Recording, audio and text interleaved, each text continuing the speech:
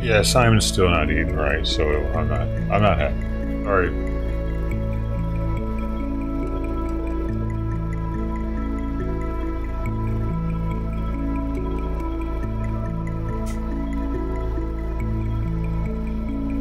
He's eating, but he's very picky. We're trying different foods.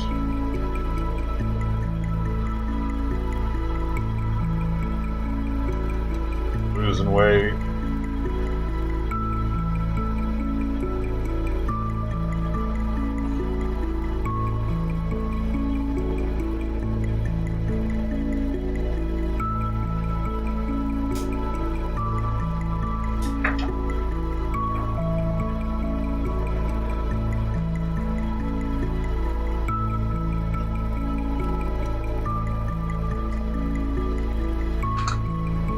I haven't given him fish oil in like 5 days now, so that's probably starting to hurt him.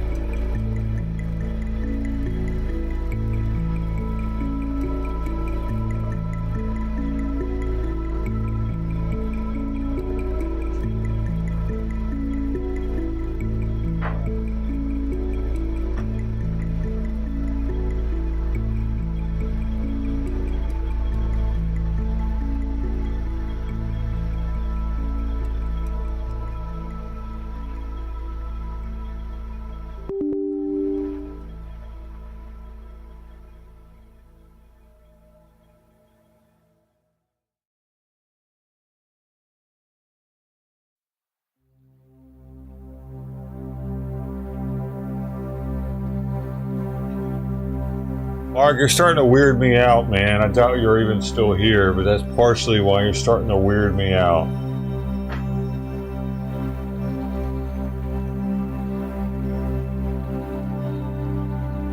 Literally, that's all that guy ever says. I've never seen him say anything else. I'm starting to think it's a bot. I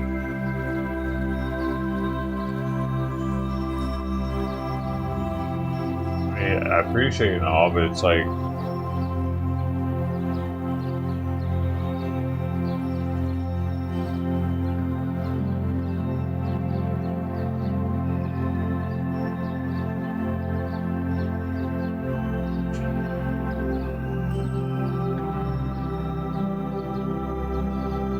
just go to every single cat feeding channel and copy and paste that?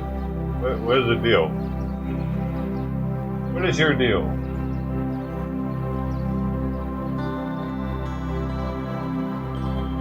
What is the reasoning? What do you get out of it?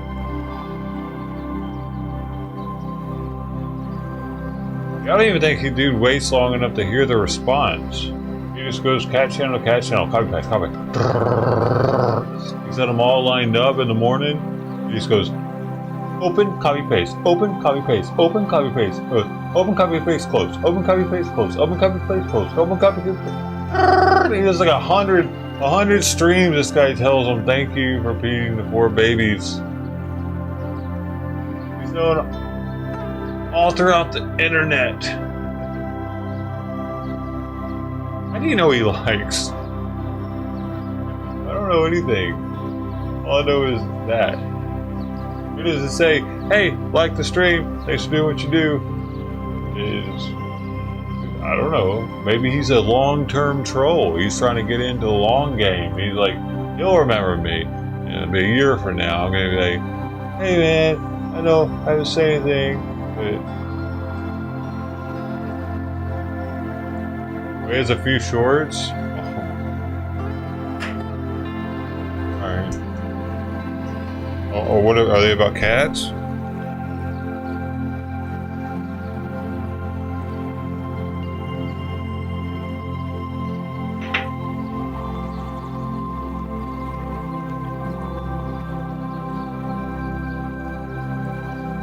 Oh.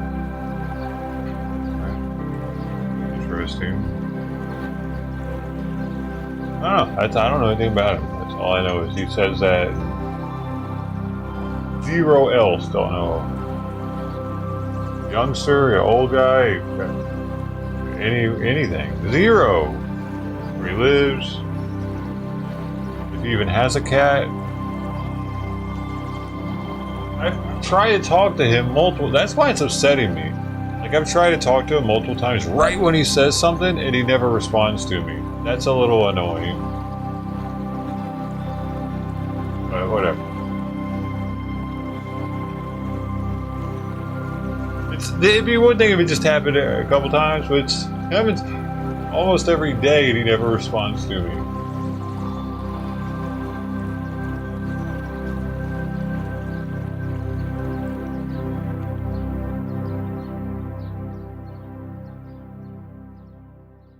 What the hell was Tux or Pepe doing here so early with that, with the freaking his girlfriend?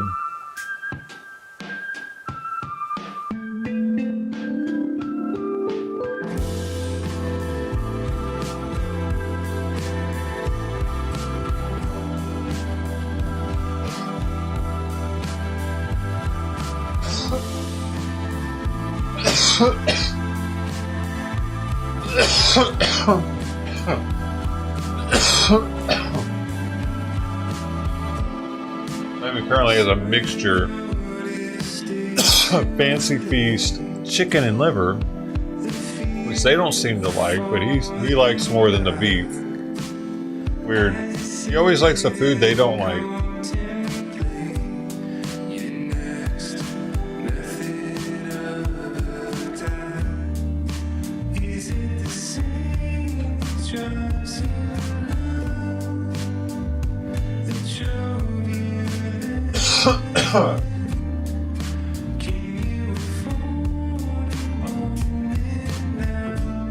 Yeah, we're starting off slow today, man.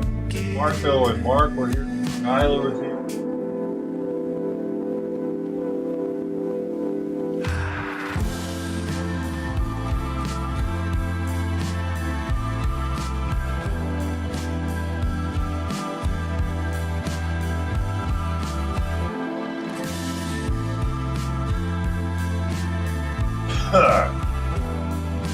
Sounds here.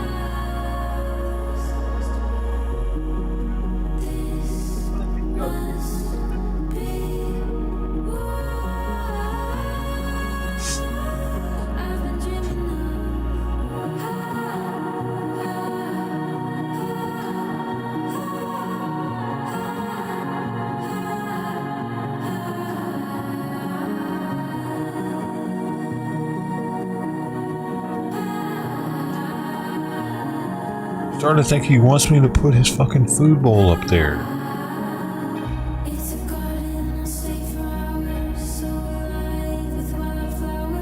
Ironically enough, I think that Dom is eating the chicken liver right now.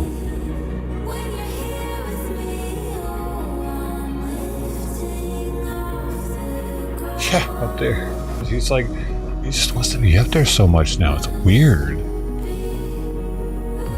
I know he's hungry because I put him in there and set him right in front of his food and he started licking. He started eating. But he's got this obsession with going up there now.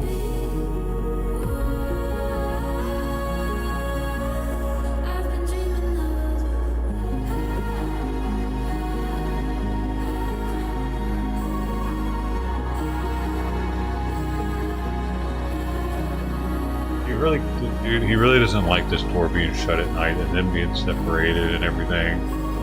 And not being able to come in here and look out the window.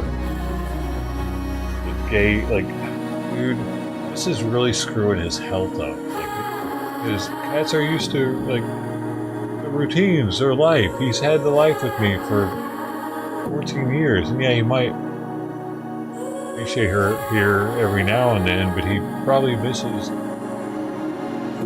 a lot more than he gained. I think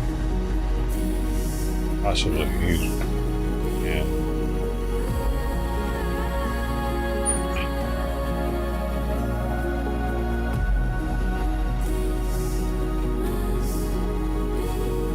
got the camera positioned differently now because I need to see if Simon's using her litter box because there was a huge pee clump in there this morning. And there's been very little in Simon's box, so I'm not sure. But you can now see the litter box opening.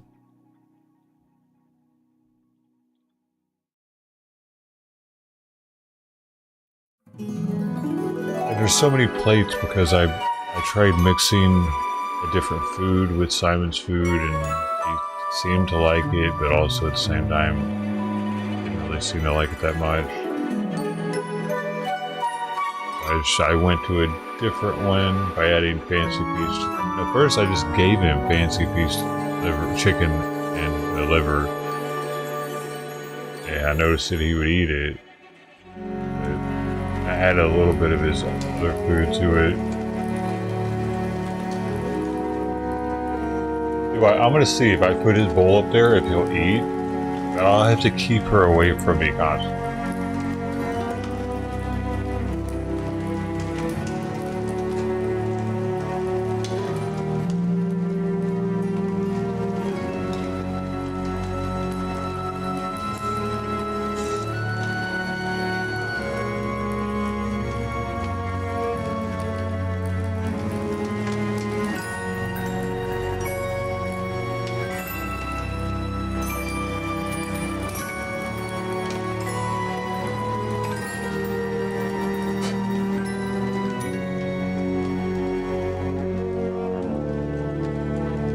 That was it.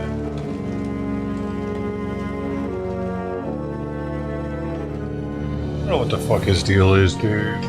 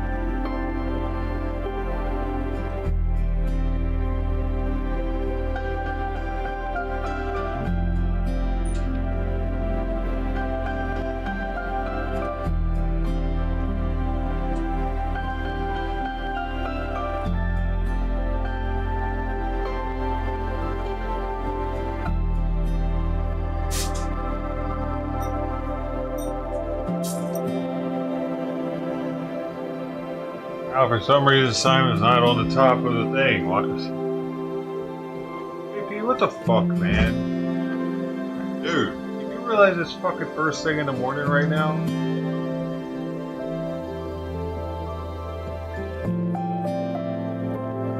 Right, bro?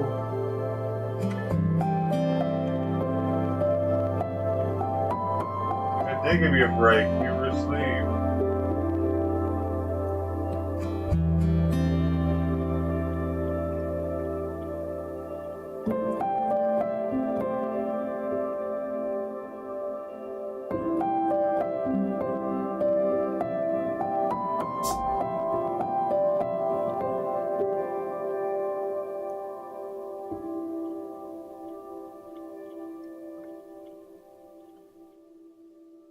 Oh.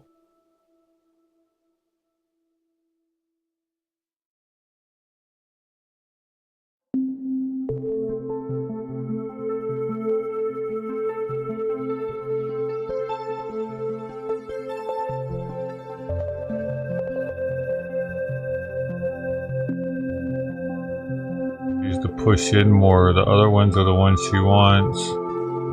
Damn it, keep... Whatever. That wasn't her plate. Push it in. What is she doing, man? All the other plates.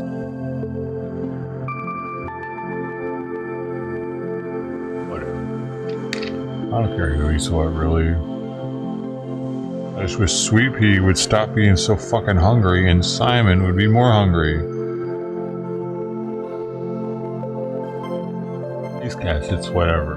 They want to eat, they can eat. They don't. I don't care anymore. They're eating somewhere else. So, don't eat here, they're eating.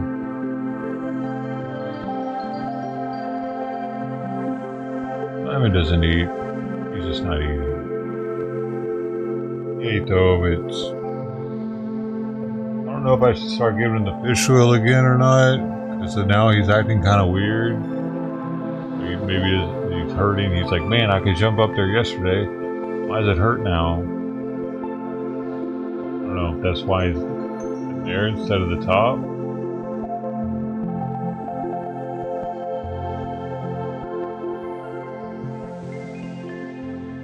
Come here. What the fuck? Actually, fuck you, Trident. You are acting retarded this morning.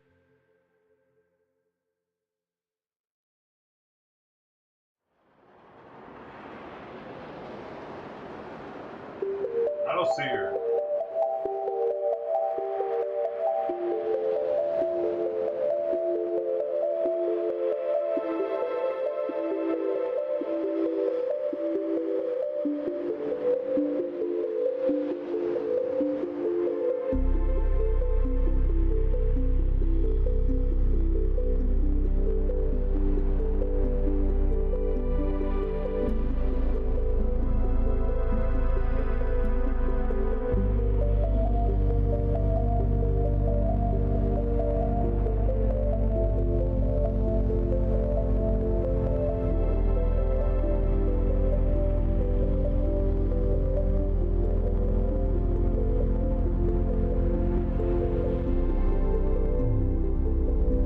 Like I said, they don't eat it here, they're eating somewhere else. So, who gives a shit?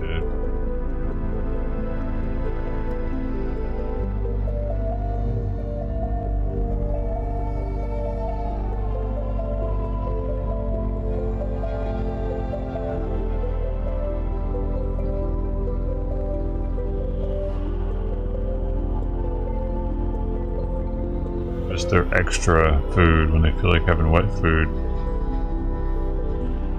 Tux is the only one it mattered to. I let him down.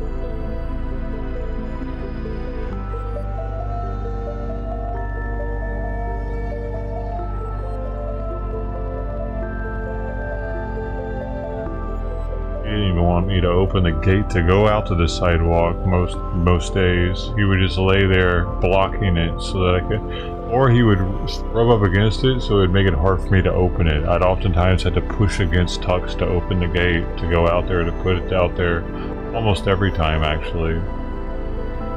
For 4 months. He goes running across the street.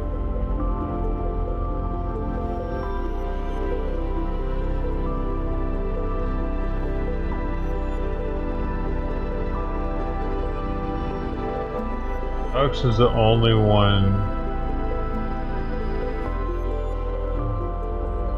really mattered for.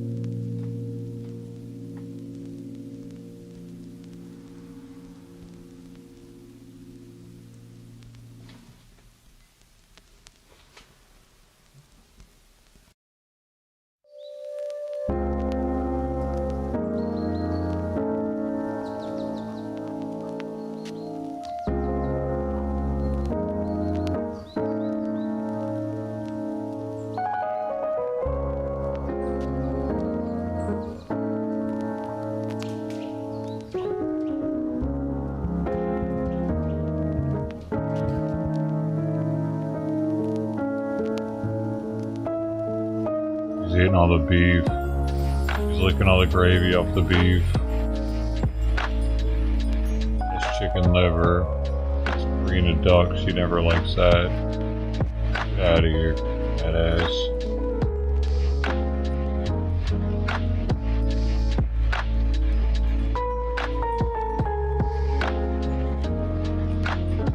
I wonder if the fucking Trump thing on my thumbnails would stop the channel from growing completely. I got like 1 sub a week now. I don't lose 2.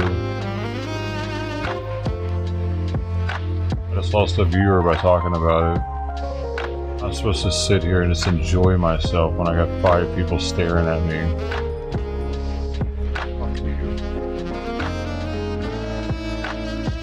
Different when people are talking, man. Just fucking try this shit when you got just people staring at you. You don't know when they are just staring at you. Like, I'm not saying everybody's staring constantly, but you know what I'm saying? It's a little fucking awkward when nobody's talking for 30 minutes at a time and shit. It happens all the fucking time now. If he can't fucking hold it down constantly, I can't imagine how fucking responsible and shit. I don't want her to have to feel like that.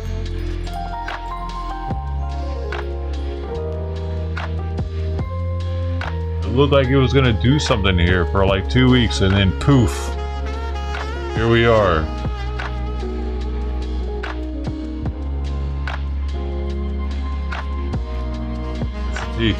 On the move for holding it down for 30 minutes right now because nobody else is saying anything. What the fuck, man?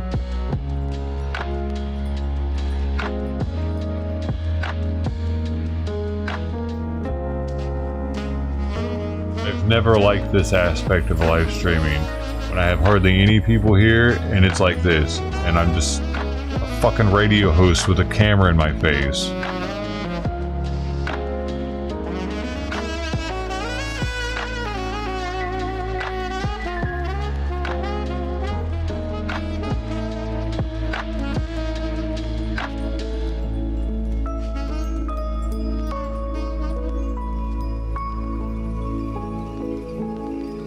Happened.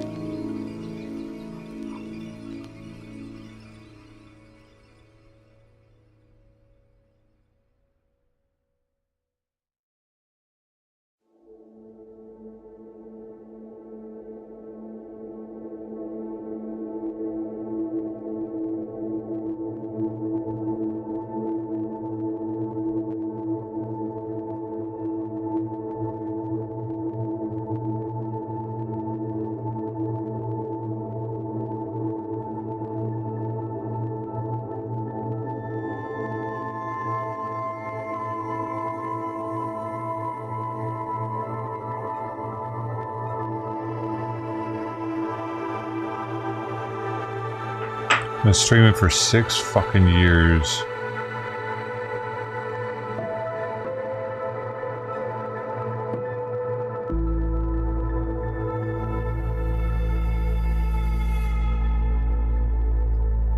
I've mostly made enemies. 90% of the people that come and watch me don't like me. I've come to that conclusion. Maybe more.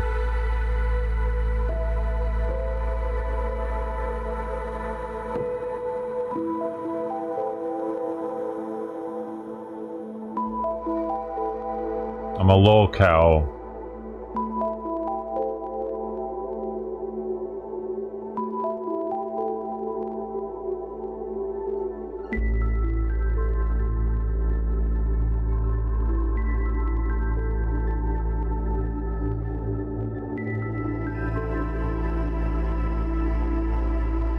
People like to watch shit with me because it's like watching shit through a fucking kid's eyes or something, and they like making fun of me. Motherfucker looks like an adult, but he's got a brain of a child. And they find that humorous.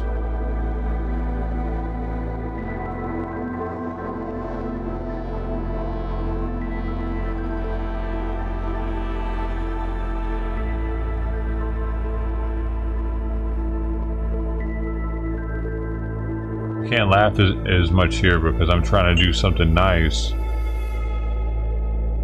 But not as many of them show up.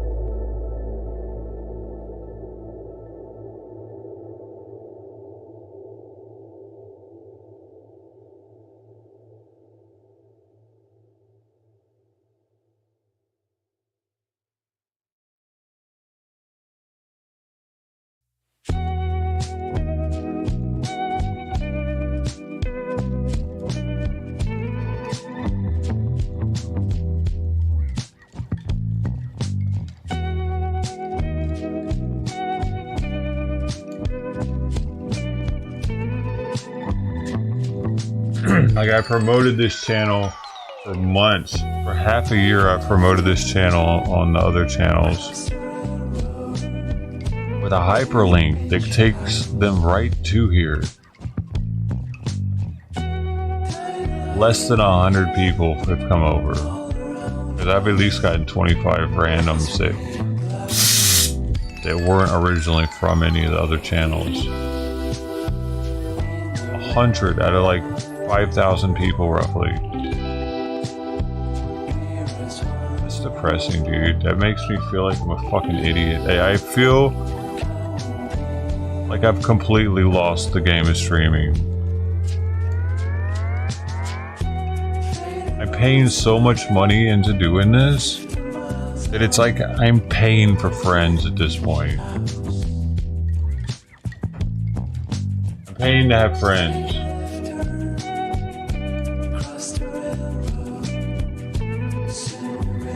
Thousands of dollars a year.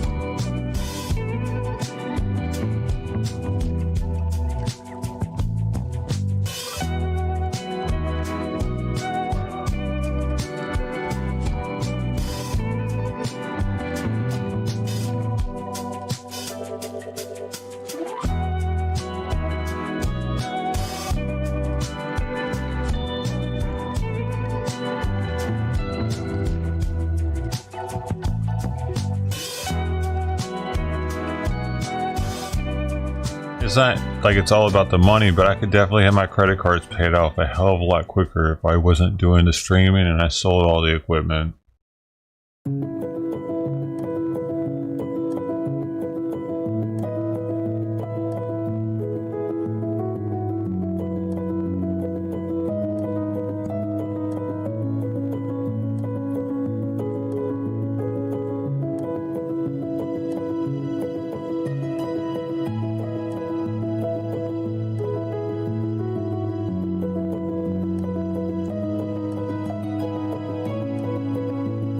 Just my sound equipment's worth probably $4 grand. 3 to 4 grand.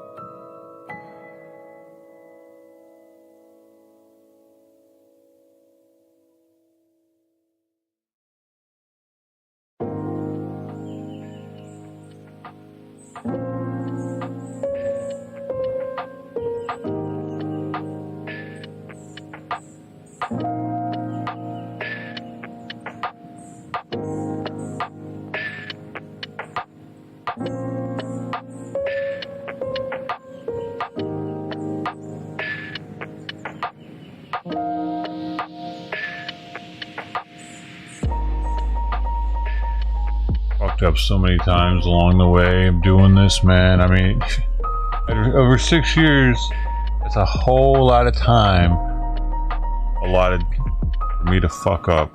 And I don't need much normally. There's no way I could hold a job for 6 fucking years, dude.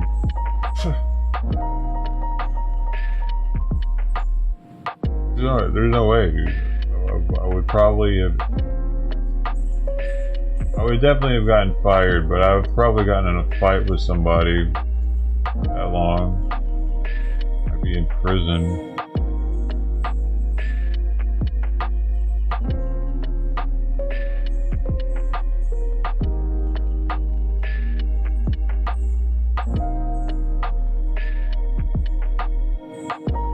That's the bowl you want. What are you doing? There you go. Snip, sniff. What the hell is her problem, man?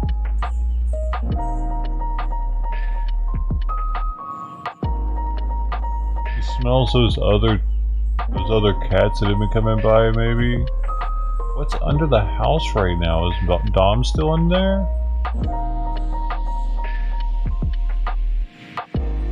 Something's under the house that she's tripping out about.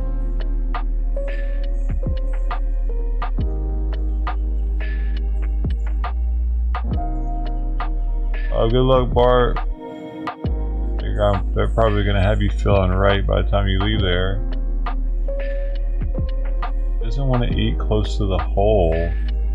That's her bowl. That one. There you go.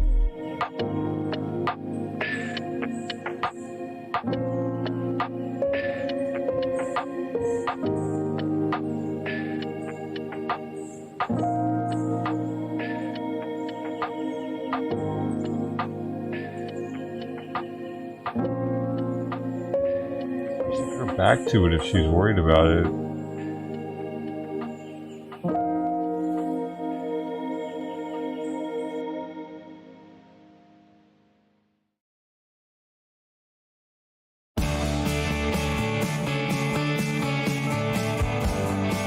I mean, maybe it's the beard. Maybe I gotta shave the beard off, man. I'm too beardy to be a cat guy. Time to let the beard go.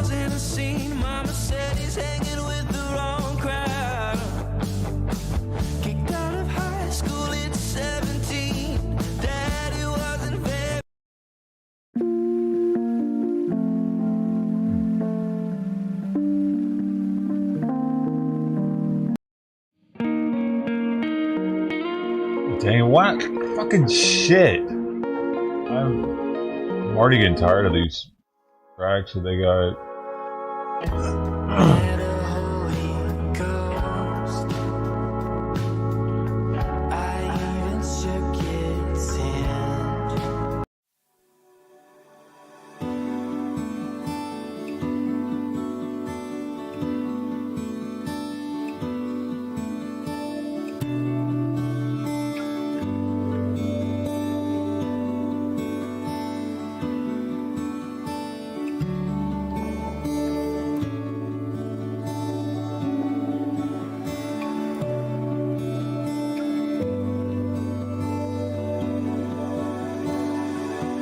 Every time.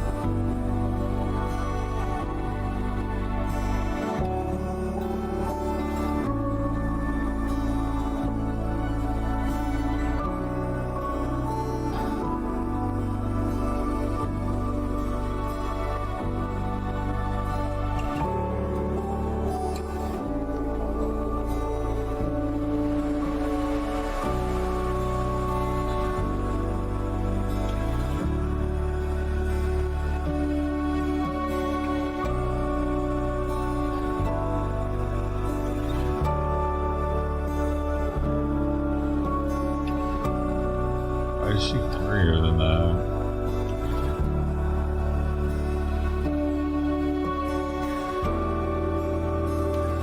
She's still pregnant. Is she thinking about having him now or something? What's really going on, man?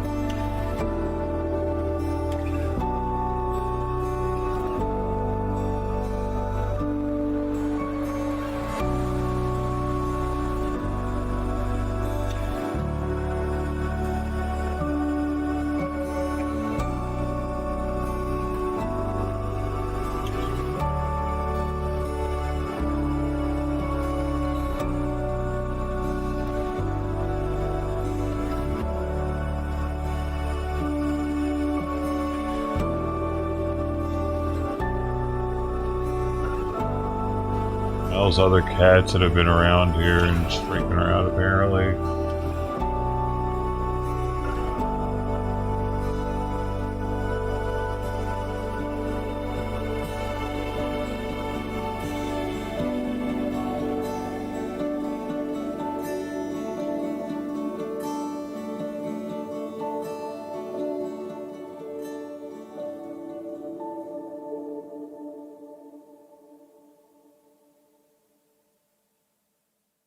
Right.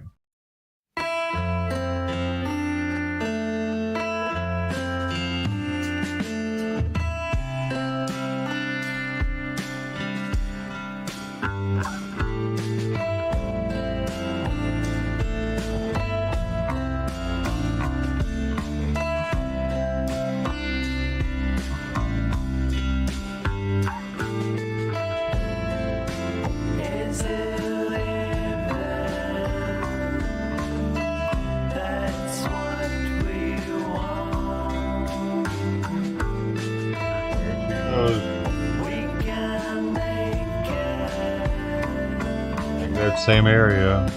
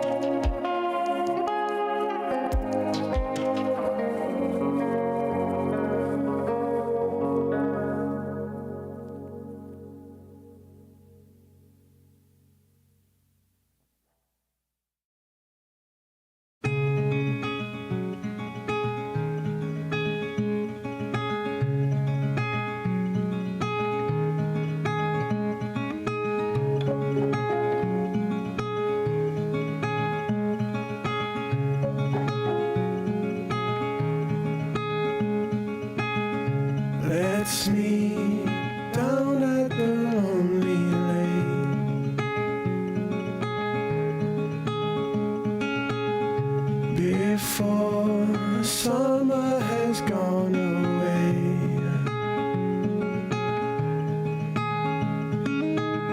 swim out under a broken sky.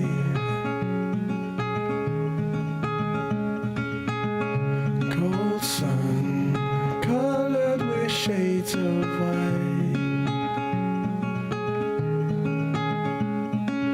Wave goodbye to last summer.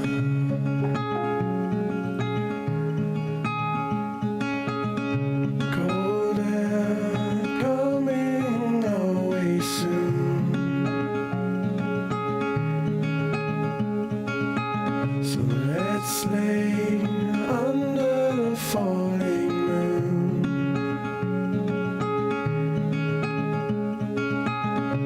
Tell me something about yourself.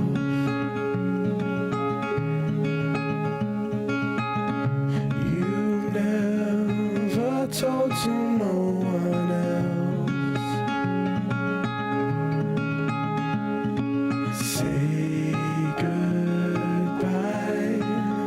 to lonely nights of last summer.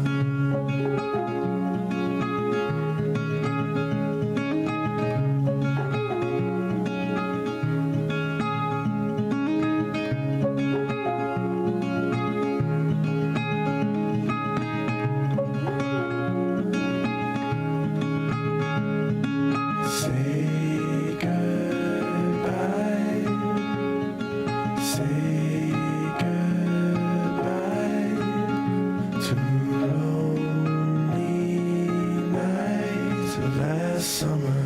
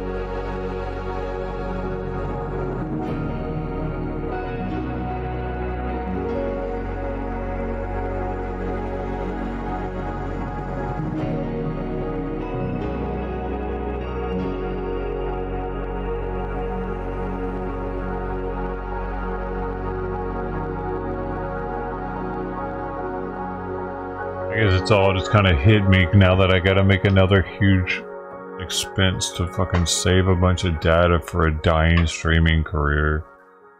I don't even know what the fuck I'm doing anymore.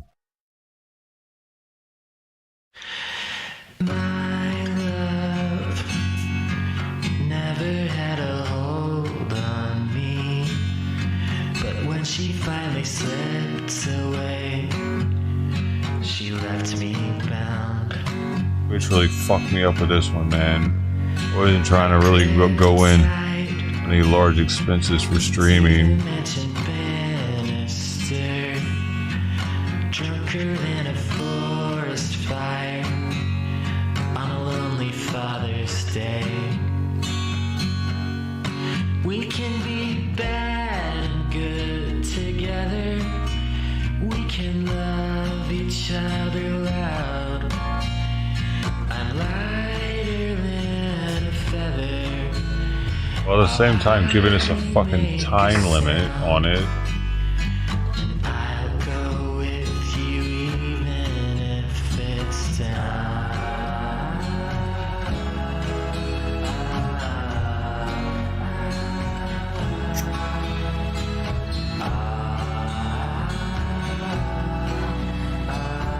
You know who they're really fucking over though? They didn't think about? Speedrun community. Speedrunning is where people complete games in a quick amount of time. Say they do it in like 5 hours or 10 hours, but they do it constantly and they run it through, and they're gonna make people take those clips and upload them to YouTube. But now, since it's not gonna be a highlight anymore, it could have been edited. Highlights gave the speedrunning community a definite non-edited version of a speedrun that's not going to exist anymore. Now, speedruns being on YouTube, nobody will know for sure that it wasn't edited. Pretty fucking whack, dude, for them. Pretty whack that they did that to them. It's worse for them for me. Someone brought it up in a subreddit, and it makes a lot of sense.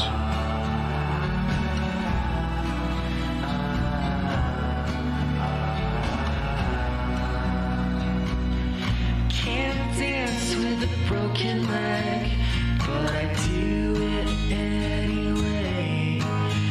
And I cut the rug apart with my sweetheart. Apparently Amazon is not making enough money to store our shit. Fucking asshole. That's what it really boils down to, dude. It's Bezos not wanting to spend the money to store our shit.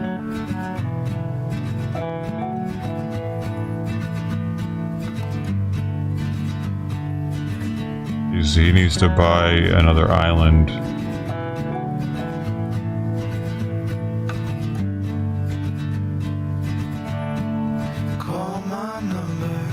He wants to be the richest man in the world. He doesn't like the Elons keeps being called the richest man in the world. If you want it back again,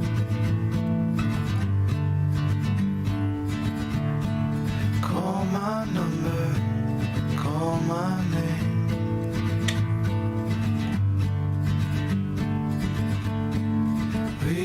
I'd really much rather not need all that space to fucking... I'd rather not need it to Twitch and be able to get an SSD, a much lower capacity, much faster. You just fucked us over. Damn it. I gotta get a big ass hard drive or multiple small ones.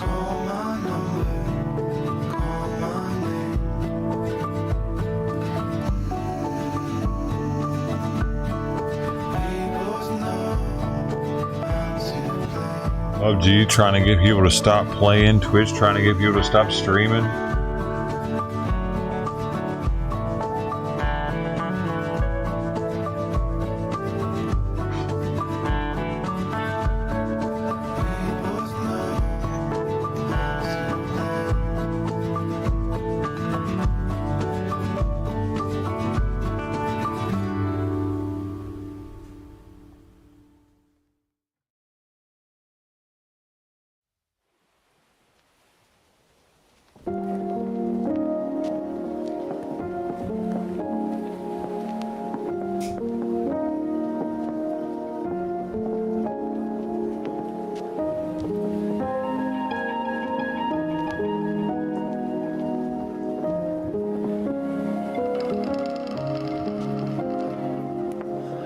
Cat's acting weird as shit today too.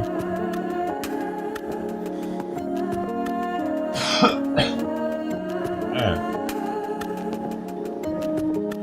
Not a happy Friday. Good Friday. At least I don't have dog shit out there. I didn't see any.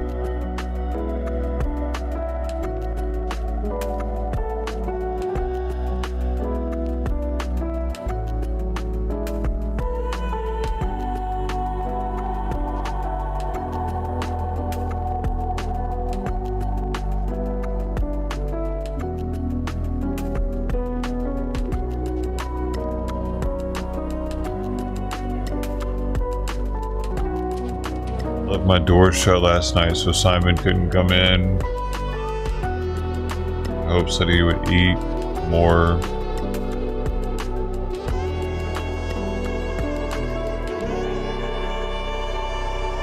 I don't know if he did or not. He ate a little bit though.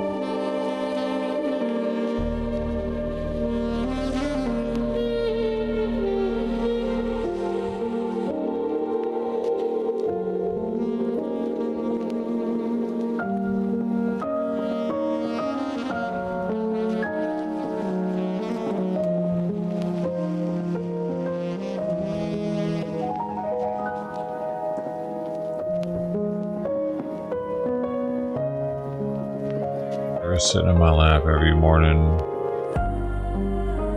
I hope it's a good sign. He's still above 12 pounds.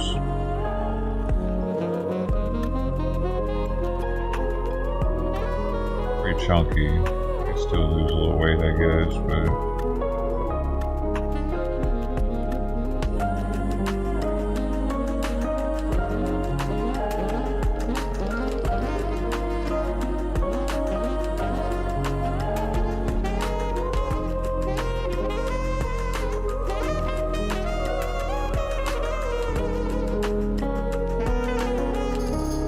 breathing really slow. Slowly, let me see here.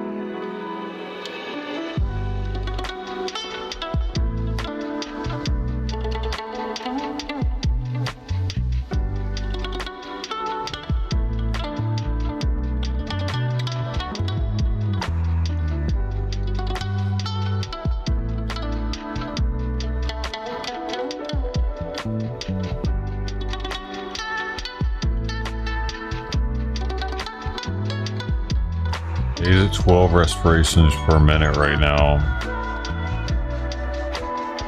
That's weird. That's oddly low. He did this same type of thing whenever he was overdosed on the thyroid medication. It was when I wasn't... Oh. Wait. It was when I wasn't given enough hemobindin. I was reducing his hemobindin. Just got a clean bill of health though.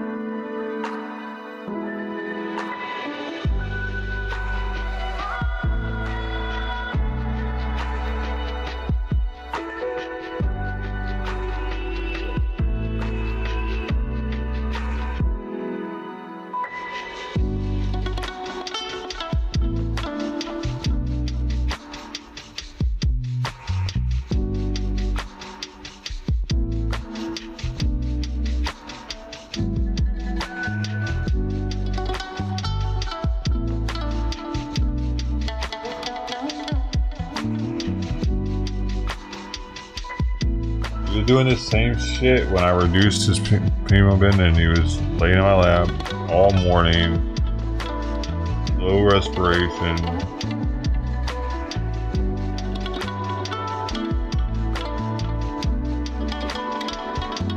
And I started thinking it was because his thyroid medication was starting to build up in his system or something. His heart wasn't working as well.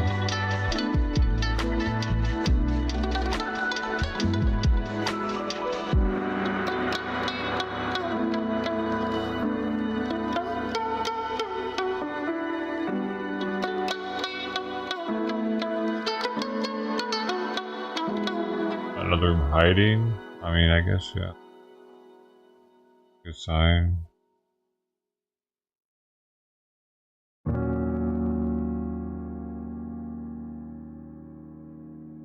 Knocked out. Stone cold knocked out, even while I'm petting him.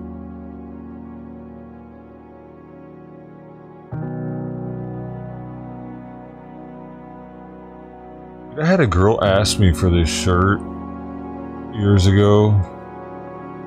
Wanted me to give it to her at a hard. It says hard on it.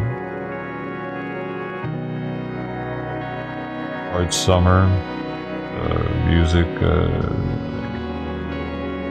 A couple days here. I went to the one here and got this here. Then I went to the hard concert in Red Rocks, Colorado, and that's where she wanted it. Apparently it's kind of a rare for the hard scene. Hard, it's electronic music.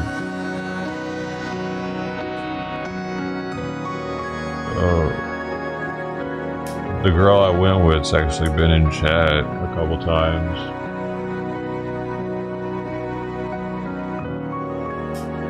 Jocelyn.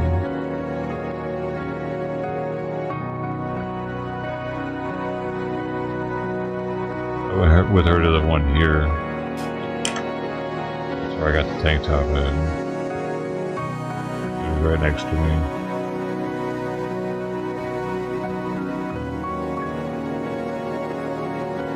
How she's doing.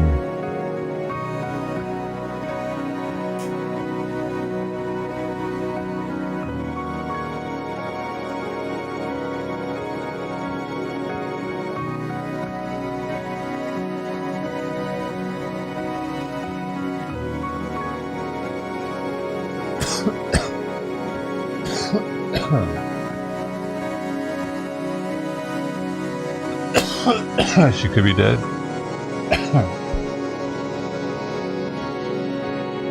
I don't know.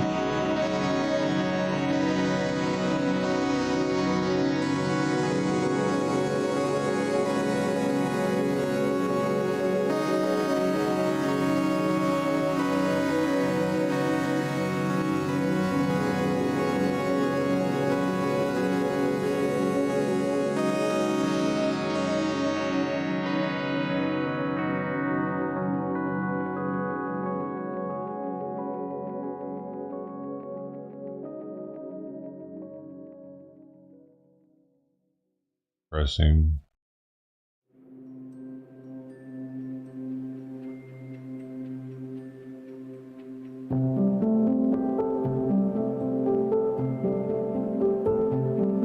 I don't know how the fuck we stay sane.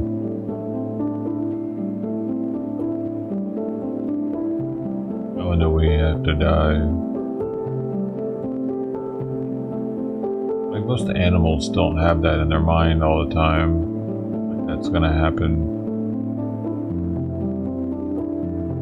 We're aware of it.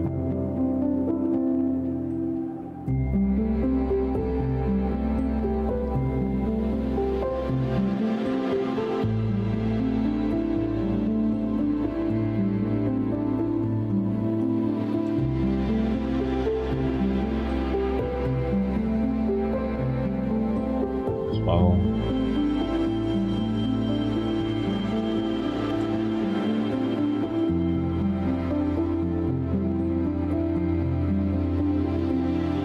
have to wake up every day and just do it knowing that's gonna happen. And then what about the people that like they know it's gonna happen in a week? They have a day like prognosis. Oh, we think you got about a year left.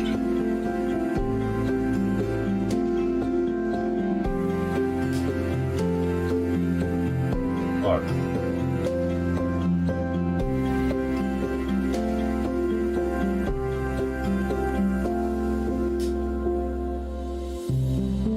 This whole thing is weird, ain't it?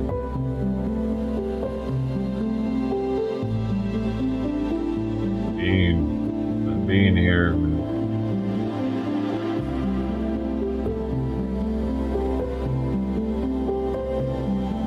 Where we're at now, how long it took us to get here, millions of years. Here we are. Future. Like, I'm actually just looking at a wall with a bunch of plastic and metal. Electricity wasn't going through these monitors, I would just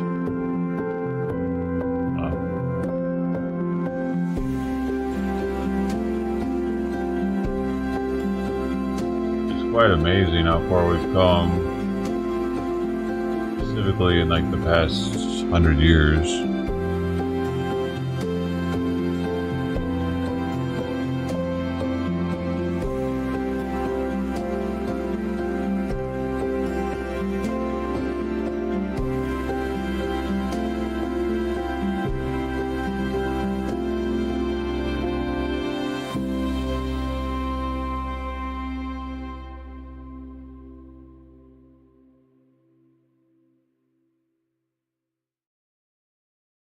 We're still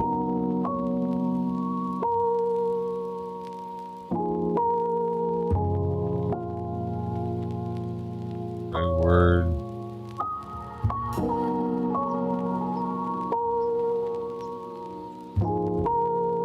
Yeah, we're still innately barbaric. It's in our nature to be animalistic. Like if you put us all on an island with no clothes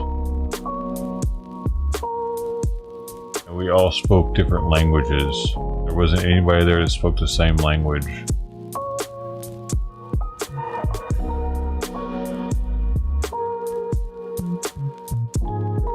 Yes, we're human, but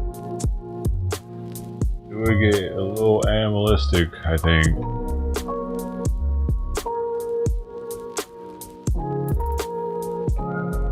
Obviously, there wasn't much food on the island.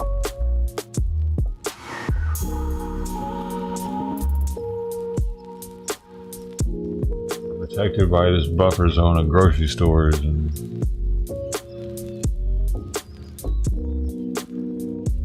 really accessible fresh water.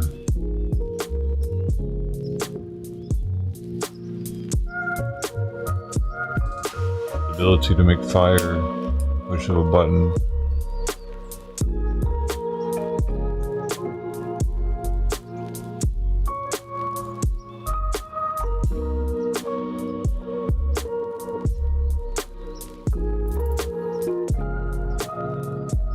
Oh man. We still got people out here that are like so barbaric, so like they take it back so far.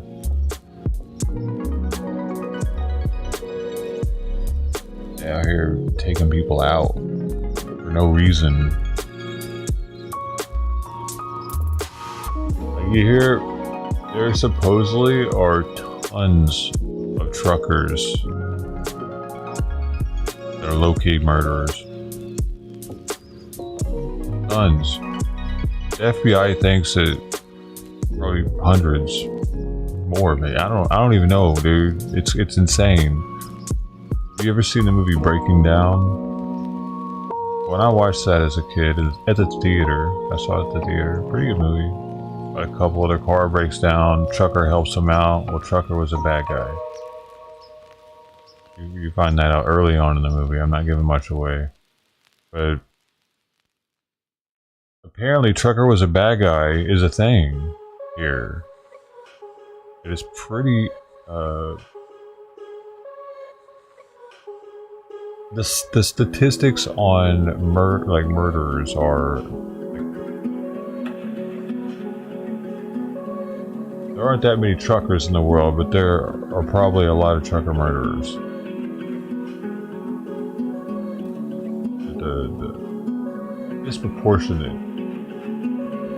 Because they're on the road, they're able to hide their crimes really. They know back out, like, they know shit about areas that most people wouldn't know unless they lived in those areas, that kind of thing. And all the lot lizards and people running away from home use truckers, I think, to try to like hitchhike or whatever. Probably still to this day, still. And so we still, like, we have all that we got, but we still got people that are as barbaric as it gets, doing the worst cardinal sin, one that is number one: thou shalt not kill. It's something I've thought about.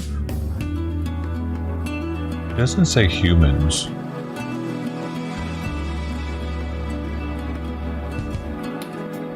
What if we're not supposed to kill animals?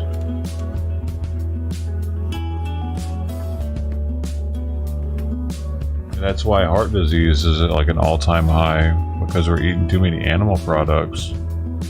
Vegetarians and vegans. Vegetarians tend to do a little better than vegans. Vegans, that's a little too strict. They have to supplement with a bunch of different shit when you go full vegan. But like fish and vegetable diet, I think is ideal. And if you look at the Bible, they were all about the fish, man. All about the fish, vegetables. They weren't. I hear about them eating cows. And I mean, maybe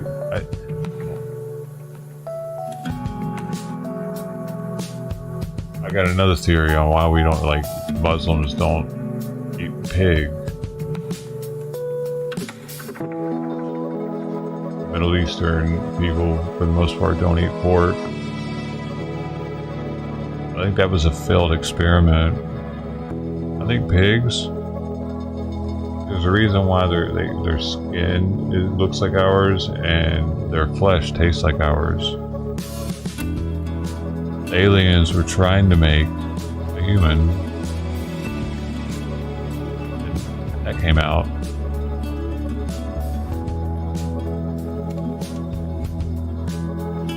At the time, that was the closest thing that they had made to a human.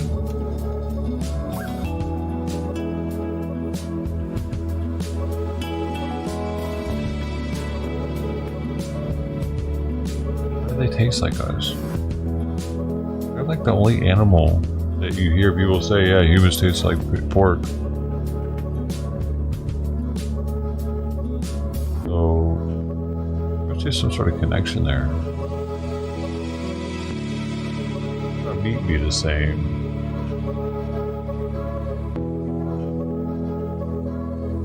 But even so, do they ever talk about eating swine in the Bible?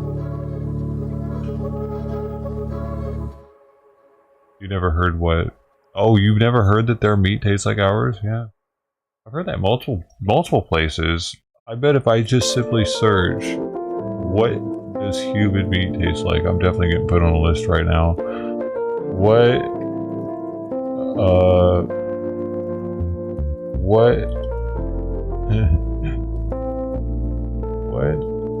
animal meat most closely is most similar to human? There we go.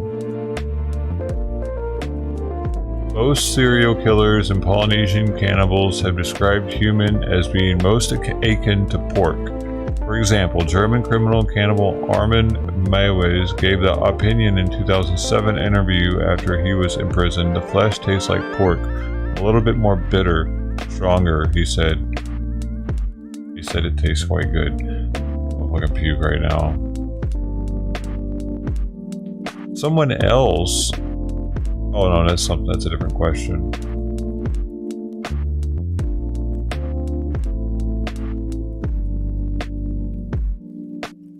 It says human flesh is reputed to taste like pork, so cured and smoked human belly might well taste like bacon, depending on what the respective pigs and humans were fed, but not almost certainly in all cases.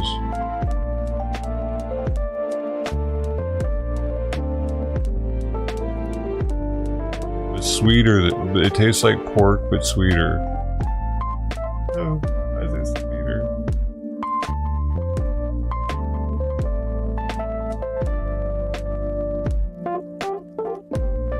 The name comes from island cannibal tribes that used to describe the meat they were eating from missionaries they had killed. What in the actual F, dude?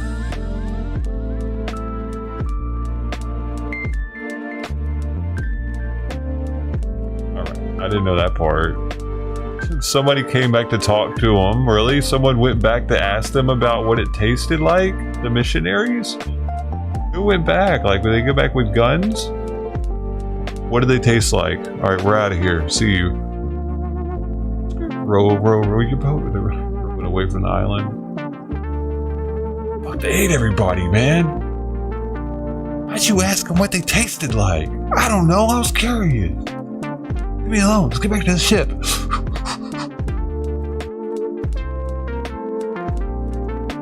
Jewish people don't eat pork because it's considered an unclean animal. Wait, I know Muslims do that, but Jews do that too?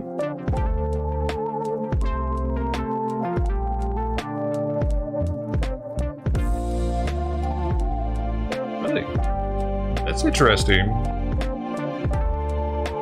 And meanwhile, America, we're straight eating pickled pig's feet. They're walking in their shit in those things.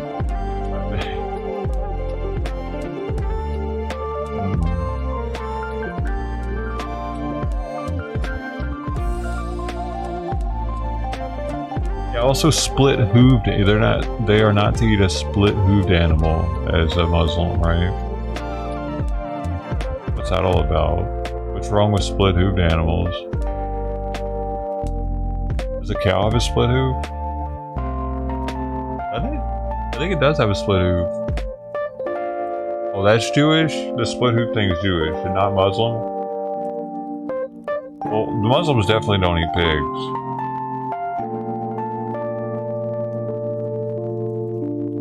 That's for show. Yeah, China, yeah, it's because they were having issues. They had, well, I don't know, I really hope it's not that much of it, because they're about to drastically decrease pork production in the United States, because most of our pork export were going to China due to they had swine flu, and China is known for eating tons of pork. So they're now going to have their own pork apparently, and they're not going to need us to export it to them. So I haven't with all that.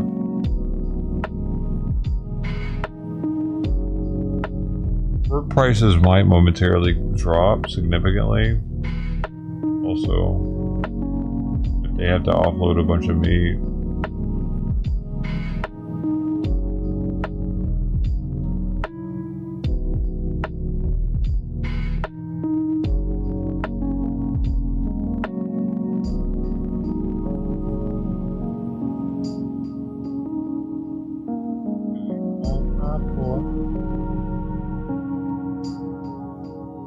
Dude, I don't buy any food at Costco that's made in Taiwan or China now, or Mexico. I knocked those out. I'll still fuck with Canada. I don't know why they're being weird, dude. Knock it off, Canada. Like we ain't buddies. You seen that shit? Canada's tripping. All we're doing is titting for tatting. We're titting for tat and they're bitching about it. Is that what's happening? Reciprocal. Are we just reciprocal tariffing them? And if that's the case, what's the big deal?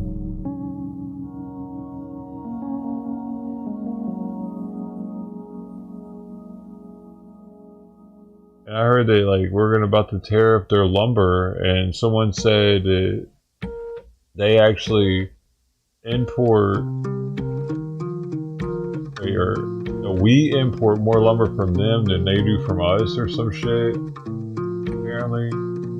But it doesn't matter though, their tariff's not gonna go up, ours just is gonna go up. So what they're tariffing us? And if they go up some more, we're gonna go up some more. If they're not doing it. Because guess what? We're gonna have a problem if they do that. Fuck with us, Canada. Why are they fucking with us? In their place. Oh, what? We beat them? What? I heard on Reddit last night that we beat them, or they beat us. And this morning, somebody was congratulating a Canadian in one of the subreddits for beating us in the final. Are you sure? We won last night? We were winning, that's why it didn't make sense. It was like 2-0. And I'm like, damn, they came back on us? Or no? Let me see. 2-1 hockey.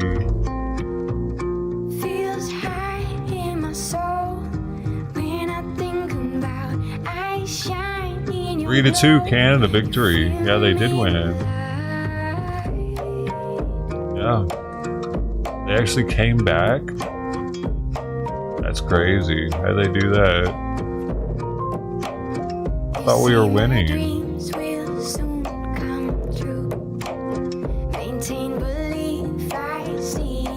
They beat them in overtime even.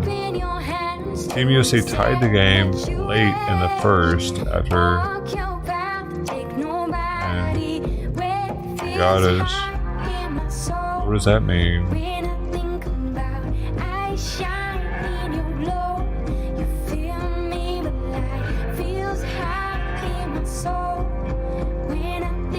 Maybe that'll make them feel better. I mean, I don't think we let them have it by any means. I mean, to be fair, they don't have anything else to do up there but play hockey. So if they're not better than America, what are they doing up there? Holy shit, they better be better than us. They are like the hockey place. Everybody knows them as being the hockey players. I've always thought of Canada as being better at hockey than America. Why wouldn't it be? It's constantly cold up there, isn't it? Or more than it is up here. It's more of a Canadian sport. Like I remember you said something the other day about let Canada win. I don't think that's the case. So I don't think we need to let them win. Something like that. Like I think they're good enough to beat us, or they should be good enough to beat us.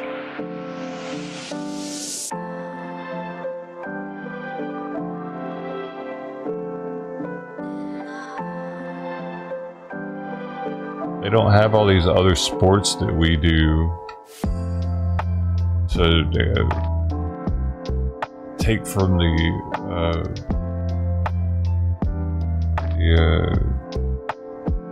pool of athletes that would be available for hockey. You know, there are only a certain amount of people that are born with genetic abilities to be better at sports.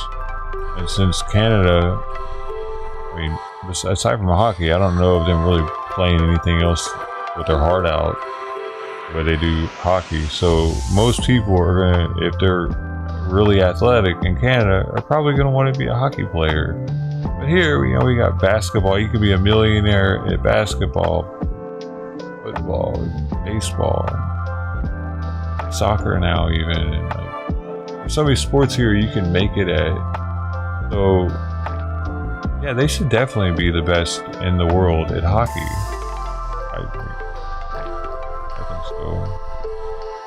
I mean, best in the 4 nations. You're talking about the world, you gotta deal with Russia now. And Russia's got a huge pool of people to pull from, and, you know what I mean? Hockey's kind of their thing, too. So...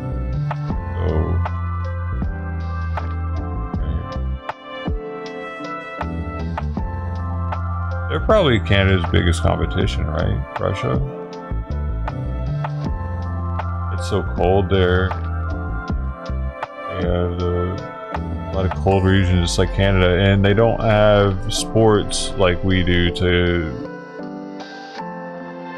distract the athletes of their country. I mean, sure, they have sports, but they don't have the NBA, NFL, all the different major sports that we have. Fucking wrestling. You can be a wrestler here.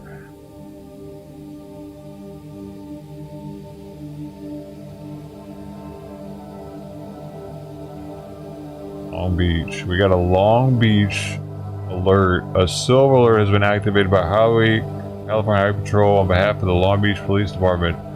Juliana Montoya is missing and endangered. Juliana Montoya was last seen on 2/21/225, approximately at 0230 hours in Long Beach.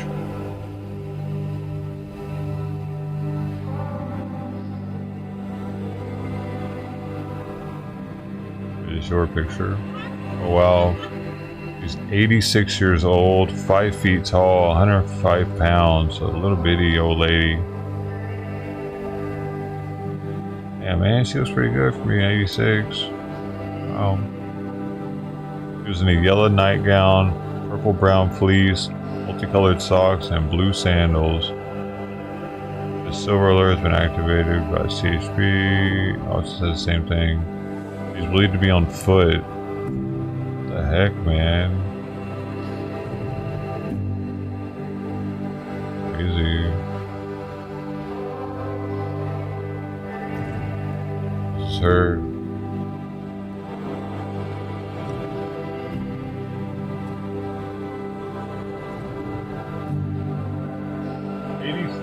Old, man.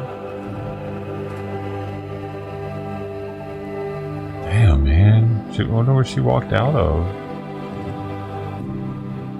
Home or something? That's crazy, dude. Alright. Maybe she's just walking around somewhere still. Might need to get medication, though. It might make her like delirious or something after a while. Look. And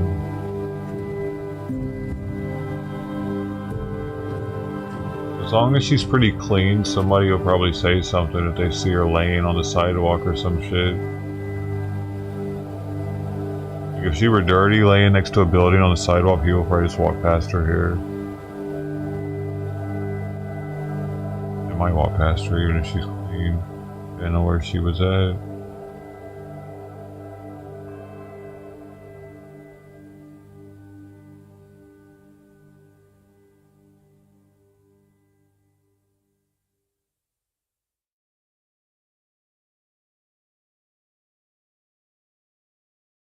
She's just sitting in a restaurant somewhere.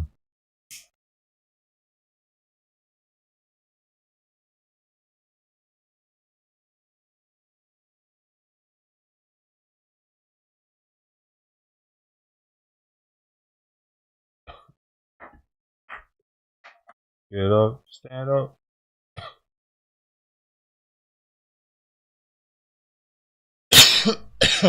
Dementia, yeah, maybe.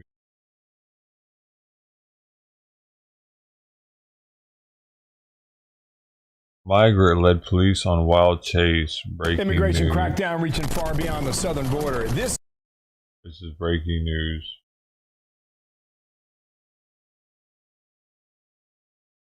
Simon already been in my lap for an hour and a half. Wait. 2 hours. When do you sit here? Around 9 o'clock. No, around 8 o'clock probably. I think it was around 8 o'clock. Is this not concerning? Cat sleeps so much?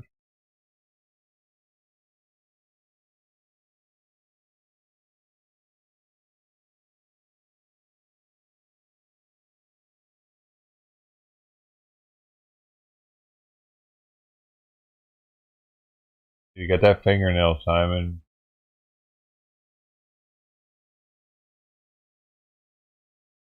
Gonna wake him up.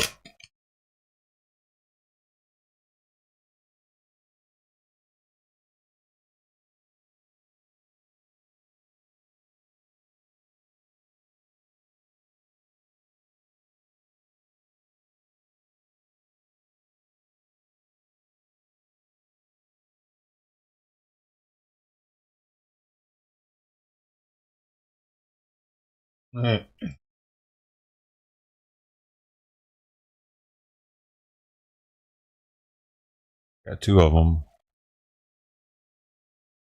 This is exclusive new video that shows migrants in Illinois leading police on a dangerous high-speed chase. That is a cornfield. Mike Tobin's live in Chicago. What happened here, Mike? Hello. Well, Bill, you know the Illinois governor and mayor of Chicago are opposed to immigration reform efforts from the Trump administration. But now you've got counties in Illinois who are stepping up to say they've got enough problems and don't want to be a sanctuary. True 5, he just took off on me. 2 Hondurans in the U.S. illegally lead police on a high-speed chase through cornfields an hour and a half outside Chicago. Pit. Subject is on foot, running northbound through the field. On foot, Where does he think he's gonna go, bro? 18-year-old Roybin Barahona, Oh, 23-year-old Christian Arazo Velasquez arrested. 7 pounds of fentanyl found in the car. Whoa. The Illinois Safety Act eliminates cash bond. Barahona was released without bail and quickly fled to California. Velasquez is still held in the Grundy County Jail. Wait, what? What? What? He wasn't the driver or something? Is that why? The Illinois Safety Act eliminates cash bond. Barahona was released without bail. What does that mean? Eliminates cash bond.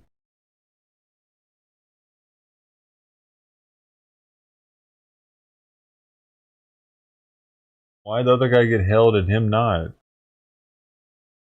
Anybody know? I've been locked up a few times and I don't know what that means. Cash bond. Hold on. I need to know because this is that what he just said is very important because one of them just fucking got away because of this shit. So cash bond is a sum of money paid to the court to release a defendant from jail when they await trial. Okay, it's the most basic type of bail. Okay, all right. Okay, what do you mean? Why was the other guy held then? If he's not on bond, or if he's not, they got the other guy. They don't hold anybody. I'm confused. I need to look into this. What he just said here, right here. The Illinois Safety Act. Illinois Safety Act eliminates cash bond.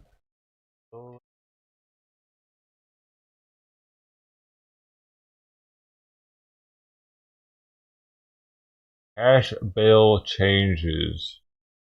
Cash bail changes. 2023 Safety Act.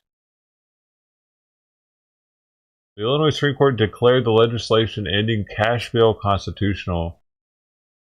Beginning in 2023, Illinois courts no longer use cash bail system. Instead, they use a pretrial release system as allowed by Safety Act.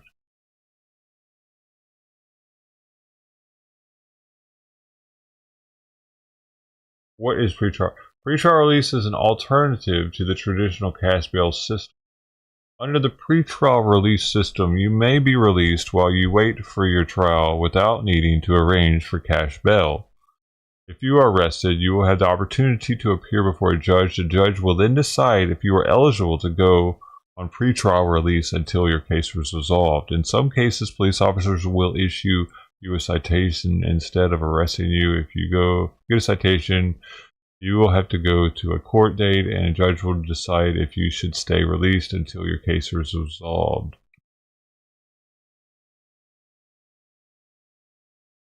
If you are stopped by the police for a Class B misdemeanor, a Class C misdemeanor, or a petty and business offense, you may get a citation instead of being arrested. That means that while you wait for your court date, you will not be in police custody or have the option to receive bail. However, the officer has the discretion to arrest you to determine it, whether mistakenly or not, that you pose a threat to the community, pose a threat to another person, or have medical or mental health issues that pose a risk to their own safety. If you are stopped by police, issue a citation, appear at a hearing. Yeah, I already talked about that. All right.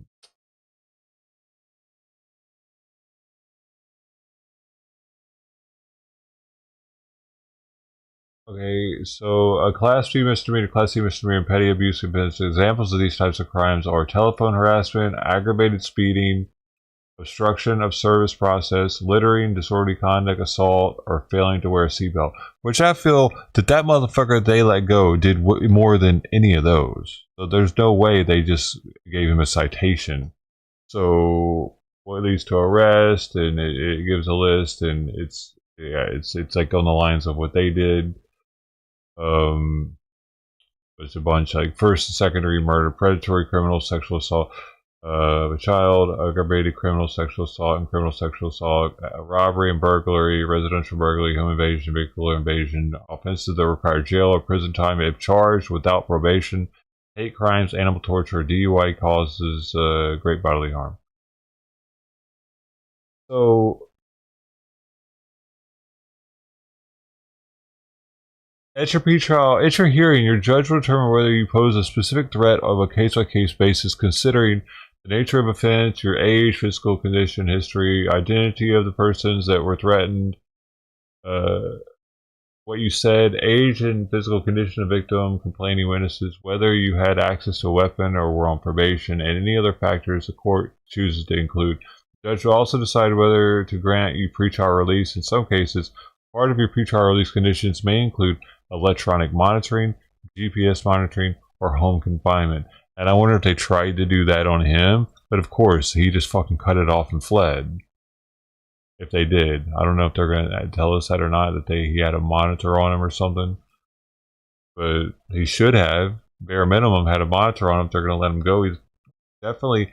Dude, I've been considered a flight risk before, and I'm a citizen of the country. Like, every immigrant should be definitely considered a flight risk. So there's that. They always do that shit. Like your first case, your first court date, your what's it called? I forget what the first one's called, but they'll put into consideration whether or not you're a flight risk or not, and usually, like, depending on how packed the jail is, if they're not very packed, you're always going to be considered a flight risk in the beginning because they want to try to get the most bond out of your ass, and maybe even get you to accept a plea deal while you're in there because you hate jail so much.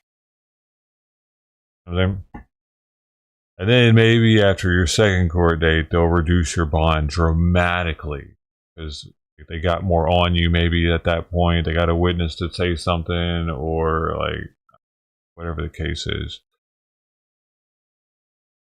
They know you're not gonna just bitch out on it at that point too. You're willing to, and they don't want to pay for you to have to stay in prison. Possibly cheaper to have you out on the streets. They need the bed for somebody more hardcore.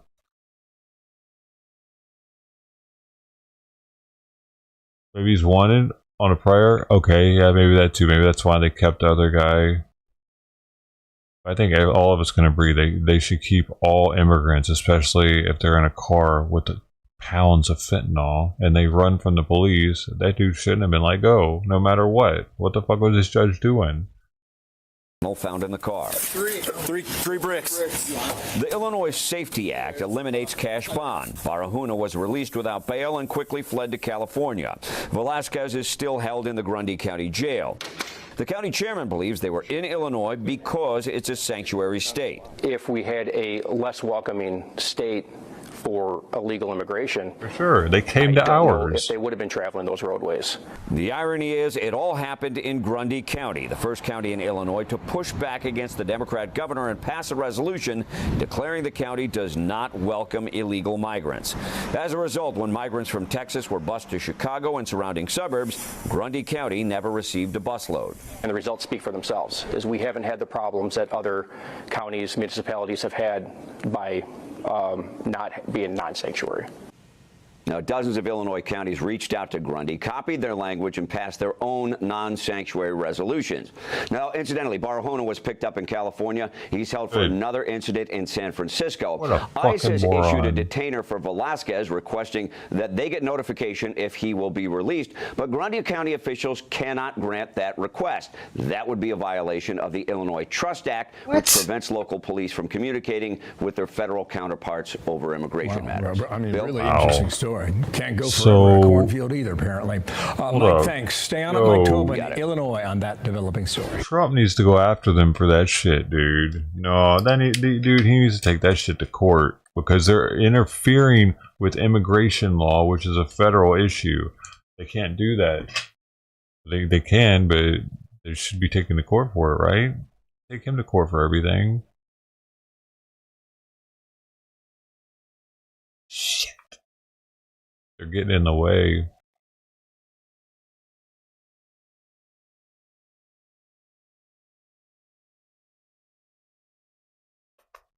You're supposed to have ties to the community. Who? Alright, I'm gonna go talk to my neighbor right now. Hey, what is this? The darkest moment Hey, Brody, beat you to it. I beat you to it, Brody. of my entire life is knowing that I am capable of murdering children. And I realized Dude, this is a Twitch streamer gets arrested after disturbing live streams. What, dude? That was a weird thing to say for sure. He said that on stream? Yeah. the darkest moment of my entire life is knowing that I am capable of murdering children. And I realized everything about myself is wicked and evil. You're running straight for hell. That's your message, then brother. I'll see you there. Hey, Aaron, let me see your hands. Let me see your hands right now. Hands now. What can I do with a 308 round?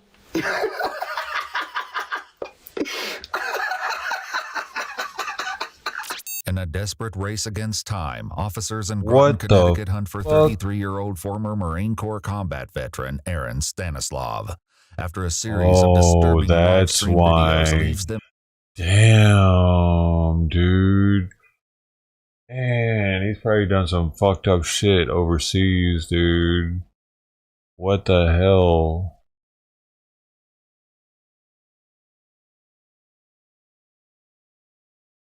fearful he may have deadly intentions. With his whereabouts a mystery, the search becomes more daunting by the hour as they urgently work to find him before he might do the unthinkable. What are you going to do? To lock me up? The following report is based For him on to official say it police like records, the way he and did, most of the footage has like never he been had seen done before it until already. now. Please note that all persons charged with a crime are presumed innocent unless and until proven guilty in a court of law. Groton police first encountered Aaron, who has experience as a heavy artillery operator, back in November 2023 after he was found to be hiding ammunition, high-capacity rifle magazines, and body armor in the woods. Officers seized the items and arrested him, though their exact reasons for doing so aren't entirely known. Back then, he was found to be living inside an abandoned school called the Mystic Education Center. Now, on January 20th, 2025, Aaron's live stream videos featuring disturbing messages about murdering children raised serious alarms with law enforcement. I hate kids. Yeah, no, I would murder all of them. No, find me a kid I wouldn't murder. They began searching for Aaron at the Mystic Whoa. Education Center, with the hopes he may still be squatting there. The last time we found him, where was he? He's in a sauna in fuck, man? I don't know where that is. Okay. Police department, is anybody here? In one of the videos, Aaron makes unusual statements as he cuts plastic tubing inside a garbage dumpster. His hand appears injured by his own blade. Imagine when they started telling doctors it was like, hey, some people just want to die. And the doctor was like, well, then what the am I doing here? It's like, you got to kill him.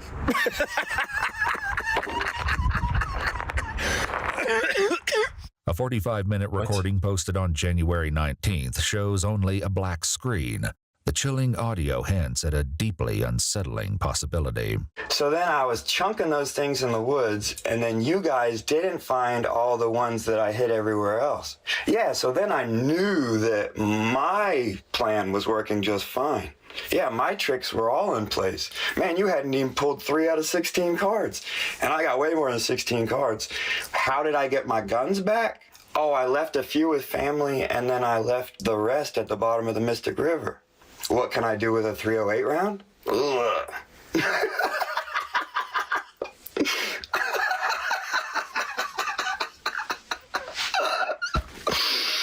Before long, officers locate the sauna. Ah, there we go. All right. Police department on here? Here's the stuff. Yeah, there it is. It is empty. There's here. Okay. I got meat here, cheese, warm cooked up heater. Yeah. Bags. Aaron is nowhere to be found, but officers find no shortage of strange discoveries among his belongings. I didn't see any bags, or he could have weapons. Where the did he run this power to? The fire alarm? What's that? It's just tied to 2 pieces of wire that are dropped down. He's got a charger up here. Like a phone charger? Yeah. Nah, just an empty space. There's nothing else up there? No. What is this wire stuff going on? It's a little shady. See how it's attached to the door? Like a booby trap or something? That's kind of weird. It is weird. Unsure of the wire's purpose, officers decide to leave it alone. One officer locates a diary, reading an eerie excerpt from its pages. You're running straight for hell. That's your message, then brother. I'll see you there. One video posted by Aaron leads to a breakthrough in their search, when an officer is able to identify the location of his live stream as a VFW building, which serves as a community center for veterans 5 miles away from the school. I'll be here all day, Groton PD, Mystic PD, Stonington PD. Anyone want to come out here and figure out how to get this extension cord to work? Be my guest.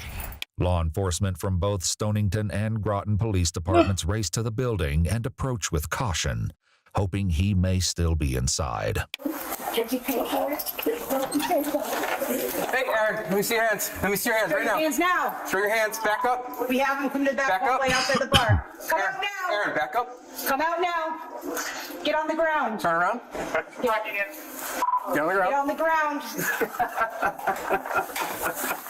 Put your hands behind your back. Now. Do it now.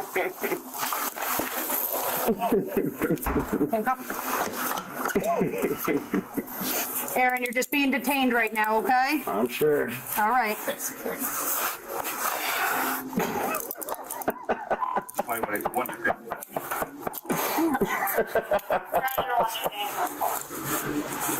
I was like, hello? Clear his back, sir. He doesn't have a knife on him.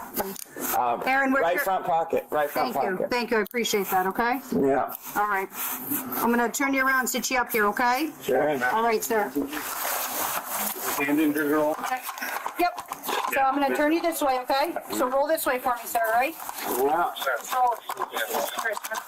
And then sit up for me. All the female cops, man, they were holding their own. There you go. Oh, she's a sergeant.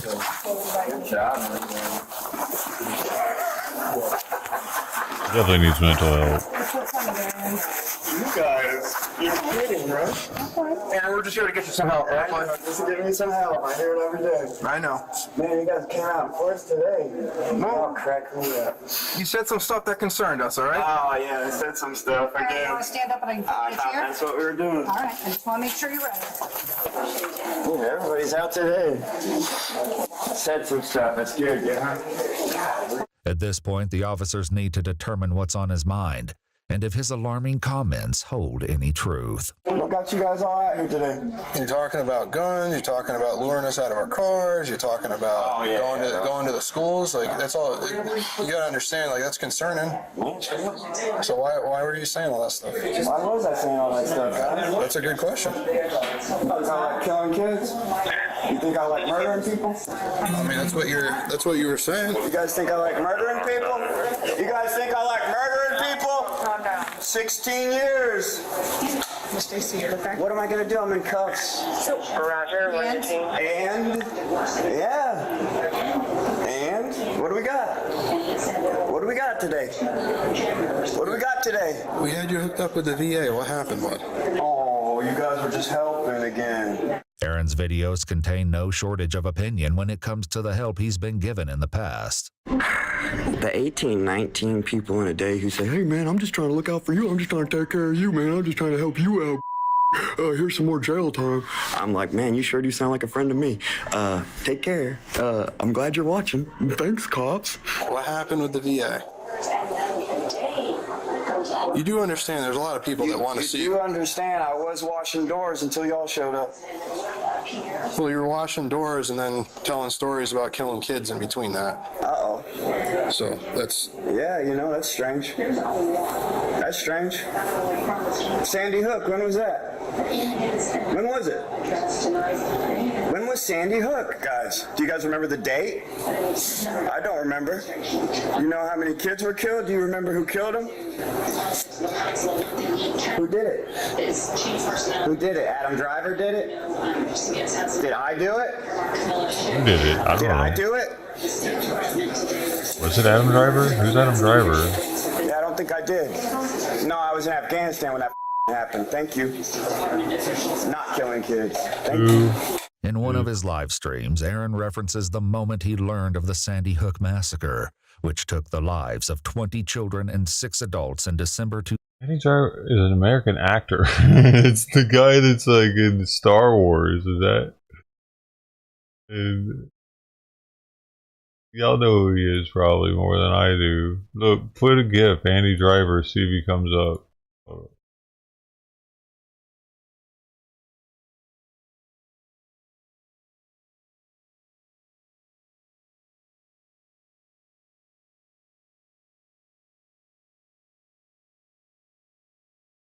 Really? You? Alright, it's this guy making me do more work. Fuck. This guy.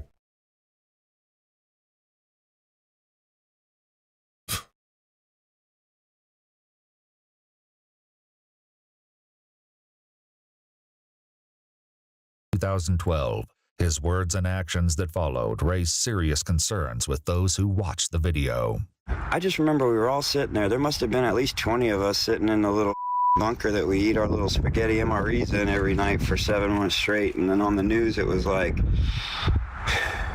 20-something dead in Connecticut in a Sandy Hook shooting.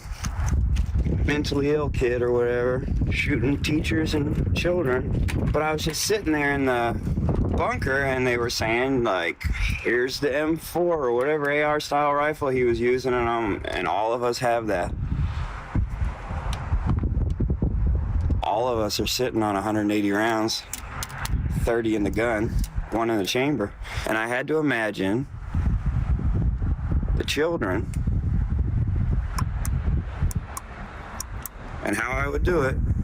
Click, squeeze, click, squeeze, click, click, squeeze, click, click, squeeze. I said the darkest moment of my entire life is knowing that I am capable of murdering children.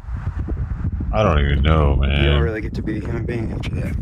I don't Though know if the highly disturbing, it's far from the worst of his statements. The officer. I don't know if the military did this to this dude. You know what I mean? Like I feel like there's some people that join the military because they want to be able to murder. That's definitely a thing.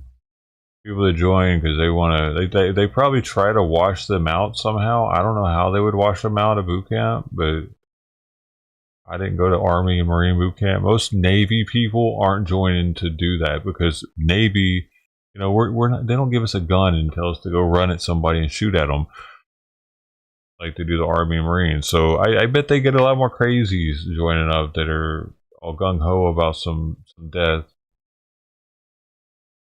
Most veterans will talk about it, but there has to be a certain percentage that are joining just for it. Officers work to get answers from Aaron, who drags the conversation into an unexpected new direction. How many times we gotta do this? You know, I don't get to sleep at night, you know, anymore, because I gotta play these games all the time. No. It's about killing. Yeah, exactly. What do you Exactly. expect's going to happen? Exactly. So you're bringing it upon yourself. I sure am. I'm ready for that. But why? Yeah, exactly. Why? Why are we killing kids? Can you tell me why? Why are we killing kids? I wasn't talking about killing. Why are we killing kids? When the towers came down, sir, and I was in the 5th grade, did you think that we did that? Oh man. No. Neither did I. I was asked to kill children in Afghanistan, and I said no 4 times. Thank you. Sorry to put this off. And I said no 4 times, but I gotta pay for it now. I gotta go to jail for you clowns every day. And I know you're not clowns, not in your hearts. So I hear what you're saying, but at the same time, you're recording yourself saying that you hate kids and you want to murder kids. Yeah. It doesn't make sense. No, it doesn't make sense, does it?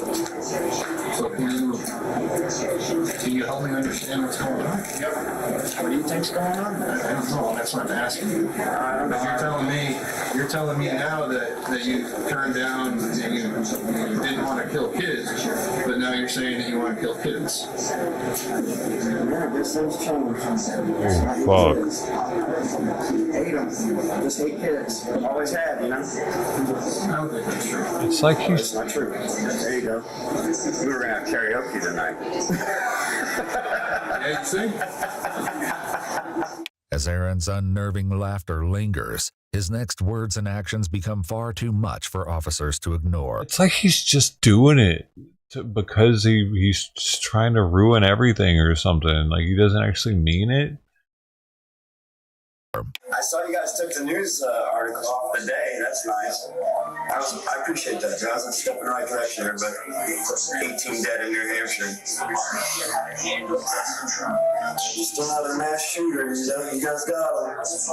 I'm concerned that that's where you're heading, man. Yeah, I got so many guns. And so many kids to shoot at, you know? That's what you said.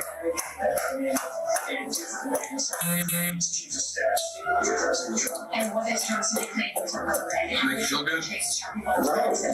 You ever been to jail? You never got naked and spread open for somebody? As you go in and as you go out? Try it out sometime. It's fun. Every time you gotta go to the courthouse, you gotta get spread open for everybody. You like that part? You like it spread open? Yeah,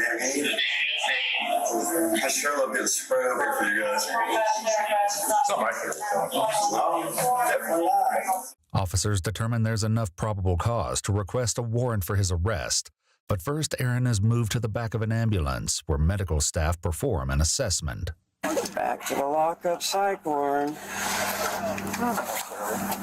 No, we're gonna go to some other part of the hospital.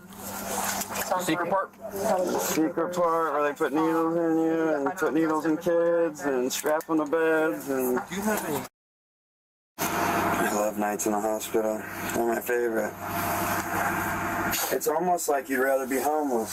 Oh, but you had a pretty good setup in the nice warm sauna. That's pretty smart. I know. Kids showed me that one, believe it or not. I can't believe the power was still on in there. Kids figured it out. I was burning wood in the back, freezing my balls off, and they were like, you know, if you just flip some switches, you'll have a sauna. And I said, Maybe that changed a lot, huh? Man, I was living a dream. I should have just shut up, I guess. You would have left me alone, huh? 100%. Dang, I'm stupid. I like running my mouth. Man, I had CRJ tomorrow. Last class in probation tomorrow. I'm sure you'll be able to make it up. You think so? Yeah, why not? Hell yeah, dude. That's good news. I mean, they'd be probably pissed if you just didn't show up, you know, but at least you have an excuse now, right? Damn it. What's the excuse? That you're with us. I was murdering children again? Can't be doing that. No. People frown upon that, you know? What if you just, like, talk about it, like in a joke? Well, it's not a joke and matter. It's like saying bombing an airplane, right? Oh, like fire in a courthouse? Yeah. Shucks. Did you guys even listen to the whole stand-up? It was 47 minutes long. I know. I did wake up to 75 views. How many people you got on the force watching that You know thing? who it was? It wasn't us.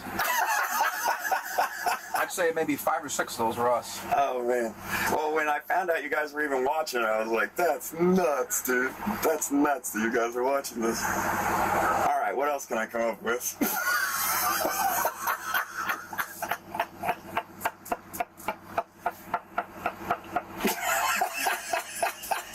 Well, I'm glad this ended the way that it did, so. Why? What do you mean? Well, we thought you were inside the school. They're going to have the SWAT team going there and everything, man. Well, good thing I started recording in the back of the VFW, 100%. 100%. Aaron is transported by ambulance to the Lawrence and Memorial Hospital in New London, where he's given a mental health evaluation and treatment. By the time he arrives at the police station, he appears to be in no condition to answer questions. You weren't kidding, like a tranquilizer, huh? Is he on drugs? I need to go lay down if you got a place. Yeah, look at this guy's. Yeah, they call it medicine. It's it's not even real. Aaron is taken to a jail cell where he sleeps for the night. In the morning, officers prepare to question him again about his distressing comments, unaware that things will soon take an unexpected turn. For now, Aaron makes an admission about the videos, but it isn't long before he quickly veers off topic. It was a lie, but that's all right. I was predicating that everything that was going to follow that statement was not true. That's all right. I wasn't aware of that.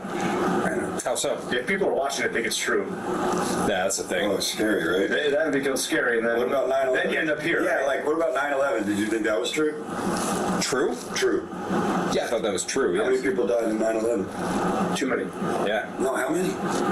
Somewhere around 3,000? 5,000? More? 5,000? You thought it was more than 5,000? 4,000 something? He was the closest. Yeah. Just under 2,000. Not including the terrorists. Right. Terrorists. And then we all went for weapons of mass destruction after that. They flew a metal tube into 2 buildings, and then you guys told us all we needed to go find weapons of mass destruction. I didn't say that, but not you guys, no. We didn't say any of that stuff. Right. When it happened, did you think we were attacked, or you thought we did it? I was pretty young at the time. Yeah. How old were you? I was in the 5th grade. Oh, wow. And you remember where you were when that came over the air? I was in the 5th grade. I watched it. In school, all right? Classmates. That's a lot of thoughts for a 5th grader, right? Mm-hmm. No, I went to war for that. Yeah. So I respect that you went to war. I didn't, but I have a lot of respect for anyone who does. Thank you. Yeah, no, Sandy Hook happened while I was in Afghanistan, too. Officers steer the conversation back to his videos, where Aaron finally explains the catalyst for his live stream. You want to talk about what happened on Sunday? I want to talk about what happened when you guys bumped my court date up to Friday again, and then you all didn't tell me about it. My sister from North Carolina had to text me and say, you know you have court Friday, what happened? And I gotta go, I don't think I've done anything wrong. What do you mean? And she's like, it just says you got court on Friday. And I'm like, nobody's told me about it. So I gotta spend all weekend going, what the f did I do now? And then I go, you know what? Why don't I give them something? Why don't I give them something to be upset about? Because I'm pretty furious at this point. The officers appear to reach the end of their patience with Aaron, whose shocking next moves catch them completely off guard. You made people concerned, right? Oh, man. Yeah, you guys make people concerned. I have to, every time I hear a police siren, we gotta go, right? Yep. Thank you. Yeah, you see that? Oh, I can't bring anything with you. Oh. My bad. Hold up. No, I did something to concern you. So you cuff son?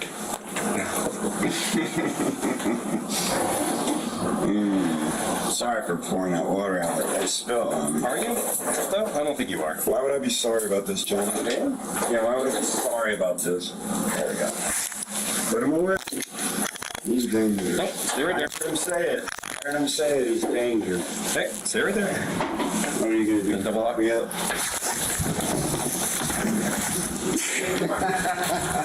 We don't think you're dangerous to us. All right, I'm just going to put him in the car.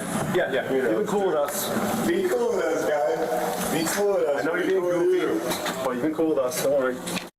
Just to make sure you don't have anything on you. You made a break for it.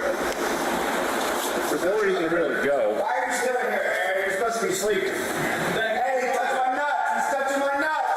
Yo, he's touching my nuts again. Go ahead. Get my hat. Go ahead. Get my hat. You will get it.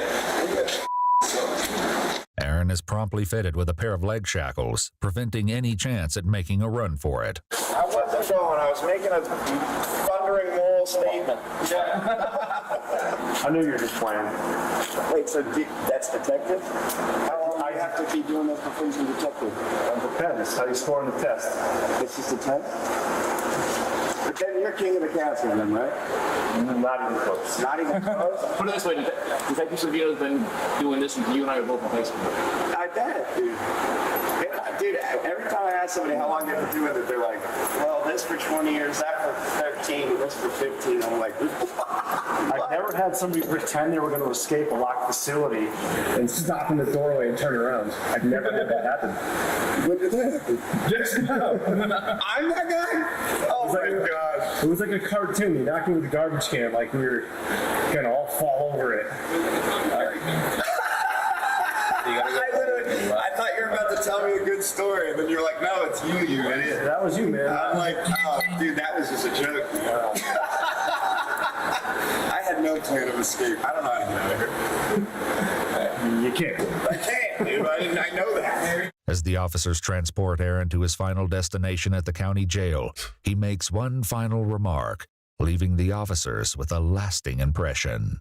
You guys really think that we went to war for 9/11?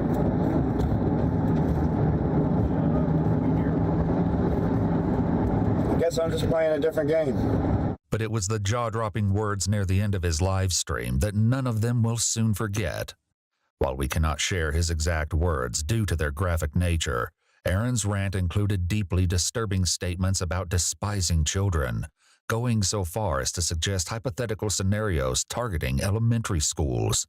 According to an arrest report along with a press release from the Groton Police Department, 33-year-old Aaron Stanislav was charged with first-degree threatening with a hazard to terrorize, criminal attempt to escape from custody, and interfering with a police officer. His bond was set at $1 million. Wow. He's currently behind bars at the Corrigan-Radgowski Correctional Center in Monville, Connecticut. The case is still ongoing.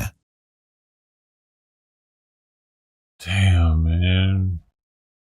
I wonder if it fucked him up when he saw us pull out of Afghanistan, or if that's part of why he's going crazy.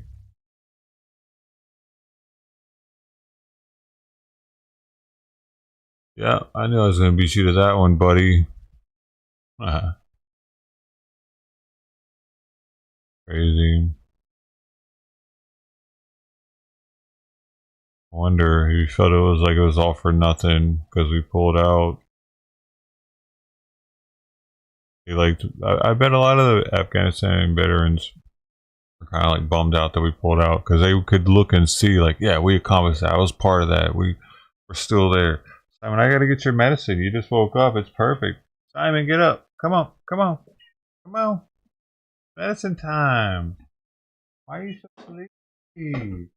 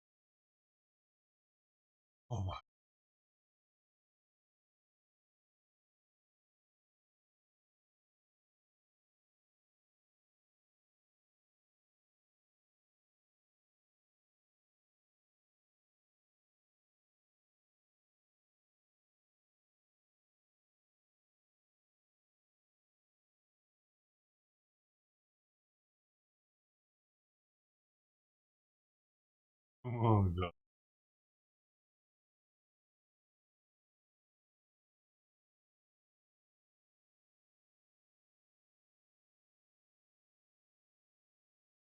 Simon, eat the fucking pill already. Jesus fucking Christ. Oh my god. You're giving me one fucking worst. Fuck you, Simon. God damn.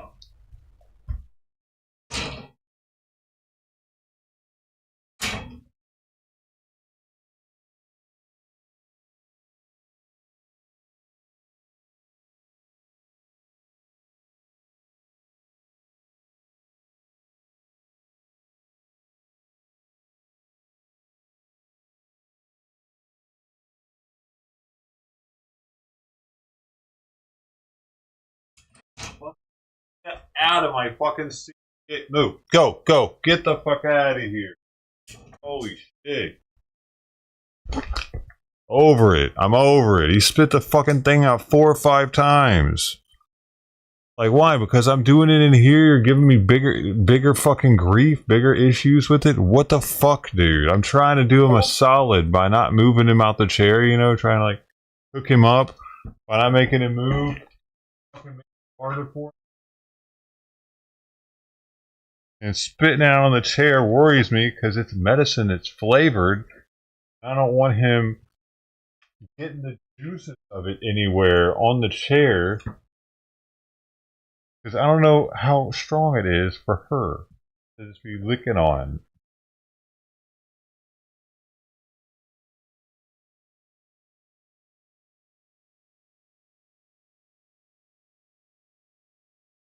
It.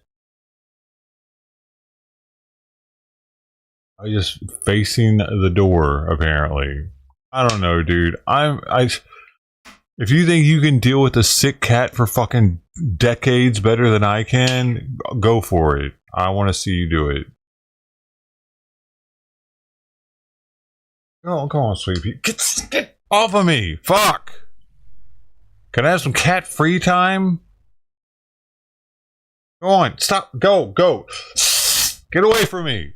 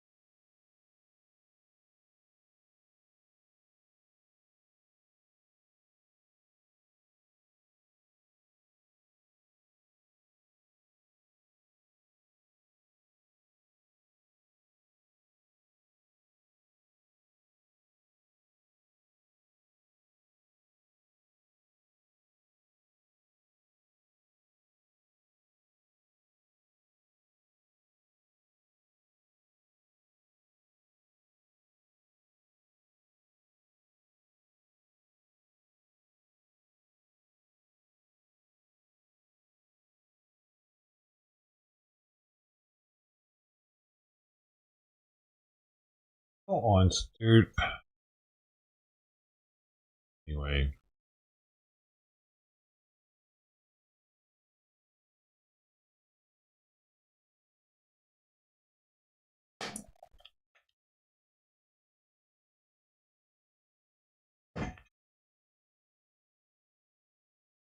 Oh man. Simon dying or what? That was happening? Because every fucking other month I think he's dying, so I'm kind of I don't know. Is he actually dying this time? Is now the time? For the past fucking 10 years, he's been dying every other month.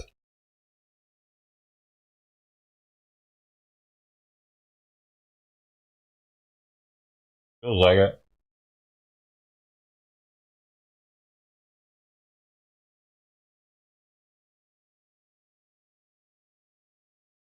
I'm sick of worrying about it, man.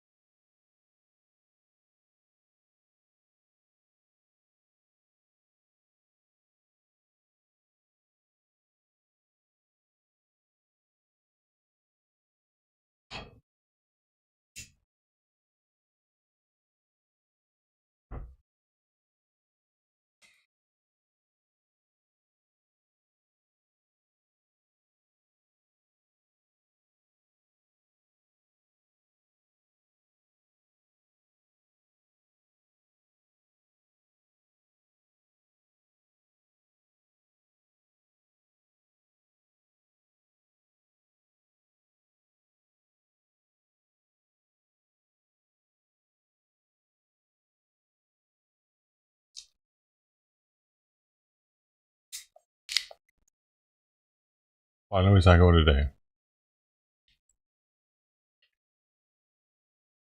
But he was just gaining weight for a solid like month and a half, and now he's losing weight. So now he's on the slow decline to dying. Pretty much.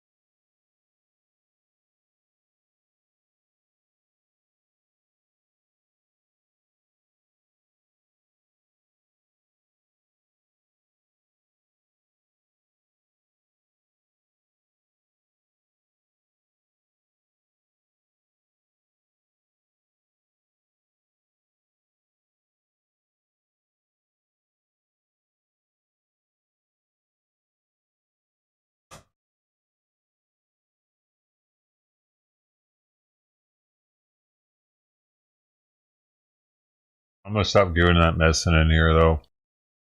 Give me a hard fucking time every time.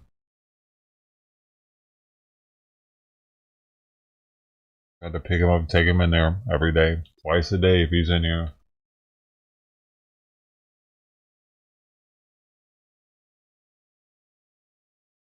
Oh, once a day. He's not live anymore at that point.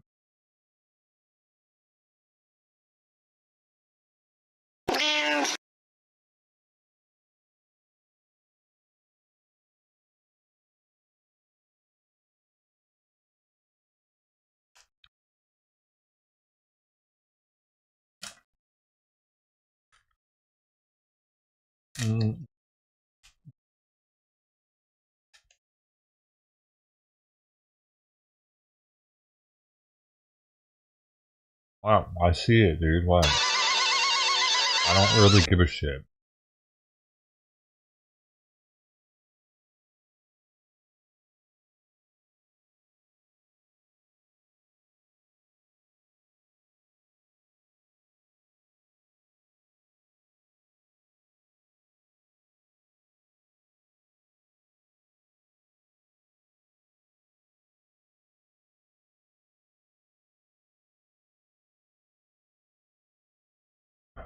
Simply don't give a shit. There are cats at the bowls. Good for the cats. These fucking cats will fucking have anything to do with me.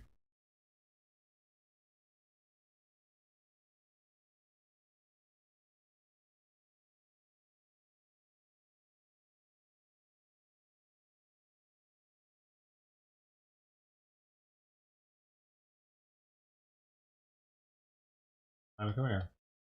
Come here.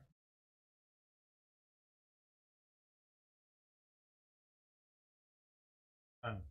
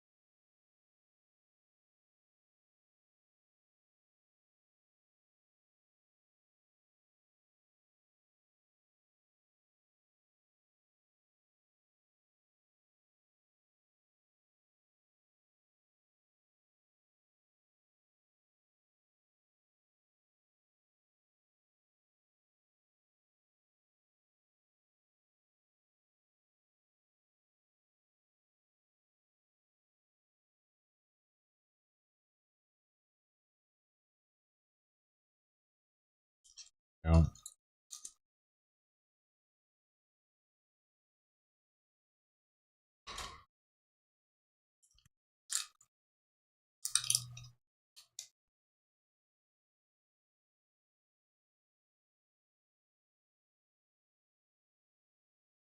Huh. If Creepy would have smelled that, she would have taken a bite out of it.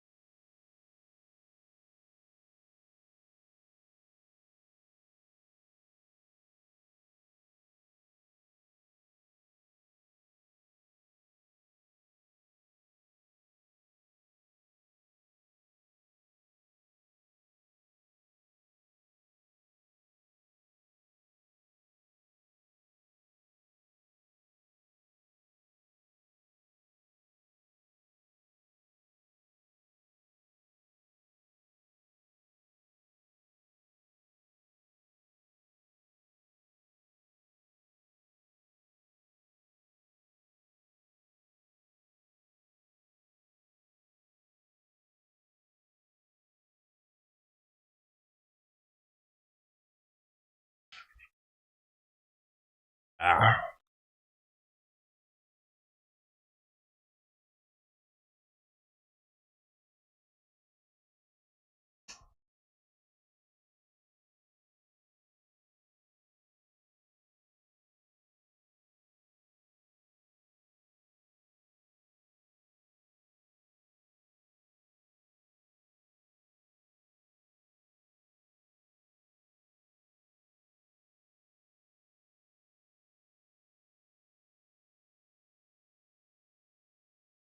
The Army seems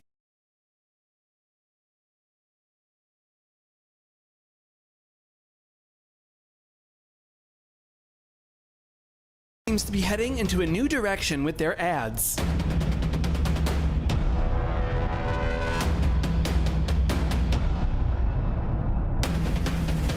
Stronger people are harder to kill. I just want to be the first to say that this is problematic. Under Joe Biden, we had quality Army ads like this cartoon. I also marched for equality. I like to think I've been defending freedom from an early age. When I was 6 years old, one of my moms had an accident that left her paralyzed. One of my moms. Doctor said she might never walk again. But she tapped into my family's pride to get back on her feet. Eventually standing at the altar to marry my other mom. If a cartoon lesbian wedding doesn't get... Dude, that was so fucking weird that they did that. What? God, how did our military get so woke so fast? It was so crazy. What do you mean? My mom's. Like, there are that many kids of transgender parents. There's so many of them. We gotta tap in. We gotta tap into that and get them into the military, son. What are there, like 3 of them in the United States? They made it all about that. People excited about joining the Army, then I don't know what to tell you. I mean, the ladies of the Army even made TikToks. Hell yeah, you go girls. What's happening with DEI? How's that going at the Defense Department? Well, DEI is not going well at the Defense Department. They shouldn't be allowed to do TikToks in any uniform, even if it is just the PT gear. That should be against military regulation, UCMJ. The only reason why it isn't, it was because TikTok and all that shit, it's so new, it hasn't been implemented yet. Hopefully they do, because they shouldn't be allowed to use our military as a backdrop for their content. Fuck that. No. You can't even go in, like they're creating TikToks and they're working uniform. There's a reason why you don't see military personnel in their working uniforms. We're supposed to go to base, to home. That's how it was in the Navy. If you're in your working uniform, and dude, I got gas once, and the gas station attendant said something to me about being in my working uniform over the intercom. He even noticed it. It was years ago, but I was like, oh shit, he's on to me. No, he didn't really care. He was just fucking with me. He said something like, I see you out there in your uniform. Because it's dead. I forget exactly what he said. Tag Seth. Of course a straight white man comes in and ruins everything. And I want to understand white rage, and I'm white. Truth. You know, I don't think there's anyone alive who our enemies like Russia fear more than Major Rachel Jones. Hi, I'm Major Rachel Jones, and what pride means to me is celebrating that diversity is our strength as a nation and as an army. One of the dumbest phrases in military history is our diversity is our strength. Our diversity is not our strength. Our unity and our shared purpose is our strength. I am so concerned. Where will our intersectional people of the CIA go now? I'm a woman of color. I am a mom. I am a cisgender millennial who's been diagnosed with generalized anxiety disorder. I am intersectional, but my existence is not a box-checking exercise. I refuse to internalize misguided patriarchal ideas of what a woman can or should be. I am proud of me. Full stop. And what will the gays That's a military talk about thing? at work? Growing up gay in a small southern town, I was lucky to have a wonderful and accepting Wait, family. what was the first one? There's CIA ads. You're allowed to have mental disorders and be in the CIA? What? Growing up gay in a small southern town, I was lucky to have a wonderful and accepting family. I always struggled with the idea that I might not be able to discuss my personal life at work. Imagine my surprise when I was taking my oath at CIA and I noticed a rainbow on then Director Brennan's lanyard. Officers from the top down work hard to ensure that every single person, whatever their gender, gender identity, race, disability, or sexual orientation, can bring their entire self to work. Every day. We don't have time for emphasizing differences. Damn you, Pete Hegseth!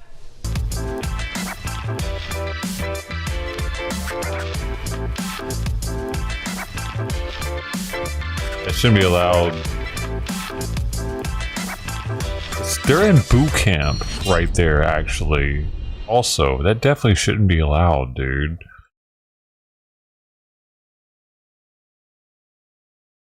Mm-hmm.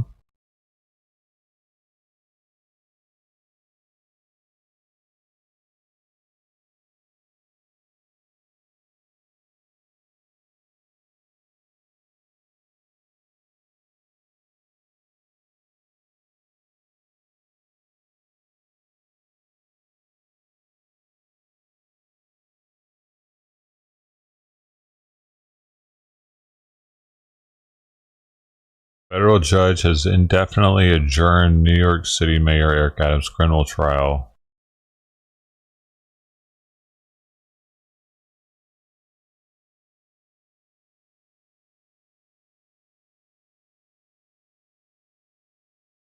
Has not, wait. Oh, he didn't dismiss it, I guess, so. Definitely indefinitely adjourned, but not dismissed. Trump is talking again. Does he ever stop talking? How does he ever get anything done if he's constantly talking about the same shit over and over? That's kind of confusing. Can he stop talking and start doing shit? Less talking, more doing. It's starting to look like he became president just so he could talk a bunch on TV. I mean, I appreciate the transparency, but he's talking like at multiple functions a day on TV. It's kind of overboard. It's a slightly overboard. I'd like a little less Trump at this point. Can we just have half maybe half as much of Trump as we have now? That way you can have time to get some new things to talk about.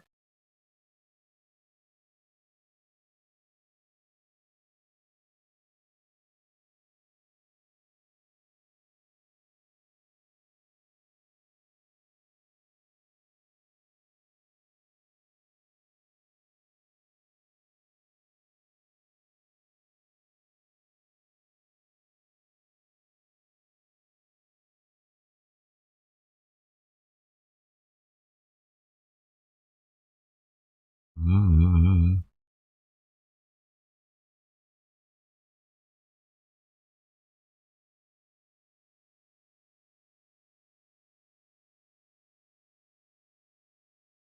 A JLR is investigating the front of a fucking building. He's got 1,000 people watching him watch the front of a building. Police, Chief of Detective. Are you serious right now? We'll schedule JLR. There's public, nothing to mostly fuck. women. That's fucking crazy. All right, he's made it. He's officially made it. He's in the big league. What is there to see? He's not. Luigi's not going to come out. His lawyer might come out and be like, "Well, all right then. See y'all later." The fuck is the most that could happen from this today? Him in court. It's just, oh, okay. He's in court today, so he'll be in jail for until his trial's completed. So, but I mean, it's not like he's gonna get out today. No trial today. No content at all for Luigi Mangione, from what I see, except for he's gonna be in court. He's gonna go back to jail. Now that is content. I would even, there's no way I would go live with that. Fuck you, JLR. Like, what the hell, man? Take a day off or something.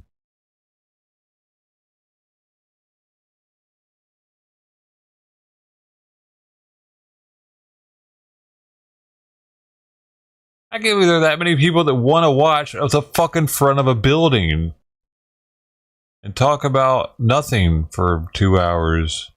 I get it. You probably think the same thing's happening here, but I'm going from different news story to different news story, and there's fucking these dumbass cats out there. I mean, I say that because their brains are really small. They're pretty stupid.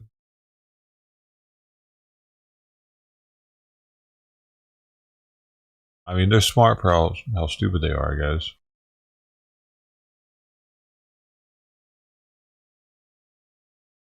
Or for the aliens controlling them, they'd have nothing.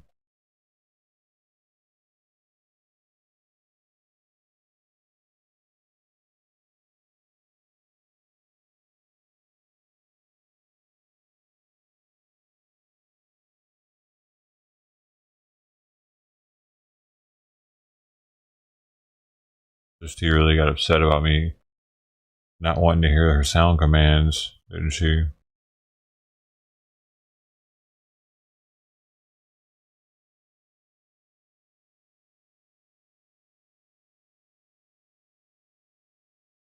Like watching Lugner. He is. Yeah. Yeah, I don't want to watch that. I already saw it. Been live for 30 minutes talking about nothing. There's no reason for me to watch any of those people unless they're clashing, unless there's a counter protest there with them. Otherwise, it's the preaching of the choir, dude. I don't care what they say. I don't care what they say. It doesn't matter. I wasn't ever one to watch any of those people while they were by themselves. The protesters, when they're by themselves, is boring. When they're counter protesters there, it's not boring. Oftentimes, I would wait till counter protesters were actually starting to get riled up before I would go live, because then it was go time. That's when the content was starting. Otherwise, it was just a bunch of fucking chanting or fucking telling their side. Yeah, this is what we, they did us wrong. Shut up. Okay. I don't care about that either, says T. We're gonna have to find something I care about, huh? I care about Simon eating, but I'd rather sleep in my lap for another 2 hours.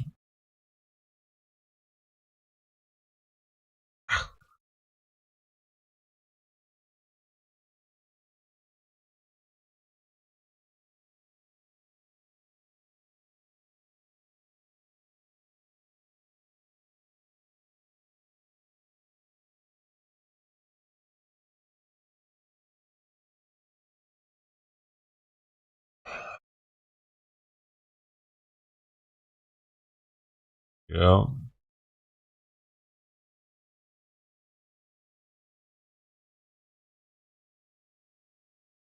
If Simon's still sleeping like this come Monday, I'm about to say something.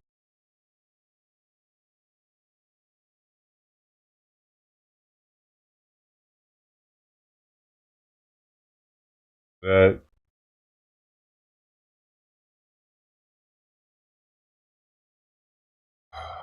I don't think it's normal for cats to sleep this long, as much. And it wasn't just 2 weeks ago, he wasn't. Happened.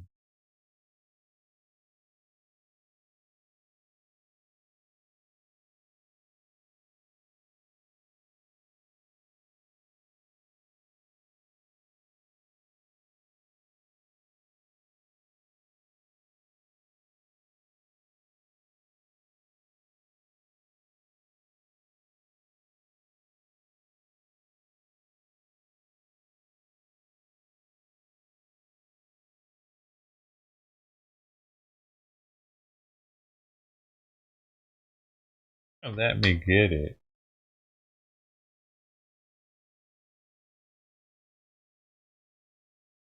Are we gonna get it?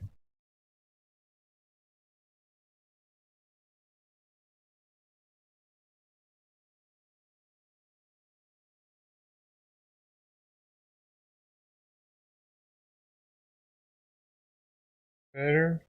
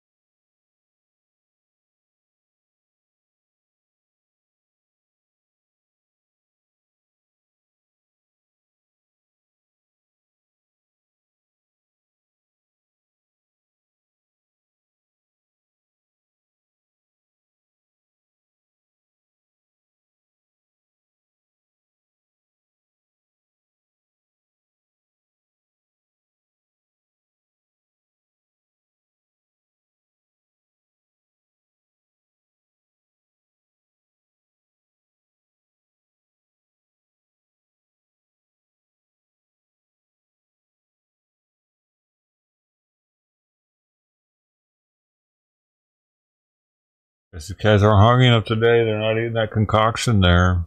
I think that's Simon's food mixed with a different food I was trying to get them to eat.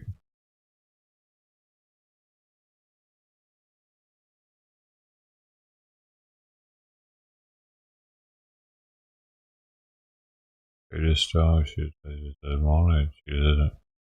They just don't want it. But there's plenty of other food on there too that they could have eaten. Seems like it.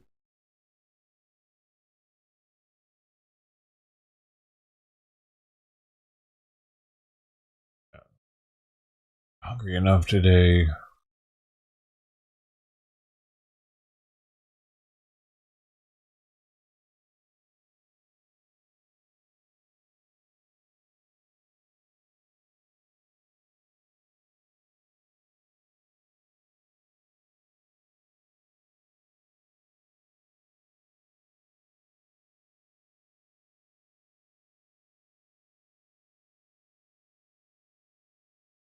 Trump administration ends TPS protection for 500,000 Haitians. Cool.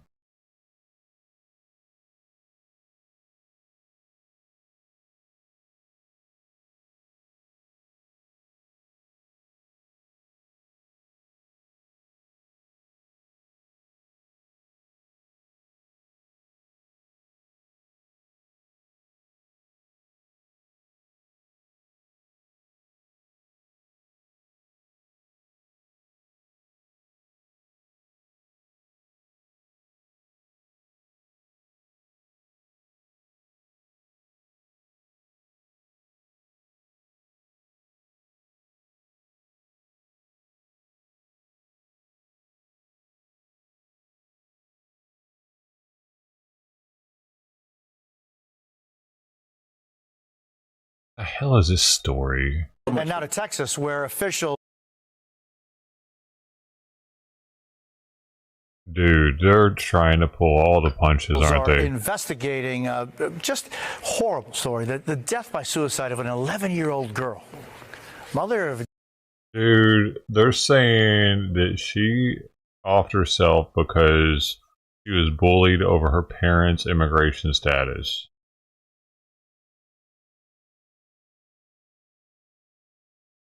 They're really like doing some evil shit with this story, I feel. Jocelyn Rojo Carranza says that she was being bullied over her family's immigration status. NBC's Marisa Parra is with us this morning. Marisa, what a horrible story. What are the details? You probably shouldn't have been telling her friends that her parents weren't legal. I mean, are kids really that, like, open? Yeah, my parents aren't supposed to be here. Why, if you're smart enough to know that, and like, how did the other kids find out about it? That's what I want to know. You're smart enough to know your parents are supposed to be here, and you're smart enough to know you shouldn't be telling anybody about it. I'm not saying it's her fault, but maybe that's not why she suicided. I don't know. Of this. So she ended her life on February 8th in Gainesville, Texas, just over 2 weeks ago. And yes, just 11 years old, Jose. Her family says that she was taunted and bullied relentlessly over her immigration status, as you mentioned. We're hearing more from her mother and her grandmother. Here's what they both told Telemundo in Spanish. How did they know she wasn't legal, though? Were they just guessing because she didn't know any English because her stupid fucking parents didn't teach her any and they moved here not knowing any and expected? That's probably it, actually. She should have known English by her age, I bet. And she didn't, so it's a dead giveaway. Dude, like, what are these people thinking is going to happen? I got picked on in fucking school. And I'm American. You know what I mean? What the fuck you think's going to happen? You bring your kid here, they don't speak any English, you bring them to some podunk town that they have to get an interpreter and all kinds of shit just to teach your kid basic math or whatever. Yeah, and you're taking away from resources from the other kids. So the other kids are going to probably be like, hey man, teacher's always having to help Esmeralda over here. She's always having to get the translator and help her. Like, wait, can I get some help over here, teach? Like, what the hell? Like, these parents are the reason why this happened. They did this. It's not us. It's not America that did this. It's not even the bullies of the school. It's the fucking parents that put their kid in that position to be bullied. They should have fucking known better. That's like having a black kid and taking them to an extremely white schooled area in like the early 70s or something. You know, what are you doing? You know it's going to be hard as fuck for that kid there. We just now got civil liberties, civil rights acts and all that shit. Segregation just got erased, and you really pushing the limits here. You know, you like say taking them to a very racist area or whatever. Like, who knows? Where are we at right now? Does it say where we're at? Texas. Oh, there you go. Where in Texas? Doesn't say. Queremos justicia porque esto no se Well, she doesn't know English. Y no queremos que a otros niños les afecte y pasen por lo mismo que uno está pasando. Y que iban a llamar a migración para que se los llevara y ella se quedaría sola aquí. Eso le decían sus compañeros. Y yo no tenía idea de lo que estaba pasando con mi hija porque nunca me comunicaron lo que estaba pasando. Who's the other lady? Are they both mothers? Operations told Telemundo in Spanish. More. Where's the dad at? Her mother and her grandmother. Oh, Here's what they both told. Okay.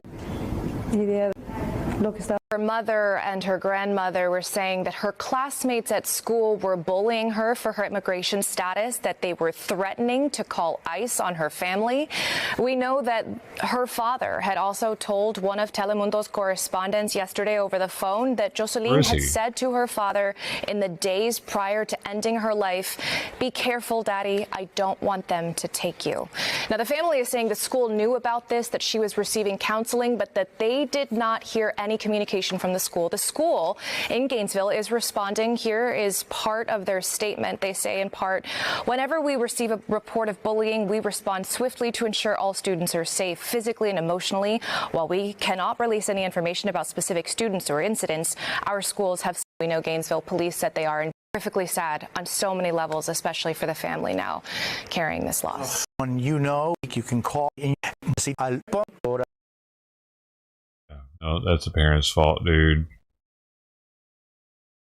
It sounds like to me they were living in a town that didn't have that many illegal immigrants in it. Because if they were in, say, I don't know, El Paso or somewhere that had a shit ton of migrants, well, she wouldn't have been the only migrant kid in the class, and it wouldn't have been so focused on her. It would have been like half migrants, half regular kids. But apparently, they moved somewhere else where she was very obviously a migrant. And now to Texas, where officials doesn't say what city though. I want to see what city it was in.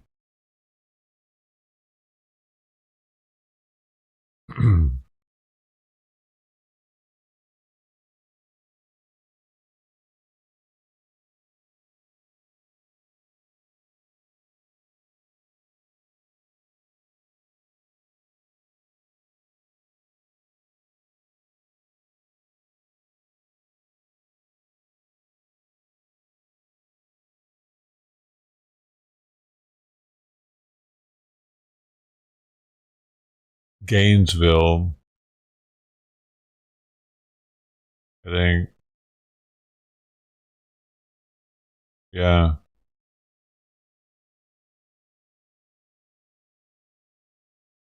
Is Gainesville, Texas Republican?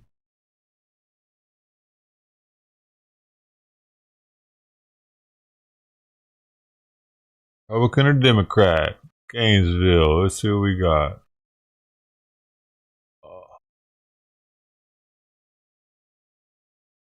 Gainesville tends to be very Republican based on voting results in recent elections. Compared to other nearby cities, Gainesville has more Republican voters. Compared to the nation as a whole, Gainesville leans more Republican. Well, there you go, lady. Don't be a fucking moron. Go to one of the cush, pleasant sanctuary cities. Well, they'll protect you and hold you to their bosom. You can't go to a fucking deep red city and expect your kid to be treated like they're going to get treated in a deep blue city. It's not going to happen. They really want it to happen, don't they? But this is a constitutional republic, and you picked the wrong state, lady. You picked the wrong state with your kid, you and your husband. Well, at least you picked the wrong city in that state. There are cities in Texas where they could have picked it. Would have worked out better. Probably. Whatever. That was definitely their bad.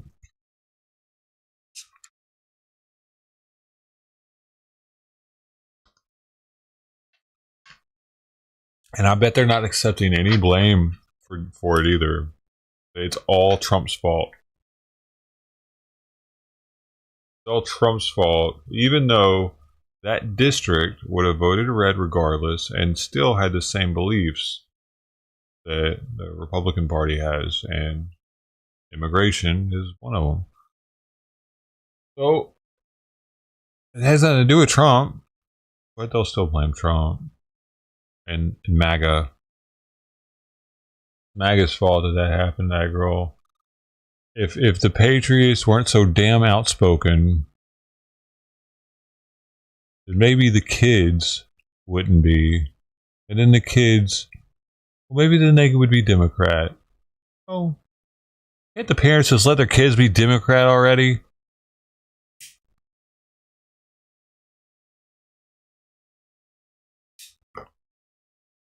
Like, what the?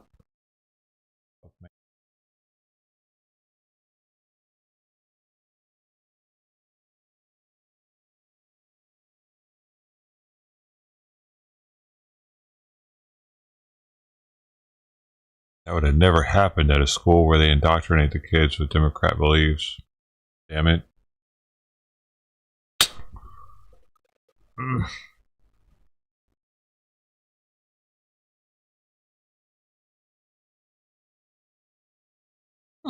Hi guys, me again. Hello everyone, just going back for another review. As promised. I mean, I'm sorry. Yeah, I know, to you guys, when it comes to bulk, you would actually say it as have it as V-A-U-L-T. This is brand new, dude. This is that. Volt. If you go, as I said, if you go to your internet, One day he's gonna run out of these things. markets, Well, guys, that's it. your local ones, I've drank all the energy drinks there is. you'll see Vault. Gonna have to start This one I got from special ordering them from Japan, Mexico. That thing actually says Mexico on it. What's this? Right here, it says Volt Mexico. Why does it say Volt Mexico on it? Is this actually a Mexican drink? Market.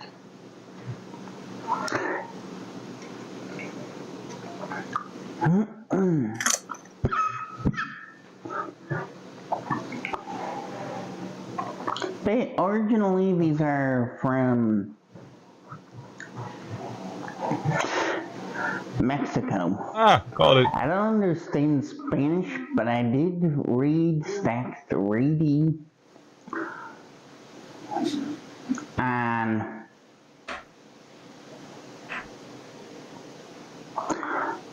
the amount of caffeine, which is 150.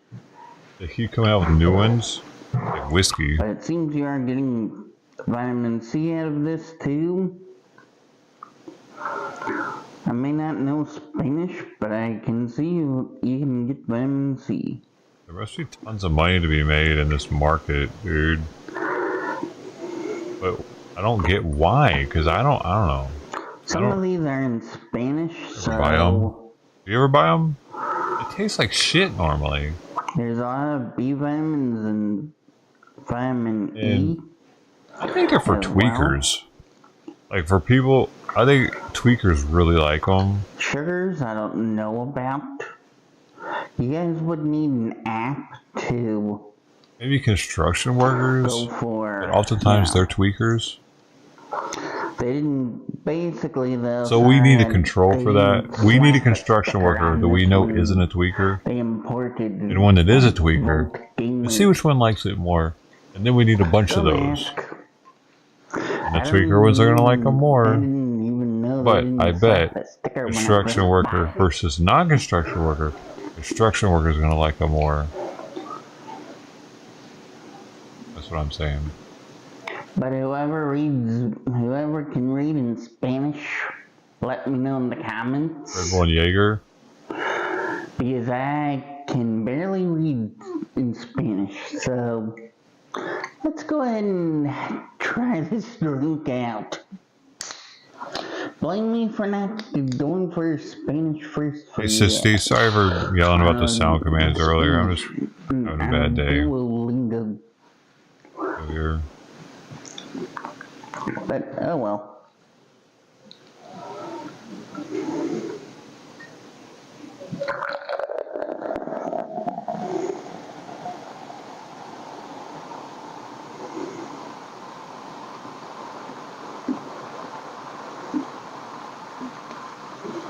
Yeah, no, I should be ordering cranium from the cranium website.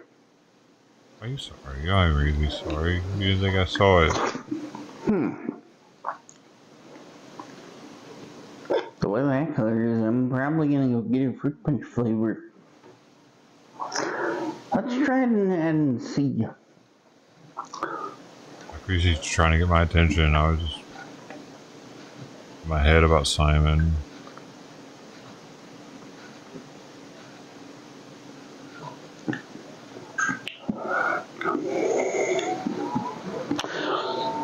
I'm correct. Fruit punch flavor.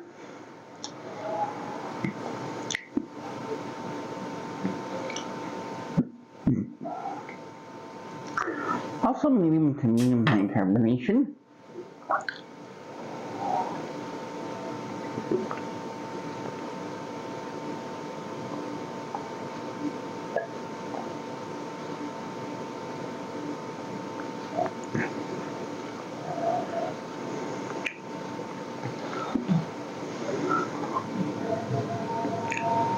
I may have to chug the rest because this is good. Yeah, no, to you guys, no chugging on the rest of it.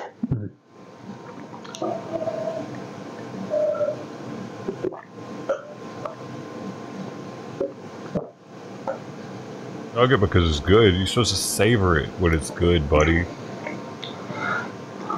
Weirdo. Because I couldn't chug it all the way. Ooh. You just want to get rid of it because it's so good? I do have last bit.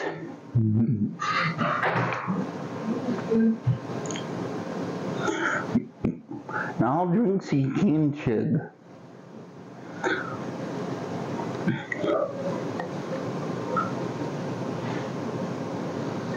The guns.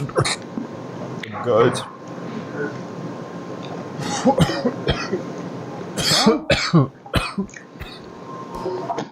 And you want it all?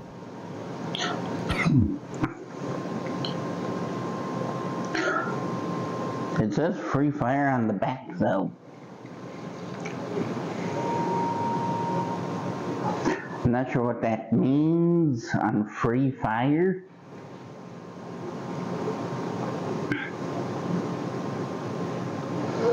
But if you guys know, dude, I wouldn't fucking trust any energy drink from Mexico. Just me, I wouldn't do that. What am I gonna give Vault Gamer? Too many. Here's why. Here's why. Excuse me. I would never trust anything from Mexico with that many obscure ingredients in it. You know what I mean? I don't want to have to read through the ingredients list and make sure that none of the shit is counteracting with something else, you know? I don't know what those chemicals are they're put in there. Because a lot of stuff isn't regulated. These things aren't regulated right?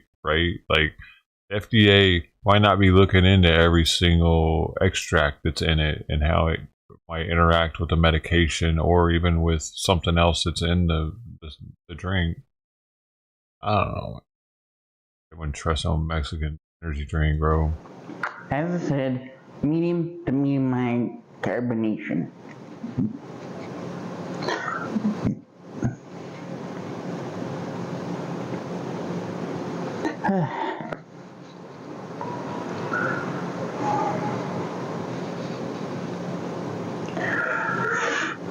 But what am I gonna give Vault Gamer?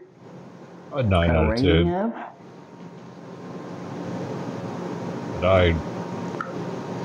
VOLT, not the one you're thinking of. The one that you're thinking of got discontinued, which is owned by Coca-Cola. I'm not sure why I didn't go for any reviews though in the past when Coca-Cola brought out Vault. Remember Jolt Energy? No, we're good, Simon. We're getting comfortable. No, we're getting comfortable. Here, we're getting comfortable. Let's hope this Mexico doesn't get sued because of these line of drinks. But my rating is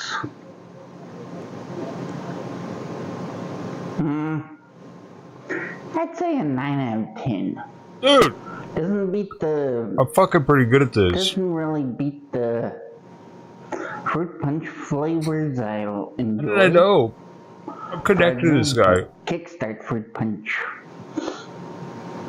As well as Venom. Fruit punch.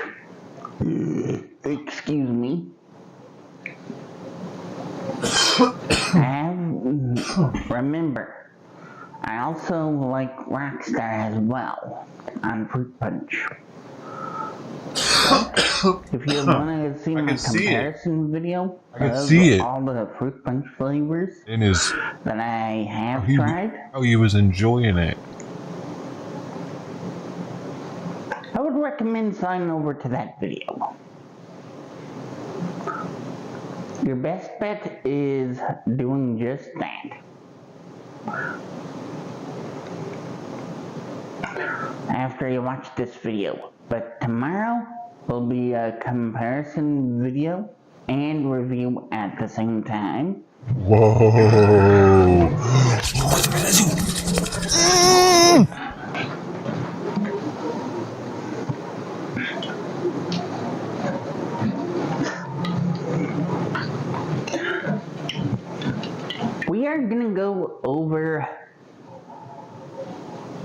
Sea Blue Edition, 0 sugar.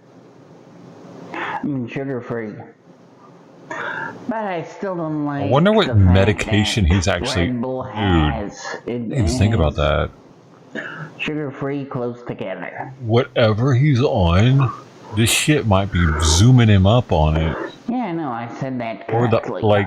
dude, back in the day, I used to take We're Xanax gonna compare. with energy drinks because it was like, because I definitely don't recommend it, dude, because you can take like larger dosages of Xanax with energy drinks, you know what I mean? Because it's like speedballing, though. It's not, it's really fucking bad for you. This is a very long time ago. And it probably fucked my brain up. You know what I mean? Probably. But, yeah. I wonder if he's on something like a benzo or even maybe even an upper that would work synergistically with. Who knows? Like with the amount of whatever's going on up top with him, he could be on a heavy dosage of something right now, just to function like this, for all we know.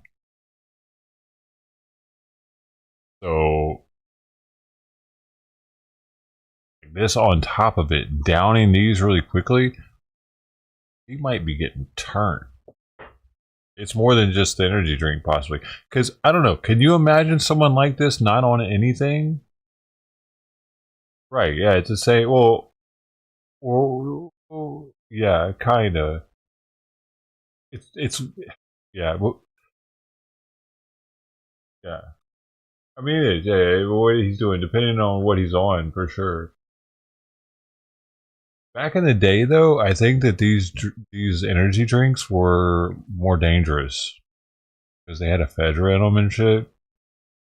And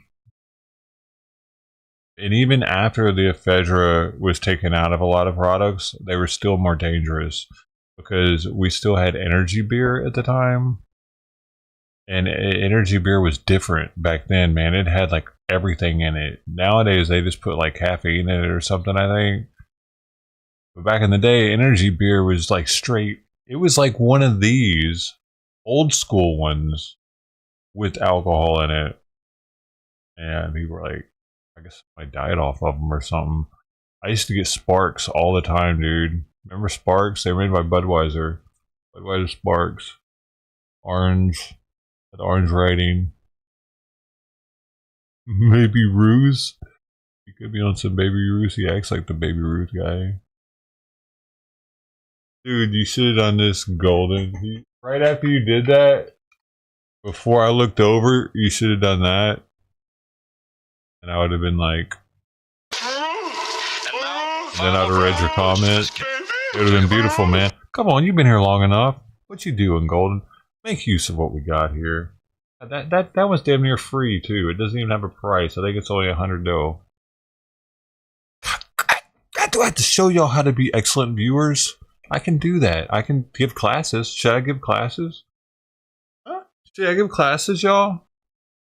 How to be a good viewer? How to be a good viewer? I can do a series. Teach people how to view. You can't remember. Dude, see, it's because you're dependent on all these hard drives to do all the remembering for you, dude. You start using your brain.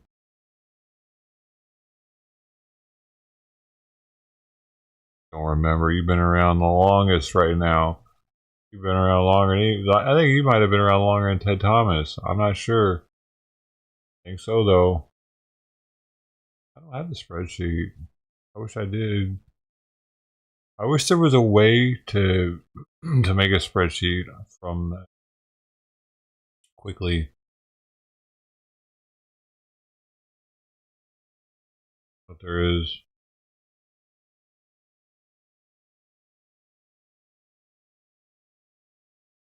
Two as well. Red Bull regular, Sea Blue Edition, Ginberry. Yeah, I know. Why compare Juneberry, sugar-free, to Juneberry regular? Well, I think it's a good idea. You guys want to know if the sugar-free one is better than regular? I need to buy Hydro. They had the Juneberry in the summer edition in June before. Here. Sunday will be allowing it.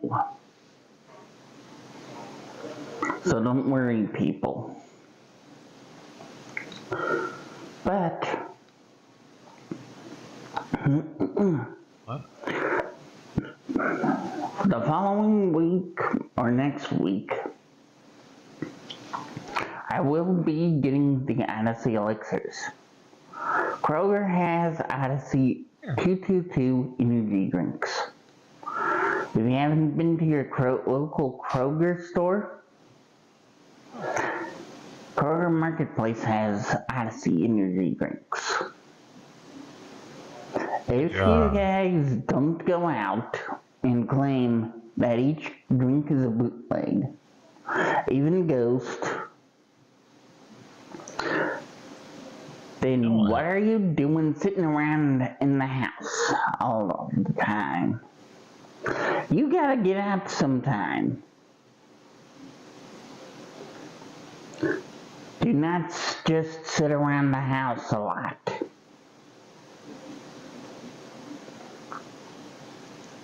Why not? Well, I got China. They don't sit around the house, do they? I don't know. No. I bet a lot of them do sit around the house. They are out and about. What are you talking about? Out and about too sometimes. What is he talking about? But the cold Look at China. weather, Bro, you said look at China. They're out and about. As if they don't have tons of people that are just sitting at home in China. They definitely do, dude. I bet they have way more people just sitting at home than we do, actually, because they have way more people. There's no way they don't, dude, because they don't have room for all them people to be walking around all the time. doesn't help anything, so usually I'm stuck inside due to the cold weather. Even rain sometimes.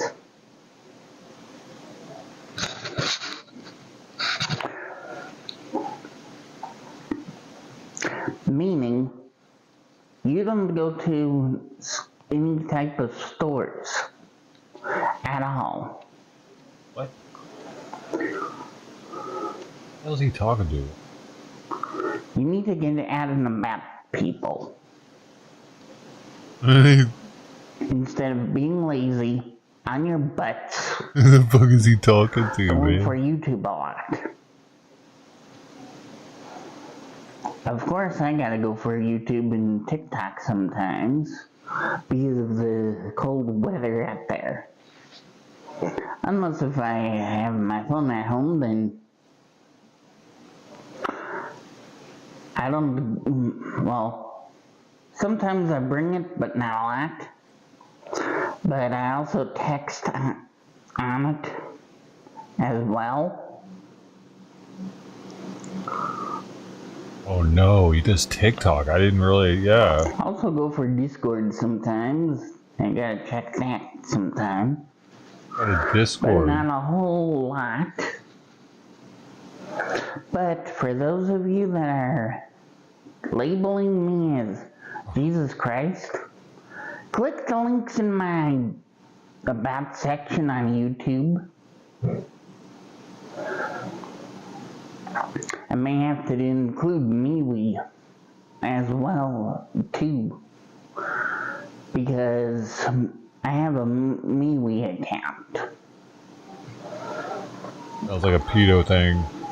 There are other social media out there too. I'm not sure if I should post on them yet. But MeWe I can, however. You ain't heard of MeWe, dude. I also have a Mastodon account. What's Copy Mastodon? and paste that to my YouTube channel. Blue Sky can as well, but social media, follow me on, please. So, until next review and a comparison, forgot about that, on the Sea Blue Edition, sugar-free, and regular. I'll see you guys tomorrow. Later, everyone. See you in the next video. Peace out.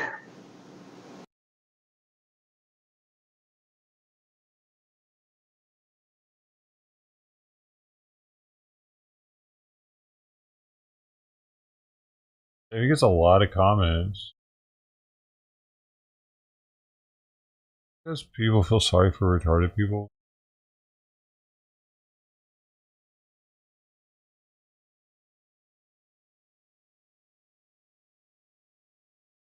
I think it might.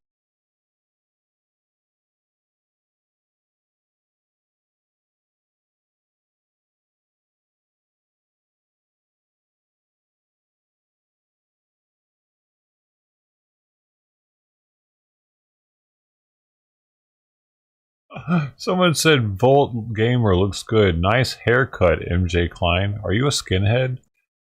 He replies, you're thinking about the one Coca-Cola discontinued. Volt Gamer Energy drink is originally from Mexico, not the USA. He didn't even say anything about that. The hell? Then he says, it only got imported to the USA. And the guy says, oh yeah, right. But are you a skinhead? Oi, oi. He hasn't said anything back.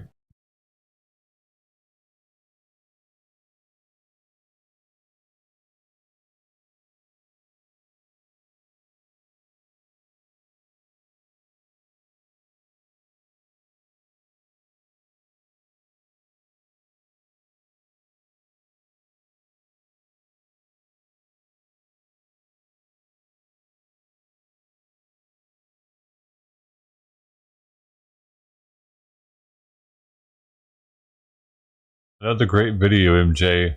Also, I've watched twice and can't find Lizard Man. Anyone want to timestamp it for me? I'm done playing. Where's Waldo? What? Can camera angle be changed? Makes hard to tell where you are looking. Thanks. Blessings from Great India.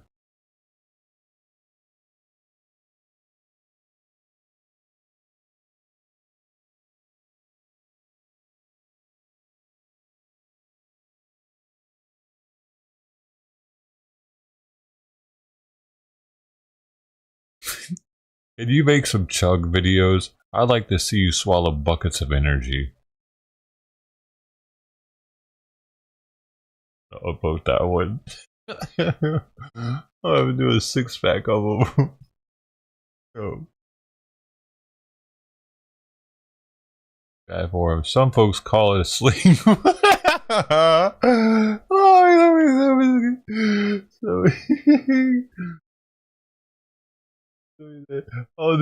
All the person commented. Joan of Arc 1208.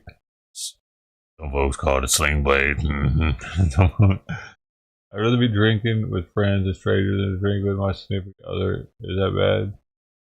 Well, maybe not drink, man.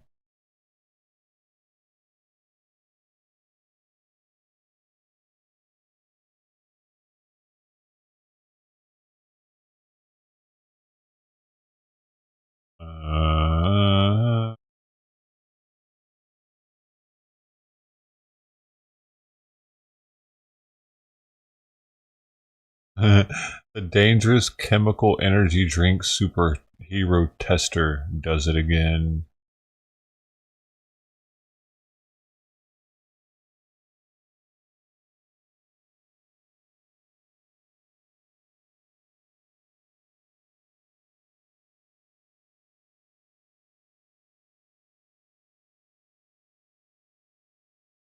I was looking forward to this Mexican energy drink review since yesterday. Thanks for the video, MJC.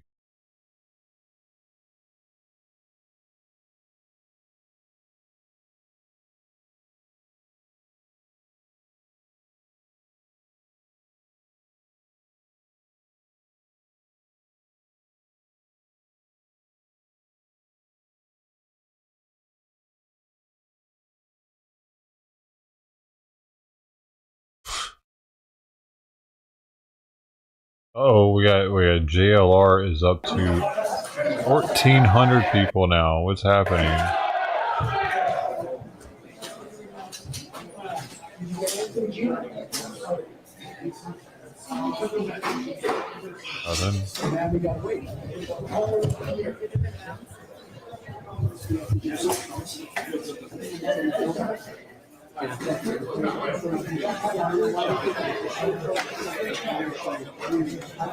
I just want to see him. I just want to see his face.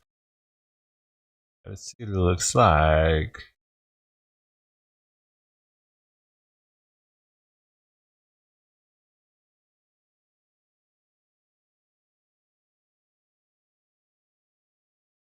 Weird. That Jessica chick's in New York now, too. Her title is the Luigi Mangione Court Hearing. She flew all the way out there just to be outside the courthouse? I don't think so. She must have been going home anyway.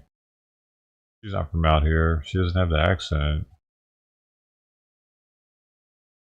She sounds like she's from out east. She finally go back home. Is she done with the Scientologists?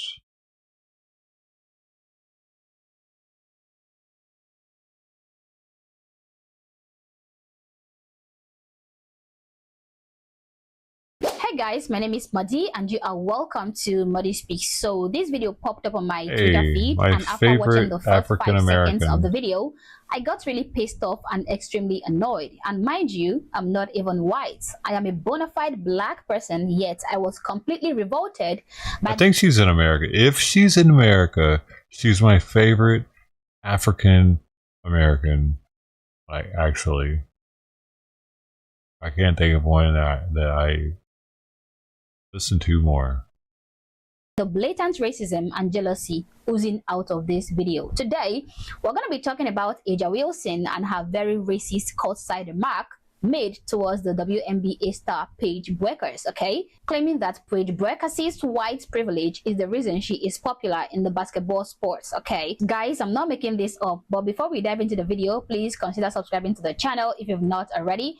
Like and share the video to keep people informed, and consider joining my membership or buy me a coffee if you like, as a way of supporting the channel. So I don't want to waste much of your time. Let's quickly take a look at this jealous woman and her claims of white privilege being directed towards a white woman who is excelling at a black-dominated sport. Us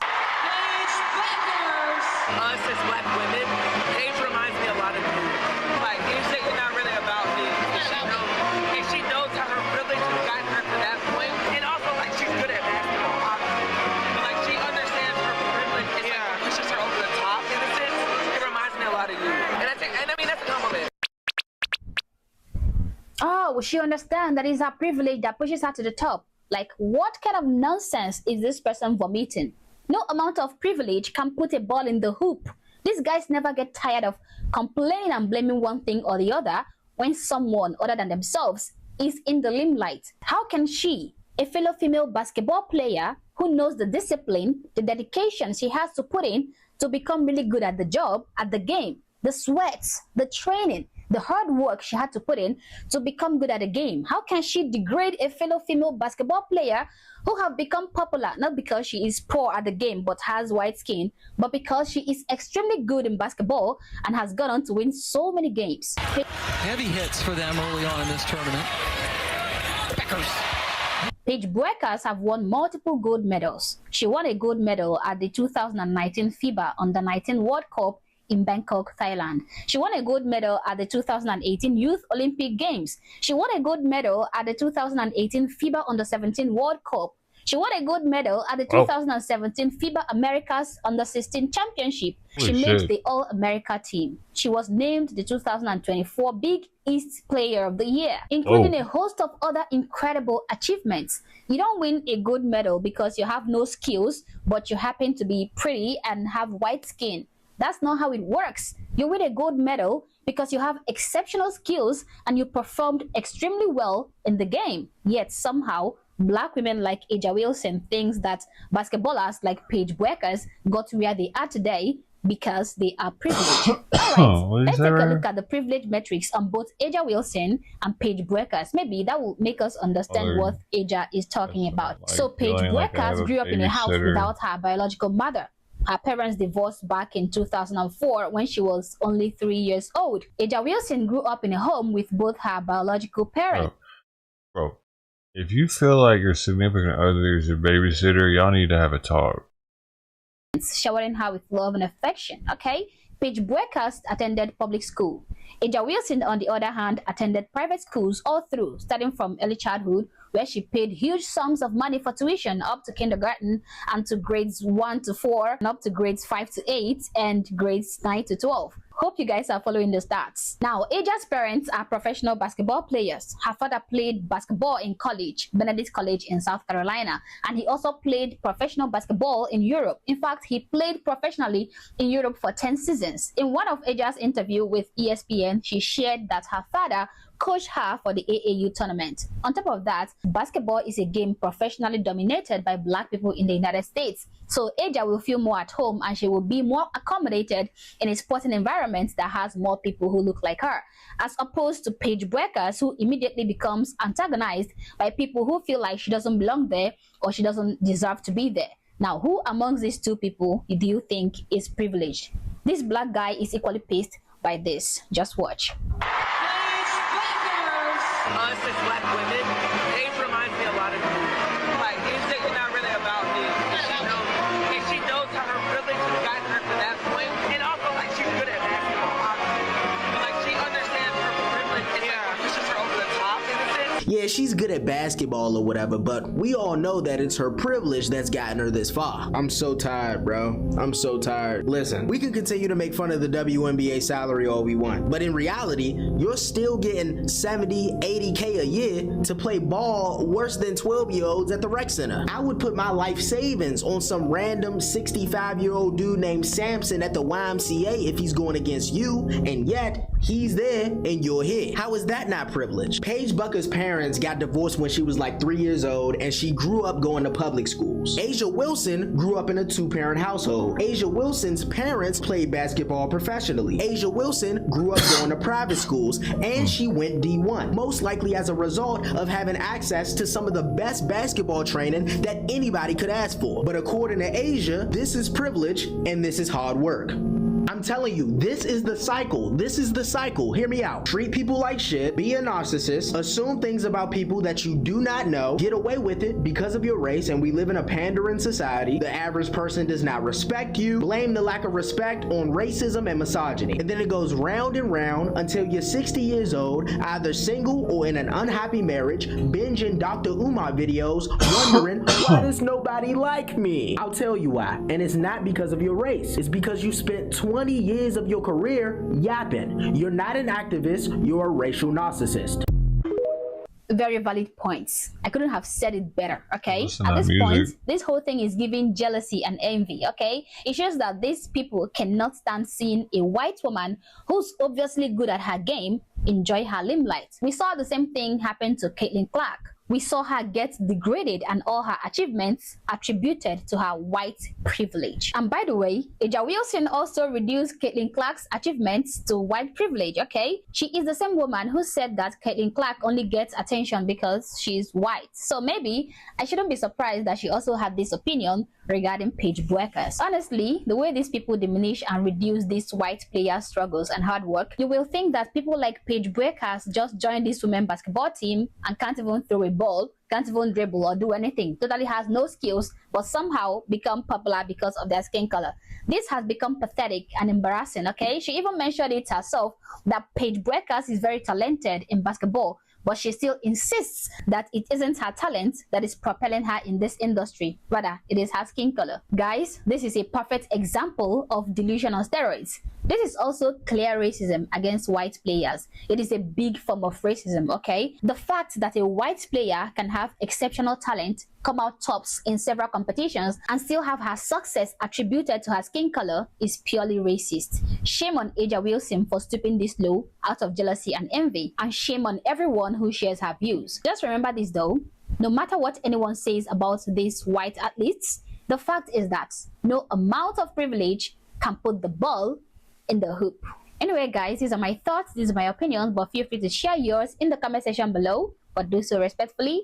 Also, if you're not yet subscribed to this channel, honestly, I don't know what you're waiting for. Subscribe to the channel, like and share this video to keep people informed, and consider joining my membership or buying me a coffee if you like, as a way of supporting the channel. Thank you for watching this video, and I hope to catch you on the next one. For now, peace.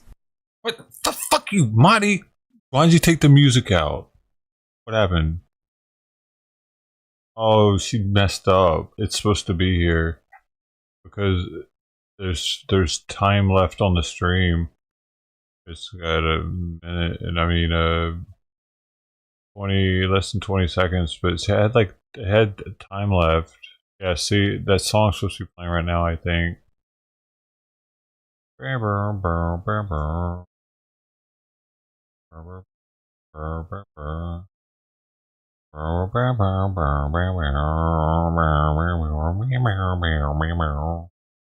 You messed that one up.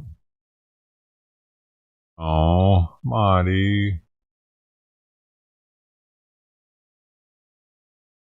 I stayed till the very end. I'm a true believer.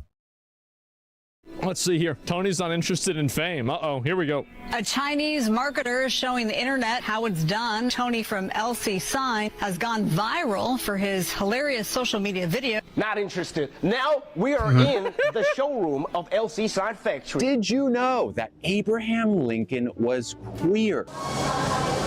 Anyways, these signs come with a 3 to... That's crazy. Tony keeps getting better. What is... Oh, no.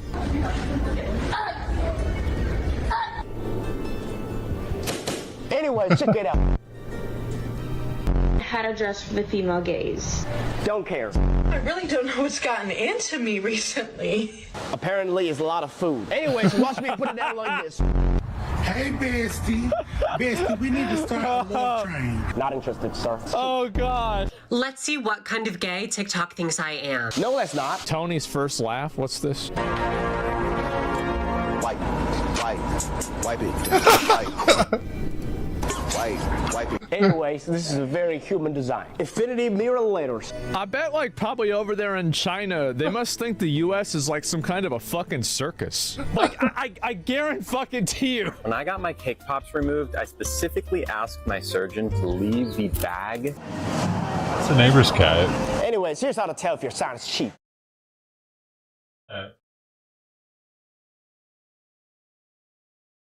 Write it? Oh. Okay. A mixture now.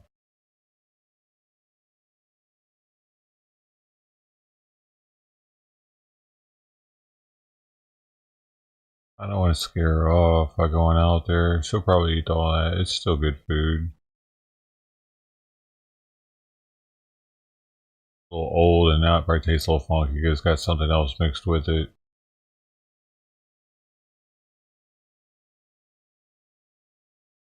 Right before the sun's hitting it, you're gonna get it.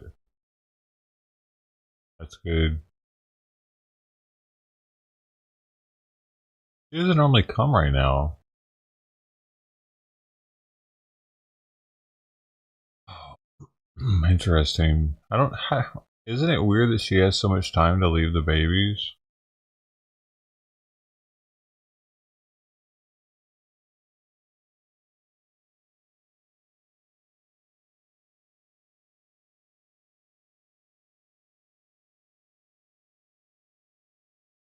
Let's see here. Tony's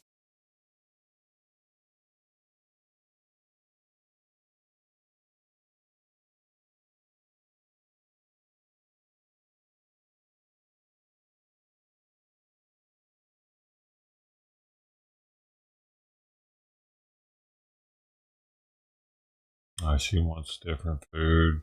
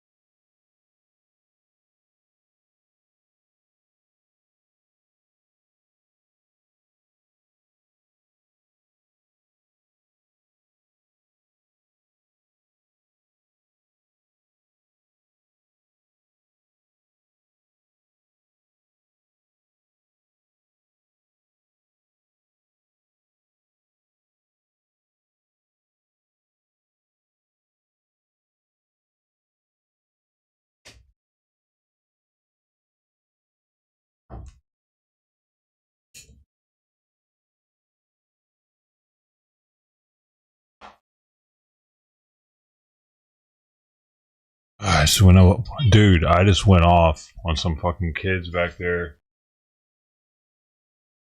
I wasn't holding back. Called them bitches and all kinds of shit. Told them to get the fuck out of here. They're back there smoking weed behind my place. I don't give a fuck if they are kids. Get the fuck out of here. Called them kids and everything. Fucking idiots. I had this on me just in case, because I heard them out. All of them were wearing black too, like Mexican, some shit. They don't live back there. They ain't from back there. They don't need to be back there smoking weed. The fuck. How young? High school age, probably.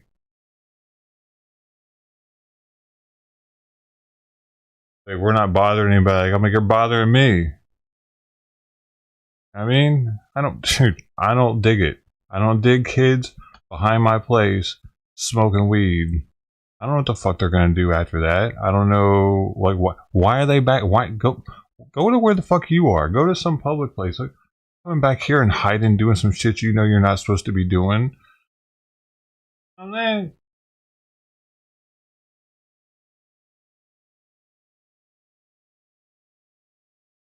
I ain't the one. I ain't the.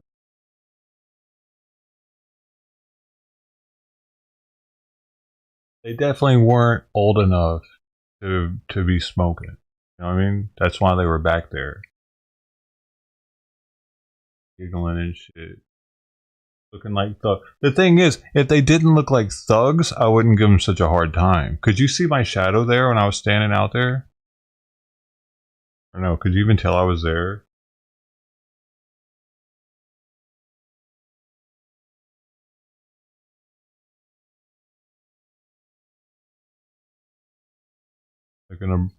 They're gonna break all my fucking windows now. You're going a little crazy.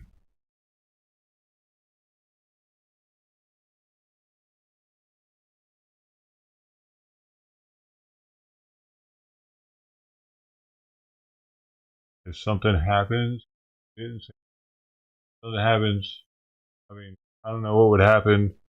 It's just the fact that they're not from, like, going to someone else's neighborhood and smoking weed behind their house in the alley. It's fucking shady. Stop doing shady shit, dude. If you want to go smoke some weed with your friends, go to the fucking park, man. Don't do it behind people's houses, underneath people's bedroom windows and shit.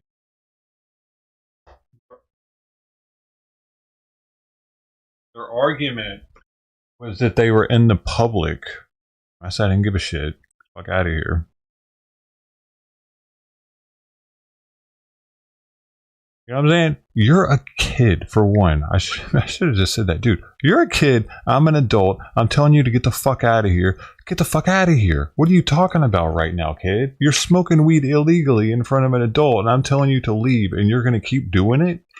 What is going on with the world? Last time I busted the kids back there smoking, one of them was like, oh, I got a prescription for it. Oh, what about the other two? Oh, no, they were smoking. Okay. All right. I mean, these kids, man, they're clowns. Like, back when I was a kid, I was kind of scared of adults. I didn't want to get ratted out. I didn't want to get caught by an adult. You know, I was trying to just lay low. I wasn't being fucking, hey, fuck you, adult. We're chilling here. We ain't fucking with you. Like, it's definitely still a drug, dude.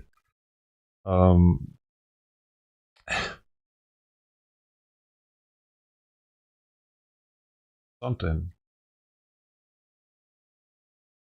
I'm not gonna make it easy for these little shits to just blaze their life away. And at any point, I'm sorry, I'm not gonna do that.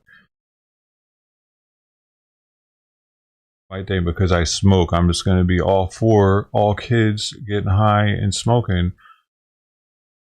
I'm not. Definitely wait until their brain is done developing. Just like with alcohol. I think with anything, most drugs should be like you should wait until the brain's done developing. If it affects the brain. Probably. Like I should have too.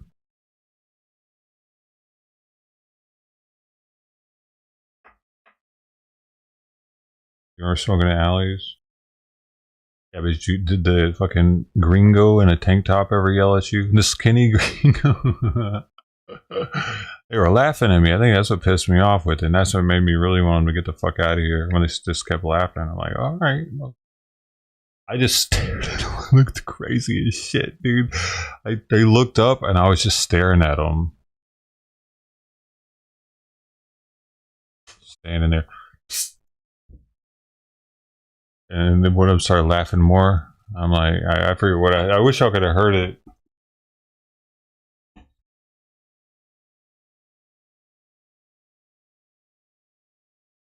I think a lot of minorities here in Long Beach are used to white people bending over fucking backwards for them, but we're tired of it. We're done. And I've been done. I never really did that. If somebody pissed me off, I let them know. And I don't know, something about somebody smoking behind my place and the cut right there that pisses me off every time. I've had people back there doing heroin. I've had people living back there, shitting back there, making a total mess. Like it's just like this little cut where people can go in and do what they're doing, kind of hide from everybody a little. I don't like it. Plus, I felt like it was them being there that caused Trident to run away, actually, and that's what pissed me off the most. Honestly, to be real with you, that's what pissed me off the most. I knew that if they wouldn't have been, I couldn't tell them that, hey man, you scared away my cat. I didn't have fucking time for any of that nonsense. All I had time was for get the fuck out of here.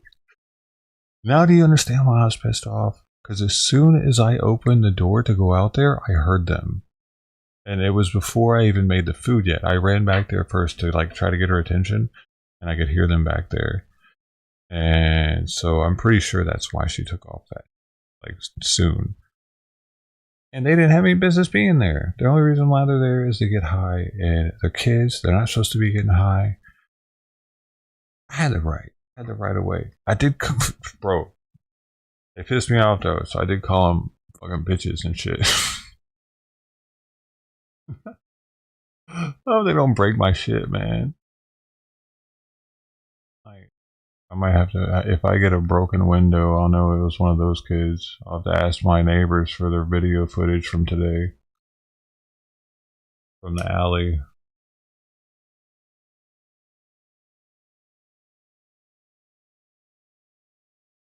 Because I had to tell him, I started getting loud, dude. I was like yelling, get the fuck out of here. I wanted my neighbors to start coming out there and shit.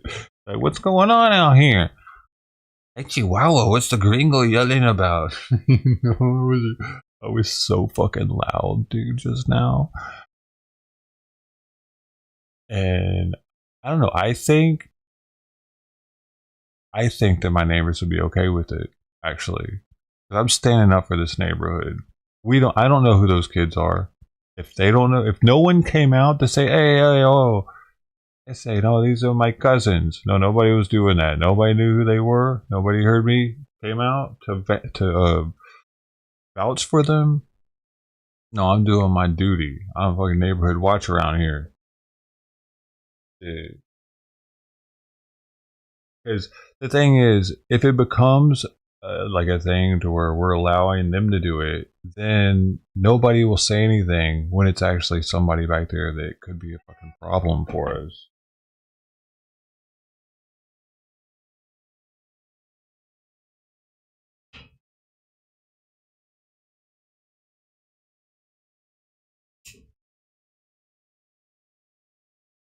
Vatos all dressed in black from head to toe is automatically a red flag for me. Or something white, like what is that? Is that some sort of school uniform, or kids? Why are kids wearing all black? Let me see.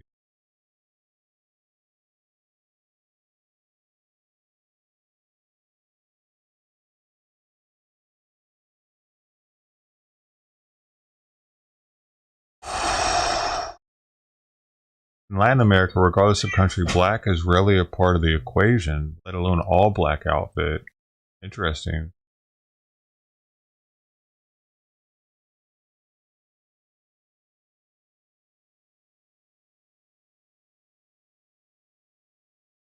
I don't know, dude. Why are they wearing all black out here? What the fuck does that mean? Is that a Long Beach gang?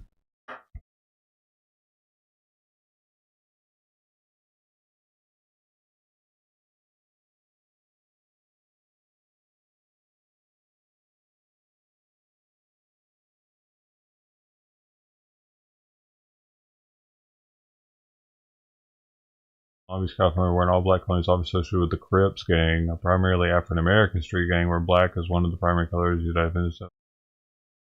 I don't know, man. They were definitely wearing all black. Definitely not Antifa. While wearing all black can be a potential indicator, they're crucial to avoid stereotyping soon. Why would they do it though? Why would they do it if they're not in a gang? MS-13. Ooh, MS-13 is one of them. Some examples of gangs that wear black are MS-13 is one of them. That's the thing. Why would they want to be depicted as being in a gang if they weren't? So if they're back there wearing all black like that, there's a very strong likelihood that they're in some kind of gang, right? Right? Is that what we're looking at here? That's the second time I've kicked out people that were back there. Before, they were supposedly, my neighbors said they were part of the small biker gang. Like they were, they had like lawnmower motors on them. It could be those kids again. I can't remember if it's the same kids or not. I had this shit ready, dude. I had to take it out of my pocket at one point because I was like, man, we doing this right now? Kids about to come at me? I had a wall in between me and them too, though, but I didn't know if they had a gun or something. So I was like, I was ready for one of them to pull a gun. I was going to spray and duck. So, I don't know, really hopefully neither one does anything and they just move on to their neighborhood, you know. Over here. They asked me how I knew. Because I've lived here a while. Definitely not from right here. I know how you doing, man. Whew, that was a drilling rush, so I was shaking afterwards because I was like, what's about to happen? Are they about to make a move here? Are these kids about to do some crazy shit?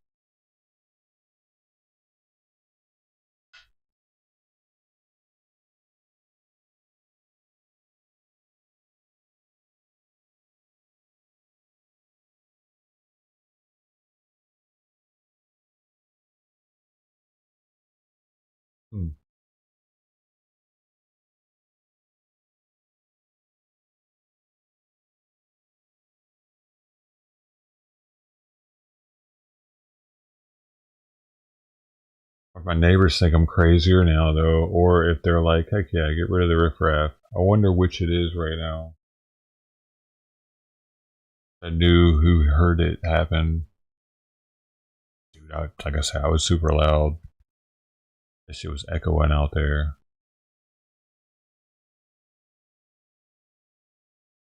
Get the fuck out of here was said many times.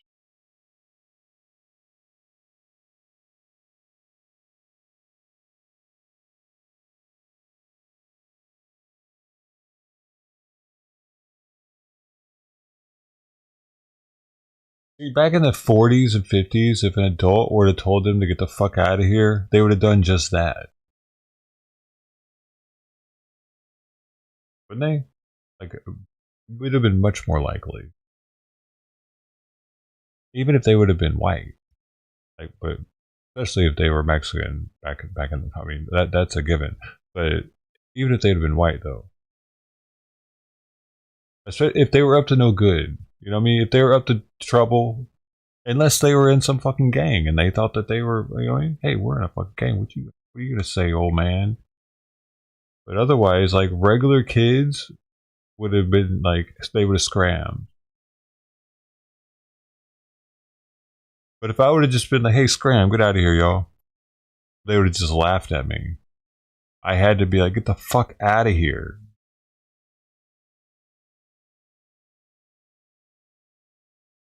I'd be like, hey, Scram, y'all get out of here, doing this here. I'd be like, hey, man, we're not bothering anybody. Yeah, but I don't like it. Yeah, okay, whatever. Like, it would have been like that. Because that's how they were coming at me. Crazy, man. Interesting. And their parents are probably illegal.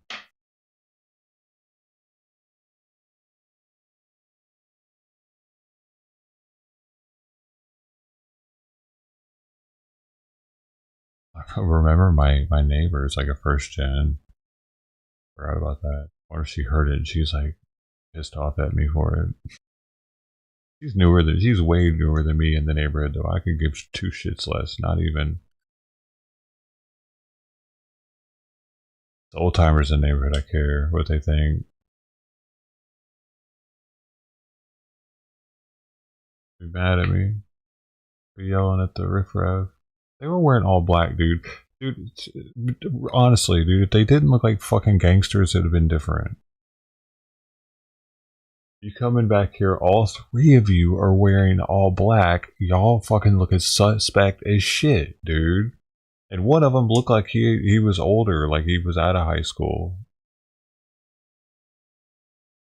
And had already been into some shit already. He has kind of a sunken in looking face.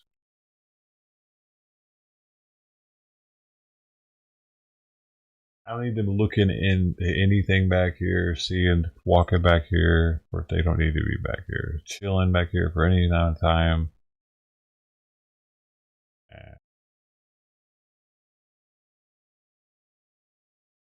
Don't want them getting comfortable. Coming back and taking their turf or some shit. Hangout turf.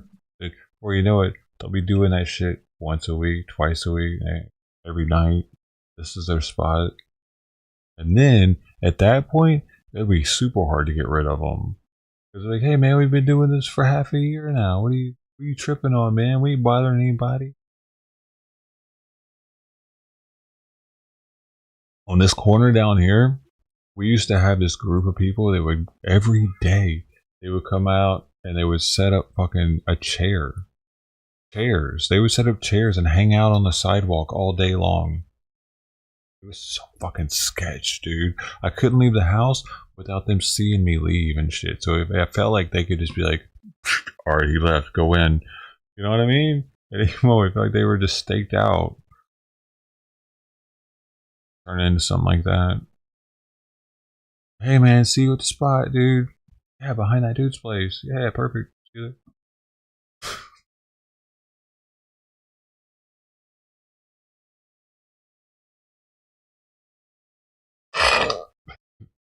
You missed the action night, Al. Everybody missed the action. I was the only one there.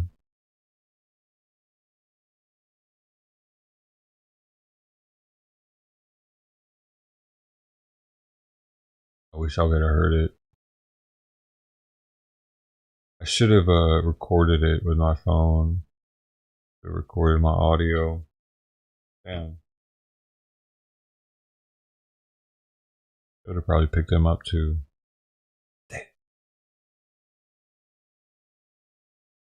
Oh, and another thing that triggered me, aside from them being in all black, was one of them had the straight across the forehead haircut. And it was the biggest one of all of them. He had the edger haircut. I feel like the kids that get that are up to no good, man. A lot of them are. You'll see them in the news doing some dumb shit.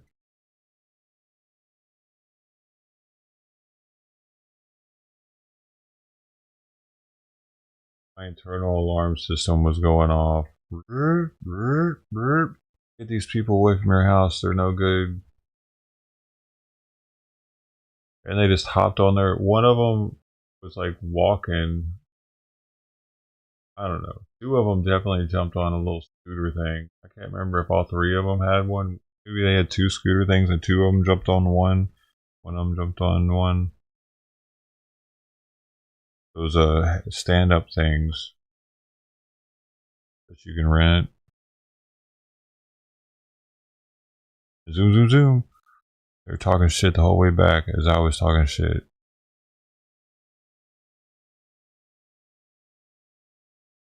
Oh, man, I just hope they won't fuck my stuff up.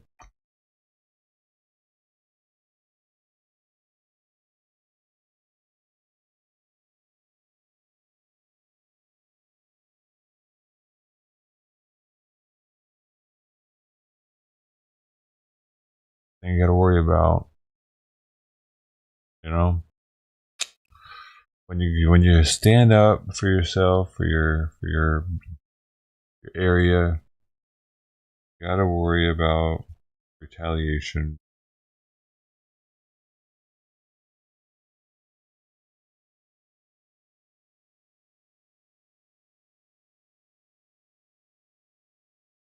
Damn. Might come and spray paint my shit up.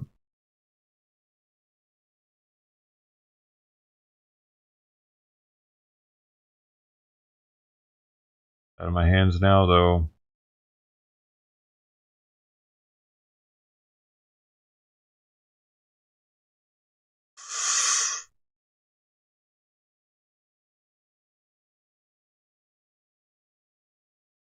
There are plenty of other places to smoke at. Okay? They don't need to do it there. Disrupted my kitties. I could have gotten a good meal on the Trident. But she was quicker to leave. Normally before she leaves, she would have went over to the gate and sniffed it. Kinda like seeing if I was gonna come. But because those dudes are out there, she didn't. They were literally right on the other side of the wall to where she would have had to get closer to. That direction would have been, it would right on the other side of where she would have been if she would have had to, or tried to see if I was coming. So she went the safer way, away from the strange people that were over there. Oh.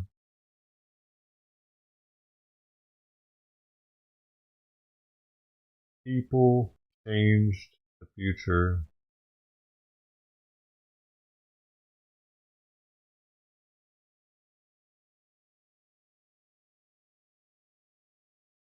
And they probably think I'm sober. They don't realize I'm way higher than they are. But I think I just dabbed before going out there.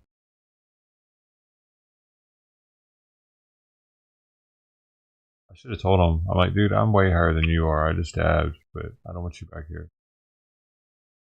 Not that I'm anti-weed. I'm anti-you. Go. No, that might have been worse.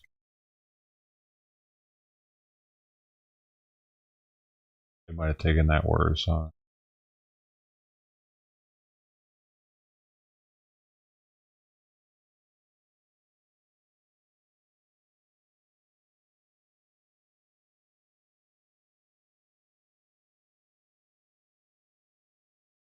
Also, I think what pissed me off is when I was staring at them and they looked up at me, they just laughed about it instead of like saying like something. Saying, or are we bothering you, sir? I would have appreciated them to ask, are we bothering you, sir? Are we bothering you? I'd have been like, yes, you are. Can you leave? And they could have been like, sure. Like, thanks. They left. And that would have been awesome. That would have been the end of it. But that didn't happen. They laughed about me looking at them. That pissed me off. That was the disrespect. And if you can't handle your shit, you shouldn't be smoking, especially in public. So you can't blame it on the weed making them laugh. Don't be giving your fucking friends that can't handle their shit in public. in the hood where motherfuckers be straight gangster. Oh, they thought they were in like a more... Maybe they thought they were in a different neighborhood. It's interesting how Long Beach is gridded up. You can be in a good neighborhood in one block and a bad neighborhood in the next. Well, this is a bad neighborhood. Keeping it that way. Fuck out of here. Horrible here.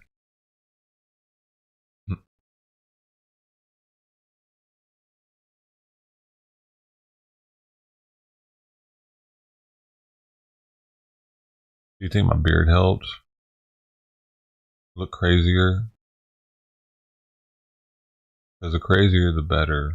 Probably less likely for them to come back if they think I look super crazy. I might come find them. You've seen this kid. At the edge of the haircut, he's really fat. Where's he at? Or is it only black? No, I'm sure someone knows who those kids are, though, around here. So that would help me too.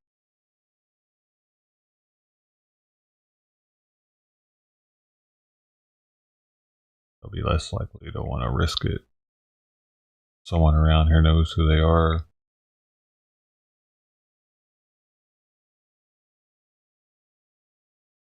I got a video of them. But I do know one of my neighbors has a camera above his garage. Who knows if it's working?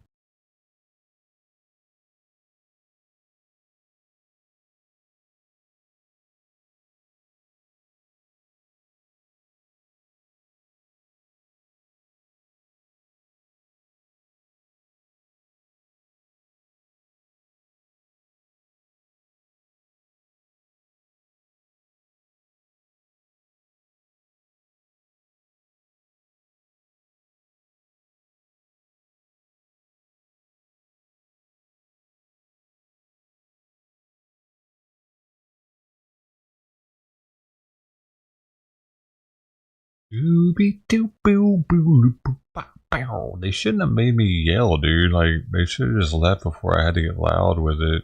Also,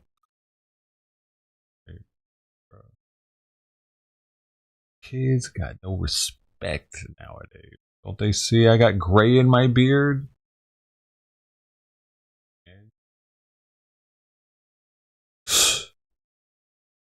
No respect.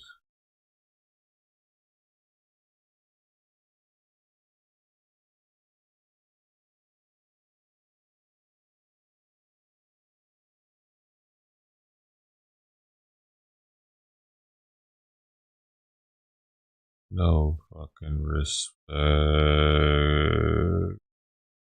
Hey.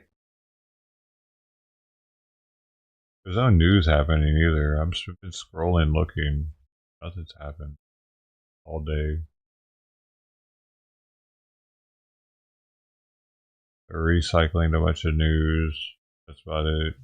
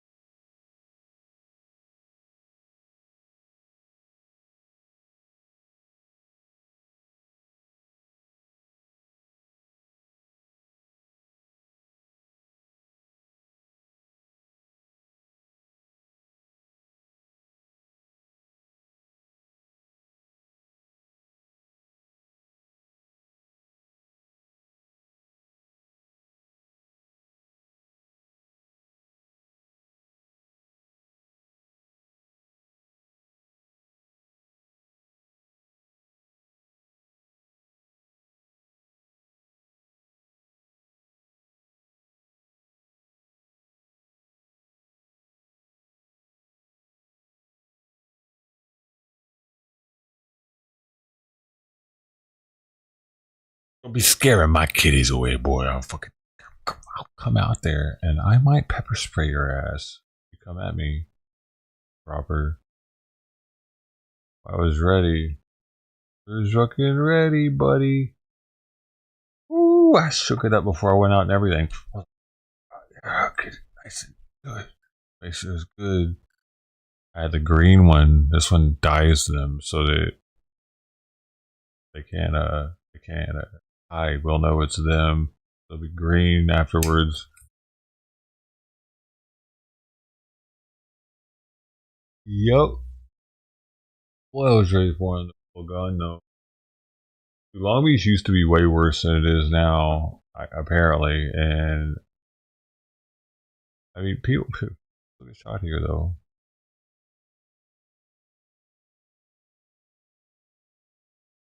I think most people don't want to shoot someone that is for a non-gang related, like non-drug related thing. If they're not going to making any money off of it or anything, the gangsters probably don't really want to deal with it.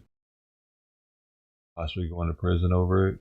But if you get some like street cred for like shooting another gangster or something, then they're probably more likely to do it. Or there's a lot of money or drugs involved. Probably less likely to shoot me. Gringo.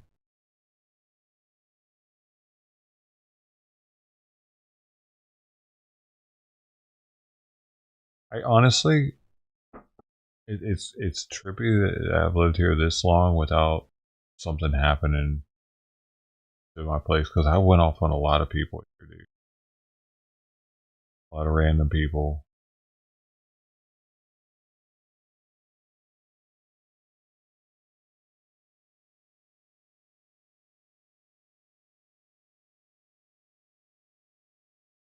Man.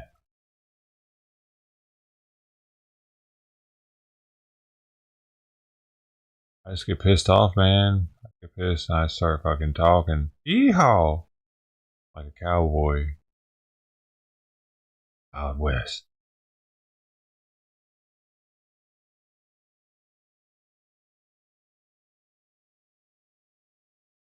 With these kids is they know that they can do some dumb shit and get their record erased once they turn 18. That's the thing. That's why they're dangerous.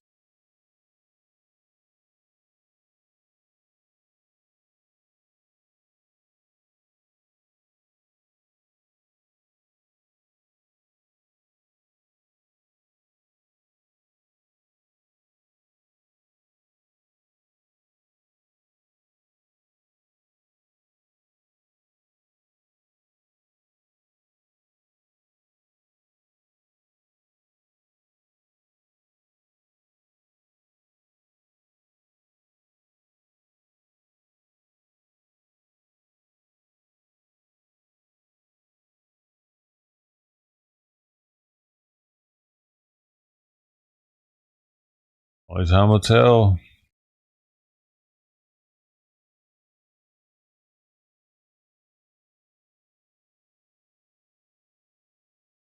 Gotta wait and see.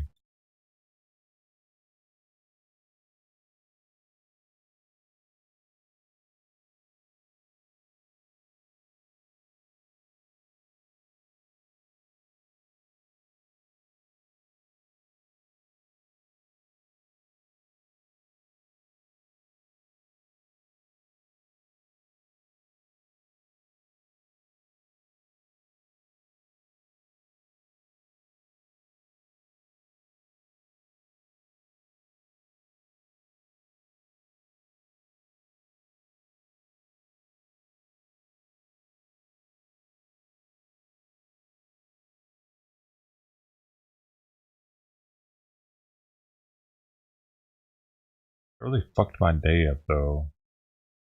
I was in the groove. I was in the groove, man. I was fucking little bratty kids. Fucked my day up.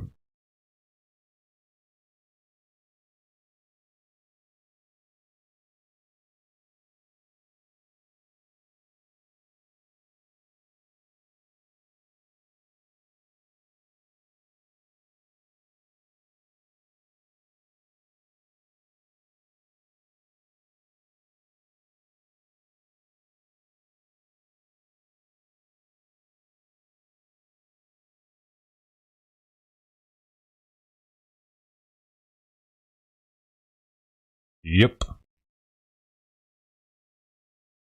Fucked with my mojo.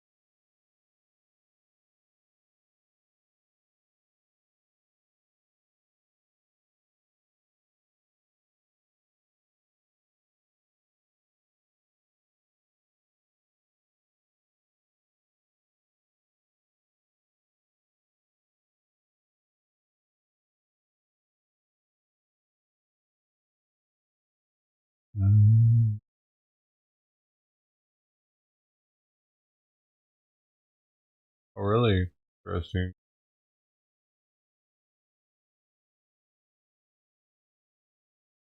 I see that. Kirby.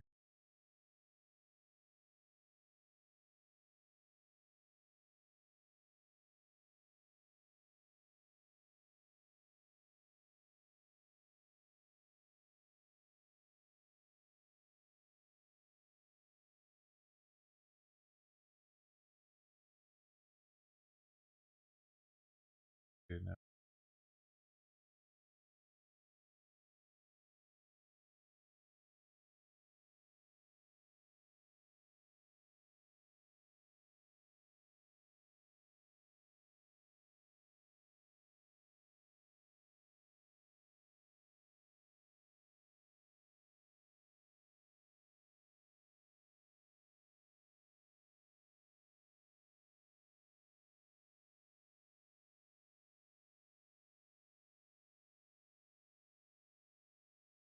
Get these two some food.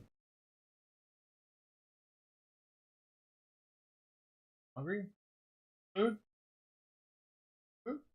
Hungry? Yeah.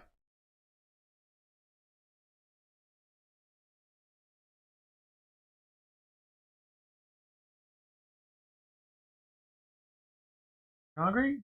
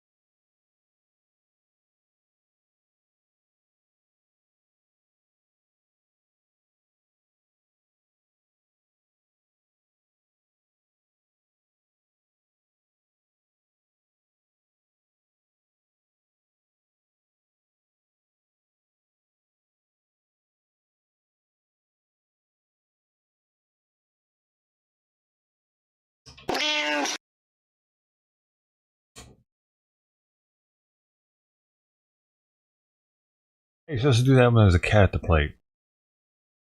Oh my god, there was just two cholo looking dudes that walked by before I went to get their food. Two cholo dudes that walked by. One of them did this as they were walking by, and he looked like towards my window.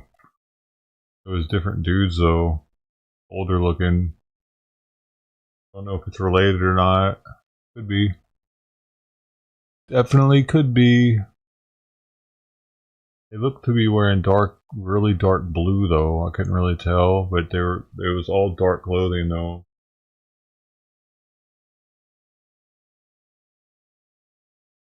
Yeah, I don't know, man. They might have told their older friends about it. Like the adult gang. Maybe I'm famous. You know what? I want to be like a martyr. I could be the martyr for the neighborhood. The gringo martyr.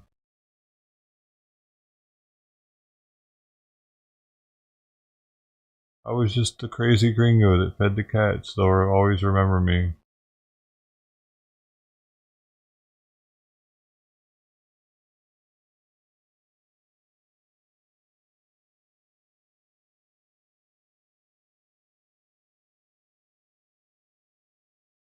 Dude, I'm never trying to make friends with 3 Latino dudes all dressed in black that are smoking weed behind my place.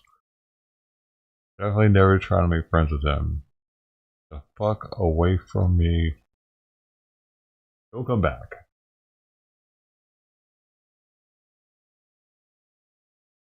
Well, I fucking respect my authority. I came at them like I had some sort of authority back there.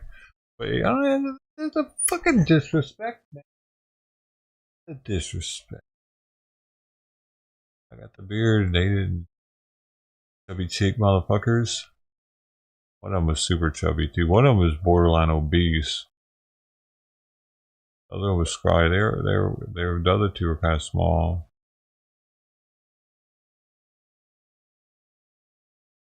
I think the fat kid probably had the gun on him because he never truly faced me with his body.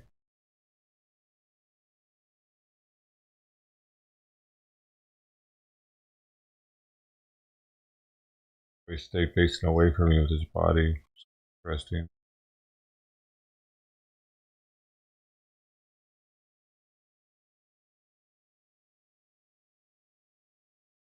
I mean, you get 3 Latinos together, all wearing black. The chances of one of them having a gun have went up dramatically, especially when you're in a dense urban populated area, Long Beach, California.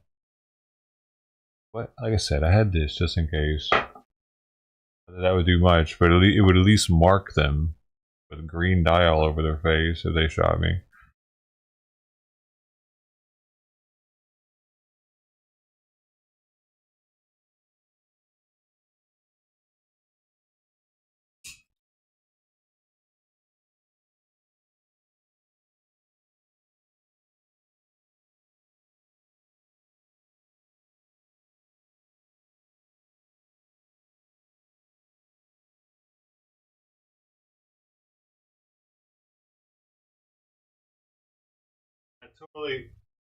I left my freaking peppers out all night until like 2 in the morning. I put them in the fridge. I'm living on the edge.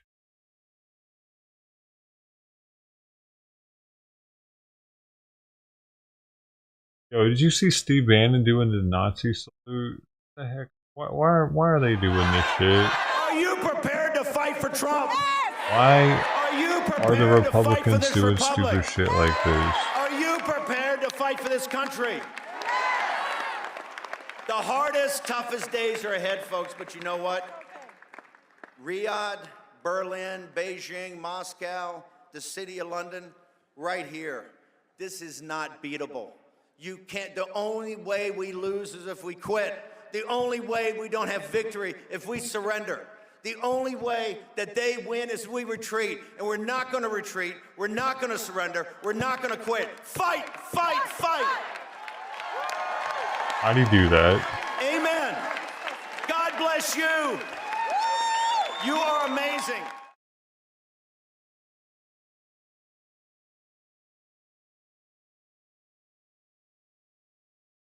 Is that necessary?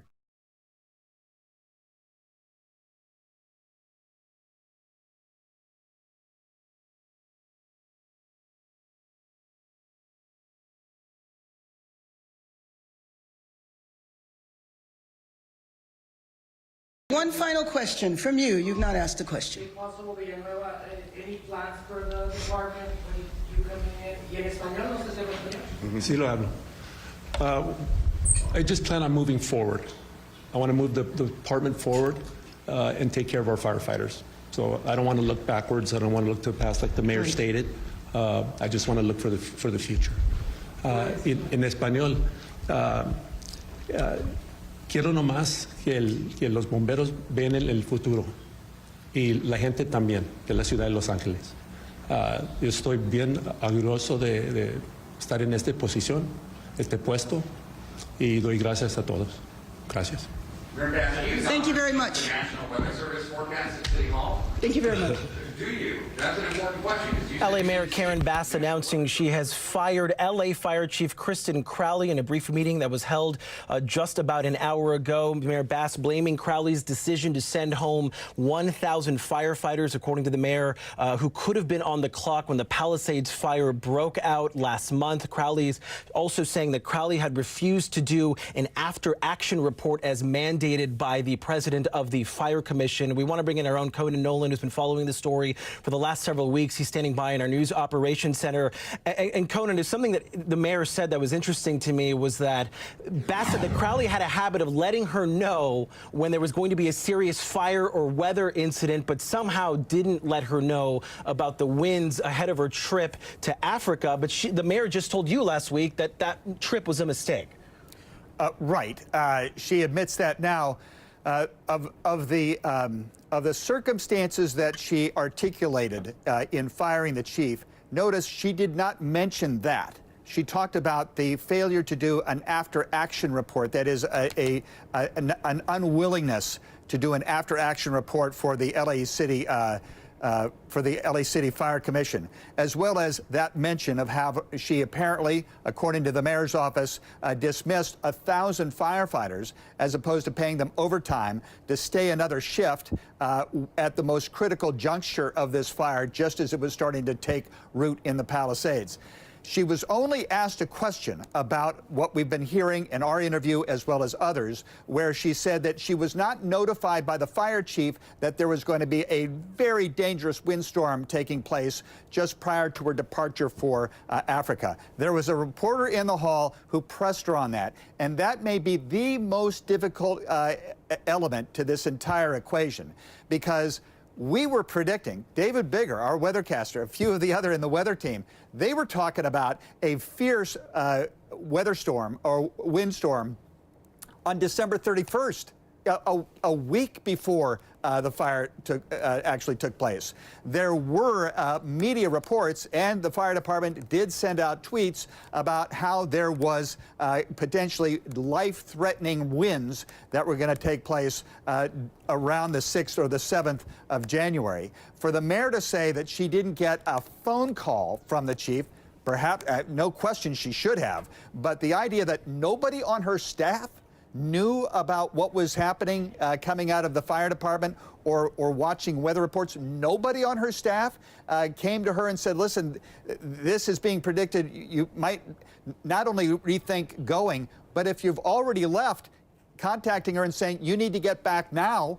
That's going to be, that is, in my opinion, the most problematic of everything we heard just a moment ago. And Conan, how much of the public fight between Crowley and the mayor is responsible for this decision here? Do you think that if any of this had been done in private, that maybe this wouldn't be the decision? Because, you know, as you mentioned earlier, the fire was still burning when Crowley went on our air talking to our own Robert Kovacic about, you know, the issue with cutting budgets by the mayor's office. The mayor then going on TV, denying and fighting against that claim, even just once again saying, no, in fact, we increased the fire budget. This all spilled out in the public eye as the fire was still burning. How much of that do you think played into today's decision to fire? Well, I think it's huge. It plays a major role in the lack of public we haven't done polling, but I can guarantee you there are plenty of people in the Palisades who are extremely upset as to what City Hall has been doing. They hated the fact that the fire chief didn't have the resources, or claimed that she didn't have the resources, but the fact the fires were still going on while she was blaming somebody else. The finger pointing had begun. So that was an extraordinary set of interviews. We have never seen the leaders of a department like this, like the fire department, that early on attacking city officials for a lack of resources. And yes, it is nuanced. Based on our understanding of the budget, and Eric Leonard would be able to tell you more about this, yeah, there was an increase in the fire budget for salaries, but it appears that operations budget had been cut. Yeah, there's no question that we saw this coming a month ago. I think, here's a good guess. If you asked people who lost their homes in the Palisades, in the fire, and in Malibu, they would tell you, is this what you want from your city officials? Is this what you want to hear from the leader of your city and the person responsible for one of the most important services of a city, that is the fire department? They would say, absolutely not. And it certainly will add to the frustration going forward. Conan, does this absolve the mayor of any future criticism? Really? She's taken so much heat and it has apologized, like you mentioned, for the trip to Africa and other events that have happened since the fire. But does this decision actually absolve her of any criticism? Well, no, it doesn't. She'll be criticized for this. Remember, Kristen Crowley obviously did not fear going in front of the cameras a month ago when the fire was still raging. I can only assume that now she's no longer the fire chief, she'll be more than happy to tell her side of the story, and so that will keep this essentially a story. And going forward, the mayor said she wants to move forward. She wants to put this behind us. Ronnie Villanueva, who's the new interim fire chief, 41 years experience at LA City Fire, he said he wants to look forward, but there's going to be a lot of look back. There's going to be a lot of reports as to what happened, what went wrong. The state's going to do one. The city is doing its own. And this and the interaction between the mayor and the fire chief, that's going to play a role in this. And there's always the possibility, just to throw this out here, she was in Africa. Was there a disconnect in trying to actually contact the mayor while she was on a trip that was, by the way, completely unrelated to her job as chief executive of the second largest city in America? Yeah, she was on a trip on behalf of President Biden. We have not heard from Kristen Crowley herself. Really? Meanwhile, the LAFD sent out a short statement saying that they had seen the mayor's statement about the firing of Kristen Crowley, but otherwise they had no comment. Conan, we're going to have you stand by. Right now, we want to bring in our investigative reporter, Eric Leonard. He was in the room there when Mayor Bass announced the firing of LA Fire Chief Kristen Crowley. Eric, are you with us? All right, looks like we may still be trying to get Eric Leonard, our investigative reporter, who was in the room there during the news conference. Conan, we want to go back to you. I can hear you. Oh, Eric, now we can hear you. We have you on. You were in the room with this announcement, a lot of contentious questioning and answering between the mayor and the press. Tell us a little bit about what you learned and what happened in there.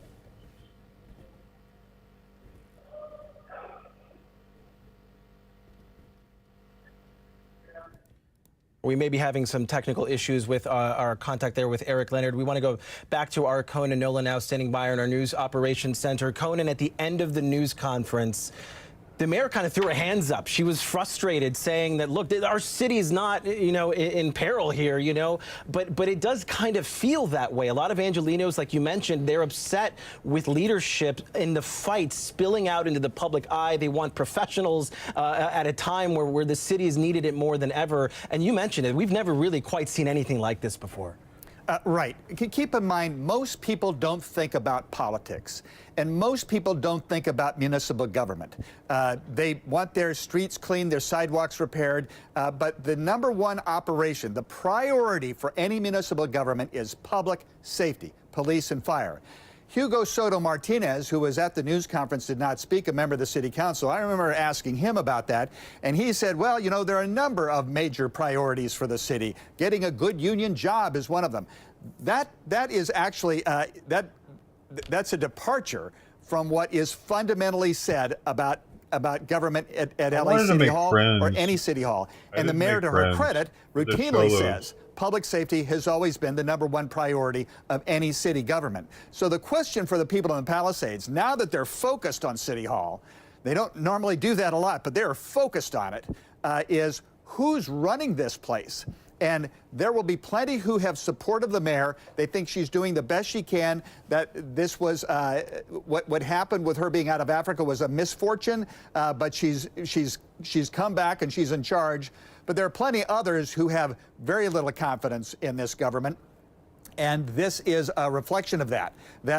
How is it possible that the mayor and the fire chief are not seeing eye to eye at such a critical moment? So, yeah, going forward, there's going to be a lot of criticism for a lot of individuals. The mayor is going to face, I think, renewed criticism over this, regardless of how justified it may be. The fire chief will be criticized. We will hear from her, I assume, and this will be part of the narrative going forward, just as people are trying to start to figure out how to rebuild or how to get on with their lives.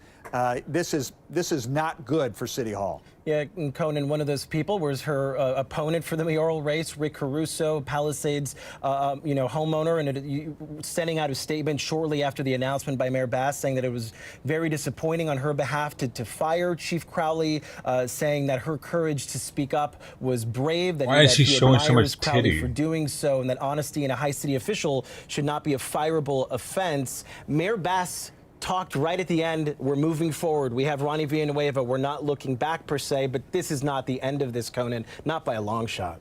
It's not, and in part because as you make your way through the burned out streets of the once beautiful Pacific Palisades, this will be a reminder as to what, not just what happened, but the perceived failure of city government to intercept this disaster. Now, there are plenty who will point out, for obvious reasons, this was an unprecedented windstorm. This was a not so harmonic convergence of a number of different elements. A lack of moisture. We hadn't had rain. There was a lot of dry fuel in the Santa Monica Mountains that fueled this fire. The historic winds. That said, but there was ample time for people to know that there was going to be a really, really, really awful event. Where it was going to happen, they're not sure. But weather forecasting is quite a science now, and they knew that the Palisades was particularly vulnerable. Rick Caruso, by the way, said that he wrote a letter after a fire near the 405 earlier, a couple of years earlier, that there was so much dry fuel in in that area that if another one happened, it would make its way to the Palisades. He has that letter on file, and so yes, I think this is going to be. This is going to be an issue for some time to come, particularly now that we know that this rebuilding process could take a decade, maybe several. Just a few facts on LA Fire Chief Crowley, now the former LA Fire Chief, after she was relieved of her duties today by Mayor Karen Bass. She was, appointed to the position back in March of 2022. Crowley becoming the 19th Fire Chief of the LA Fire Department. Mayor Garcetti appointing her. It was a historic appointment, Conan, right? She's the first female fire chief in the city's history, also the first openly gay fire chief in the city's history. She spent 22 years with the LAFD. She's someone who held nearly every position in the department, virtually every position, from firefighter to paramedic, working her way up to the ranks, finally there as fire chief. And the mayor talking about, as she installs Ronnie Villanueva, 41 years with the department, just retired, but now back in this interim position, that she's going to do what she did with the LAPD, right? Do a national search for the new head of the department. But meantime, she's going to be having to answer questions for quite a while about this decision and whether, Crowley, like you mentioned, Conan, this was kind of a perfect storm. I mean, she wants to pin a lot of this on Crowley, but a lot of the meteorologists, including ours, within the week before the fires broke out, were warning about this kind of historic wind event that was going to hit LA. And then we see this terrible fire. They're unable to fly. And a lot of people want to see heads roll. They want to see accountability. But will this suffice for Angelenos, Conan? It's a good question. We should also point out that this isn't a reflection on the former fire chief, but One of the big issues, in fact, the biggest issue regarding LA City Fire for years during the Garcetti administration did not relate to their ability to fight a fire. It related to sexual harassment and the culture in fire stations throughout the city. And one of the, it is believed that one of the reasons Chief Crowley was appointed to that position and to have a woman there was to send a statement that the culture was going to change and that sexual harassment was going to stop. The Good Old Boys Network was over, and as a result, this was going to be a different fire department. Some of the criticism will come that that was too much of the focus, and that the city and the department took its eye off the ball on its fundamental job, which is to keep the public safe, to put out fires, and fire prevention, by the way, which is utmost priority for any fire department. So that will be part of this narrative as well. Did the city take its eye off the ball when it came to its #1 priority, and that is public safety? Absolutely. Conan, stand by for us right now. We want to go to hear a little bit more again for what Mayor Bass had to say just moments ago. Let's take a listen. The city is not in upheaval. I am very happy that the rebuilding, the restoration, the clearing of the fire, of the debris is moved forward way ahead of time. We have just experienced the worst natural disaster that our city has ever experienced. It would be wonderful to think that everything would be smooth every step of the way, but I don't believe that that is realistic. I think we are standing together. I think we're standing strong, as evidenced by the leadership of the City Council being here with me, with members of the City Council, and there's many more that are not here. We have worked very well together. Now, are there differences along the way? Of course they are. Mayor Bass, during her news conference just moments ago, announcing the firing of LAFD Chief Kristen Crowley. Conan, again, blaming two decisions she kept pointing out, right? Sending home what Mayor Bass says was 1,000 firefighters who could have been on the clock when the Palisades fire broke out. We know Chief Crowley had blamed that on a lack of overtime budget, something she pointed fingers at the mayor for doing back during the budgeting last year. And also Crowley's refusal, this refusal, though, that the president of the Fire Commission had mandated an after-action report, which is apparently status quo, that's standard procedure, and that Crowley refused to do so. Now, we have yet to hear from Crowley herself, but that's an interesting point to think that the fire chief wouldn't do something that the mayor claims is mandated of her position. Right.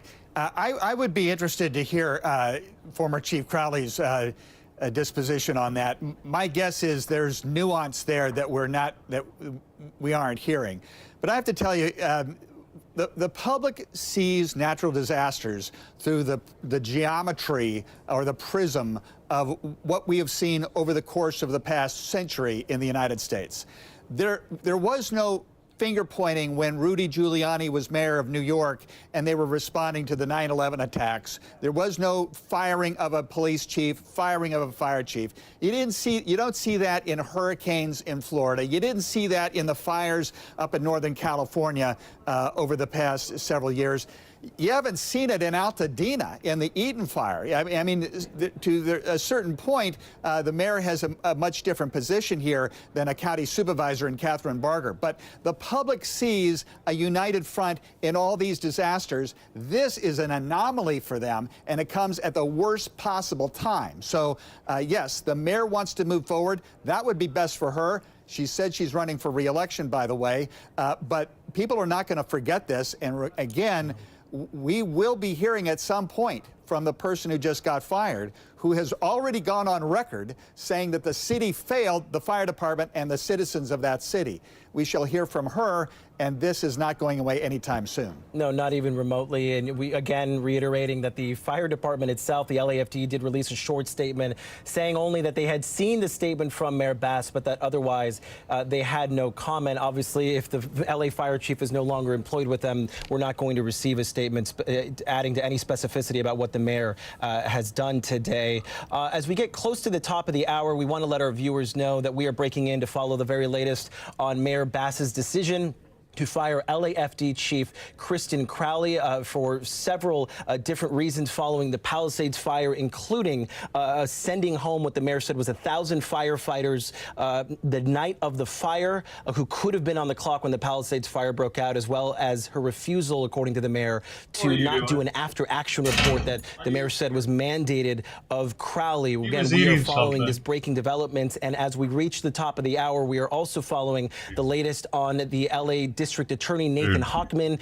He's going in his set right now to hold a news conference to announce his latest decision on the Menendez brothers case, obviously a famous case that we've been following very closely since Hochman's predecessor, George Gascon, had announced that he would reconsider resentencing or would call on judges to resentence the Menendez brothers in their infamous case in the murder of their parents, much of their family wanting the brothers to be released from prison after decades there.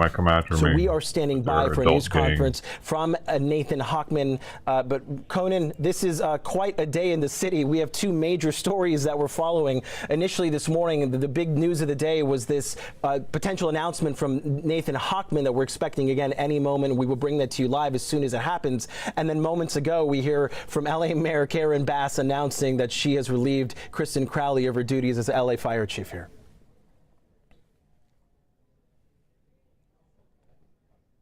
Oh, man. I see Conan talking in our news operations center. It doesn't appear that we have his microphone up at the moment. All right, let's go to Annabelle Sedano downstairs in our studio. Thank you, Jonathan. Yes, and so we are monitoring that press conference that the DA will be holding in a few minutes or so. So we will, of course, bring that to you live. In the meantime, we want to go to NBC4's Eric Leonard, who was at that press conference. Eric, do you hear me? I do. Hi, Annabelle. Eric, the mayor is talking about now moving on to the next step is looking for a permanent chief for the LAFD. She wants to also get the public's input on this. We're talking 4 million people on this. What's your takeaway from that? Well, the mayor talked about opening up a process very similar to what happened in the last year or so while she was conducting a search to find a new police chief. There were consultants hired. There were executive different firms, executive recruiting firms that were brought in. And then through the police commission and the... All right, Eric Leonard, thank you very much for that. We are bringing into this press conference. My name is Nathan Hochman. I'm the Los Angeles County District Attorney. Giving us an update here on the sentencing of... on the case. Us out here. They doing it?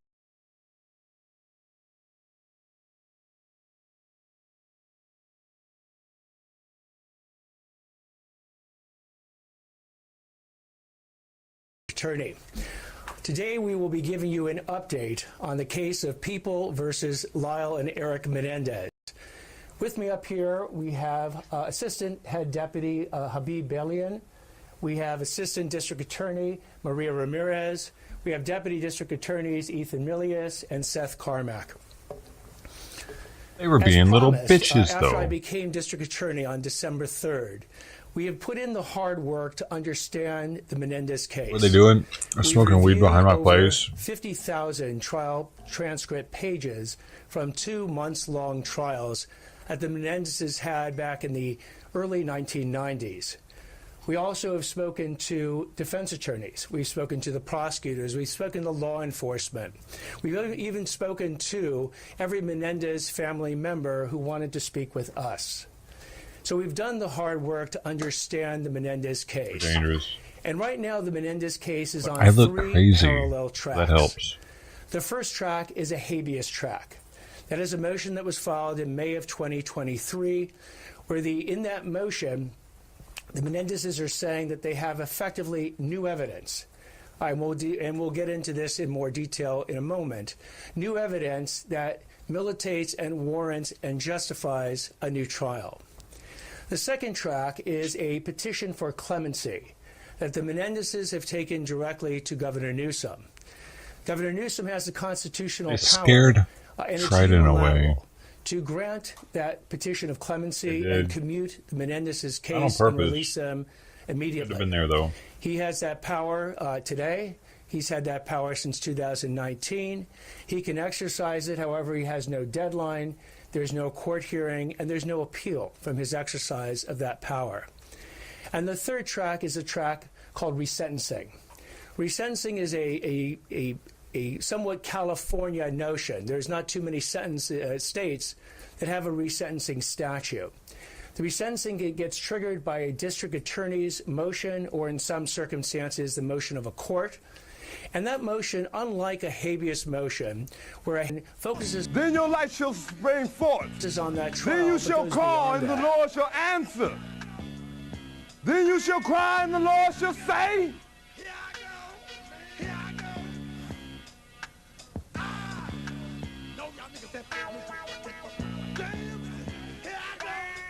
Ah. No, y'all niggas can't fuck with me. I can't fuck with my jams. Here I go. The man right here. The man right here. Here I go. Y'all motherfuckers better get ready to rumble. Slices on the bump. Fasten like humble. Slice on the bump. Y'all motherfuckers ain't ready. Nope, I know. Birds are few. You bitches probably can see me with the bird's eye view. Ooh, visualize to the light.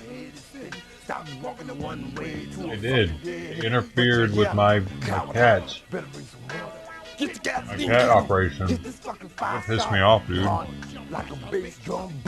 didn't tell them that. Is what pissed me off about it. They didn't have any reason to be there. Go to your own neighborhood. I'm doing something over here. They asked, hey, like, we're not bothering anybody. I said, you're bothering me. But, you know, do I not matter, man? You know about God. Who put you on a planet? Ah!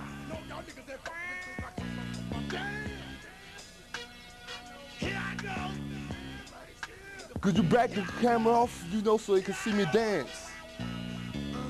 You hear him?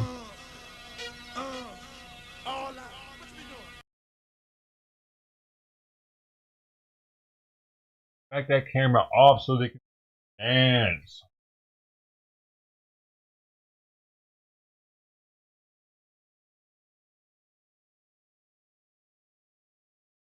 You don't know about that, do you? Just he's super white.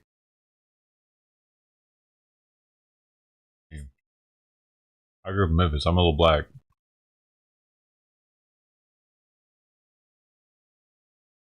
Yeah.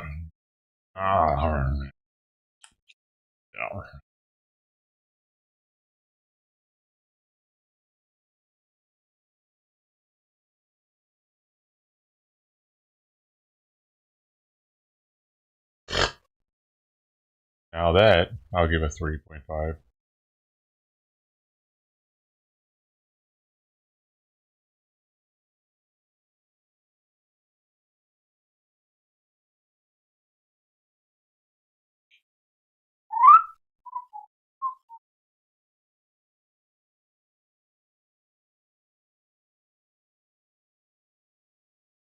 JLR is literally the new fucking in the new restreamer extraordinaire on YouTube. As I mentioned before, there are these three parallel tracks: the habeas, the clemency, the resentencing.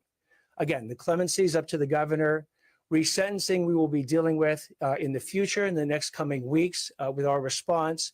But today we have filed the informal response on the habeas petition. Now, something you need to know about a habeas petition: it's not the direct appeal. The Menendez. Boring.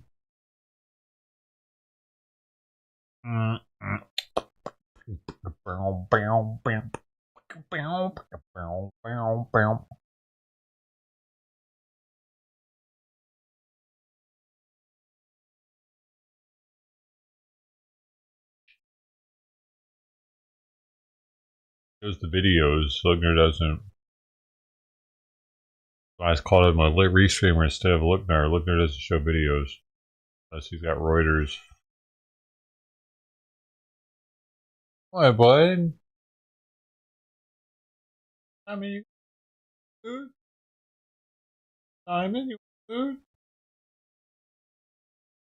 food? Out there. Happy with her being up there. Hey.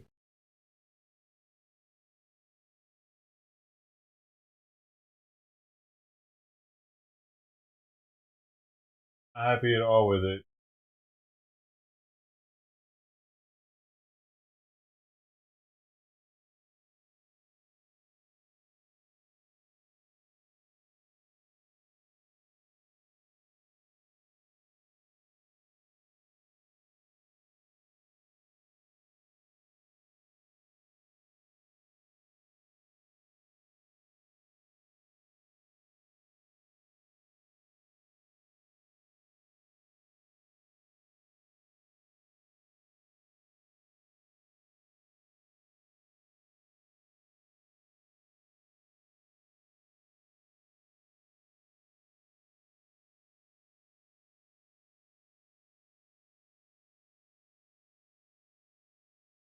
Yeah, just to a little bit of her.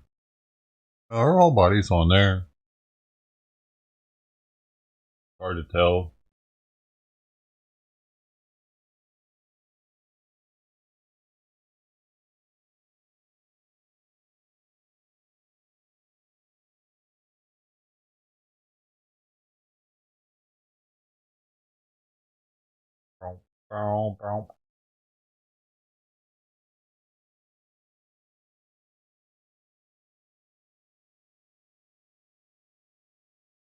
I don't know who's sweeter, him or her. For him, he was there first.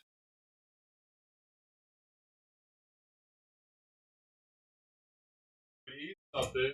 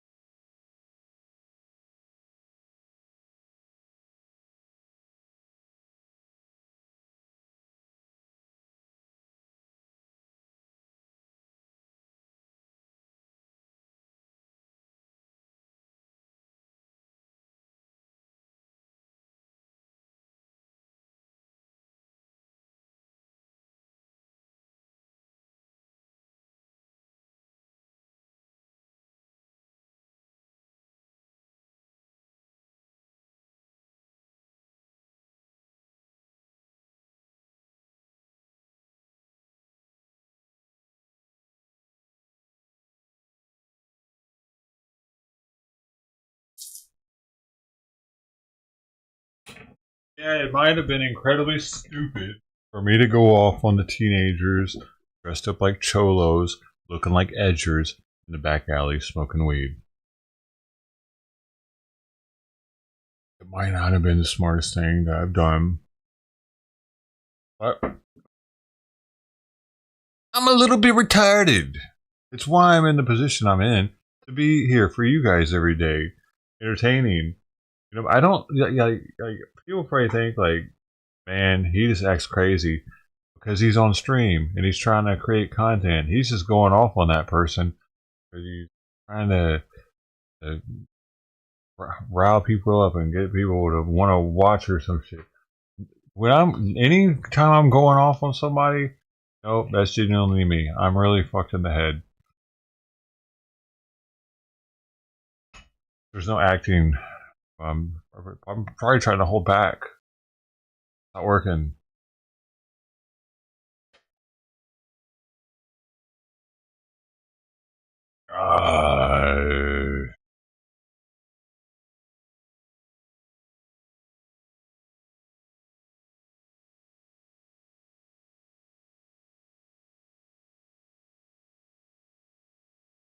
Dude, one time when I first moved in here, I've told this story before, but it's pretty cool. Like, something happened where I felt like I needed to get stronger living here. I saw something out here. It was just the neighborhood felt grimy. I was like, man, I gotta get stronger. What the fuck? I'm kind of vulnerable here, right? And I'm out in the garage doing something, and this dude's on the corner walking his dog, and not even my corner, other side of the street. And I'm watching him, seeing if he's going to pick the dog shit up. And he notices me staring at him, and he goes like, I was like, you going to pick your dog shit up? He's like, yeah, I was going to do that. I was like, oh yeah, where's your bag at? He didn't have one. He starts talking shit to me. Hey, why'd you mind your own business? I say, bingo, all this shit, you know. And he's like, I'm going to come back with my big homie. I'm like, what the fuck ever, man. So I came inside. I was at the garage. I came inside. And it's not connected, so you can't tell where I live. Next thing I know, homie is coming back with his big homie. And they're like hollering for me. Hey, gringo, or whatever they were saying. And knocking on my neighbor's doors, asking where the gringo lived and shit.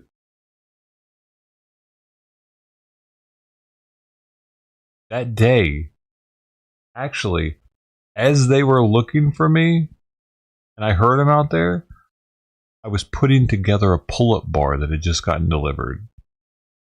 That's what I was getting to. I felt like I needed to get bigger already before that, because I had ordered that pull-up bar, and it had arrived like right before they came to start giving, like, hey, you seen that?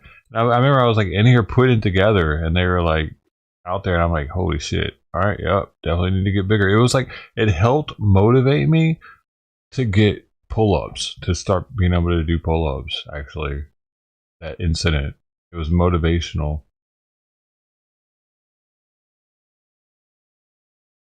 Because that's how it's like, get your big homie. I wasn't even big. I couldn't even do a fucking pull-up yet. I couldn't do one pull-up at the time. And his big homie, I'm really going to get my ass beat.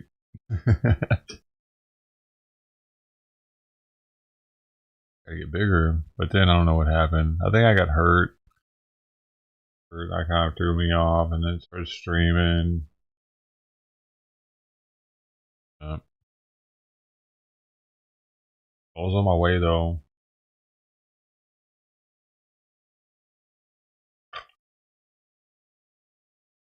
Oh my freaking! I was gonna be somebody. I was gonna be a professional bodybuilder.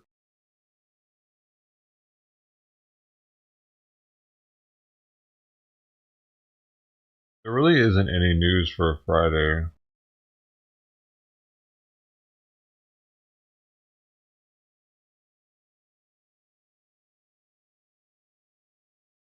Oh, I need to register a chip though, in case they do come back and do some dumb shit to my windows. She jumped out. Think she would jump out and run off. She's kind of wild. I still haven't registered her chip yet.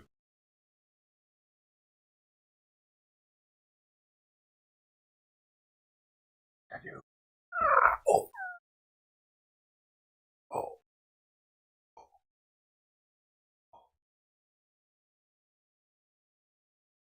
Oh. Ow. Ow.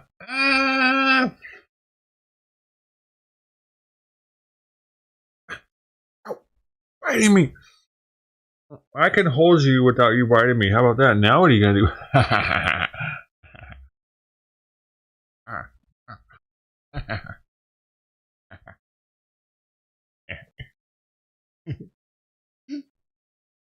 He still wants to bite me though. Oh no. No.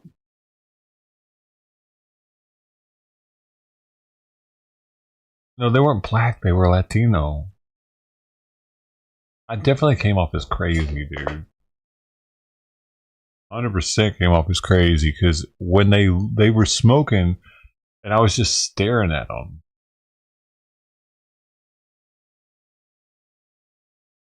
They looked up and one of them started just laughing. Kept staring. What are y'all doing back here?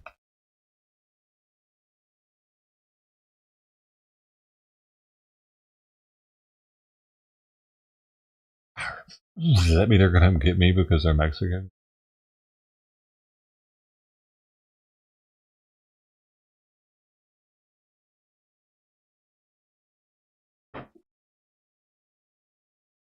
Texas congressional rep Jasmine Crockett has been losing her cool just a bit since Trump won the election. They were in all black. All three of them were in all black, and one of them had the edger haircut, looking like he cut it with a bowl.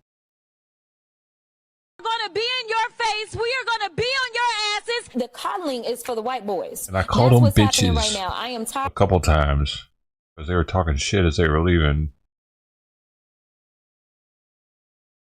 I called them bitches, dude. They might come for me. I said the B word. Tired of the white tears. Not these white tears, though. She loves that white boy. You know why I don't feel a way and why you can't make They me might. doubt who I am? It's I don't know. because I know that I had to I'm a work little 10 times as concerned. hard as they did just to get into the seat. When you look and you compare me to Marjorie Taylor Greene or me to Lauren Boebert, there is no comparison. So the only people that are crying are the mediocre white boys that have been beaten out by people that historically have had to work so much harder. There has been no oppression for the white man in this country. You tell me which white men were dragged out of their homes. You tell me which one of them got dragged all the way across an ocean and told that you are going to go and work. We are going to steal your wives. We are going to rape your wives. That didn't happen. That is oppression. Oh boy, sounds like this race lady would get behind reparations for black people. Kind of like H.R. 40, introduced just a week prior. Today, I'm deeply honored to reintroduce H.R. 40, historic legislation to establish a federal commission to examine the lasting legacy of slavery, to develop reparations proposals for descendants of enslaved Africans. But uh-oh, Crockett may have accidentally slaughtered reparations with her big mouth. President Trump says he likes the idea of giving some of the savings from Doge back to Americans as kind of a dividend. Would you support that? He's not the one that had anything to do with the $1,200 refunds that people had during the midst of COVID. They already know that there's just no money for that. The only reason that those refunds came before was because we were living in different times. So no, we are not in the business of giving out money. And honestly, I don't know what $5,000 will do for you if you are unable to find a job. H.R. 40 creates a federal commission, an expert body charged with investigating the enduring impacts of slavery and its aftermath and developing concrete proposals for reparations. I guess you guys have your answer, don't you? They already know that there's just no money for that. We are not in the business of giving out money. And honestly, Dude, I don't know Simon what is sleeping $5,000 way will do too for much. you. Just a reminder, this is what California's commission decided I gotta black people message were my owed in their vet and state. just tell The her. number could top $800 billion. That's 2.5 He's times still up there California's sleeping, man. annual budget. They include payments that could exceed $1 million in some cases. The task force is also calling for free college tuition for those eligible for reparations and funding for wellness centers in majority black neighborhoods. They already know that there's just no money for that. We are not in the business of giving out money. Something tells me Jasmine Crockett is going to be regretting these words.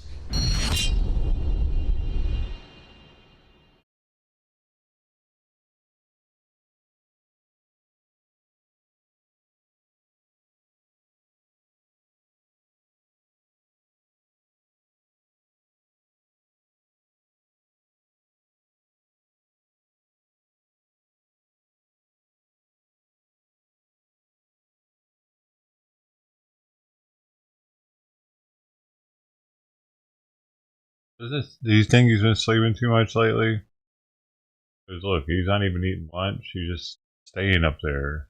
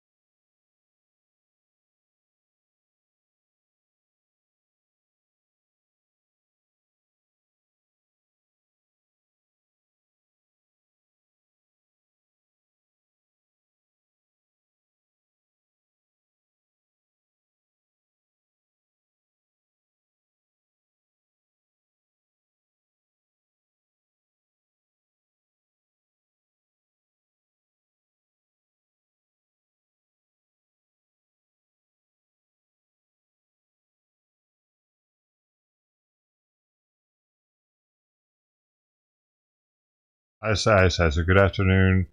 Simon is almost constantly sleeping and not eating much. Could this be medication related?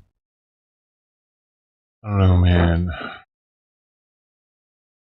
Like, this is unusual. He didn't want to get up at all to go check out his lunch. It's been an hour now. He hasn't even left from up there.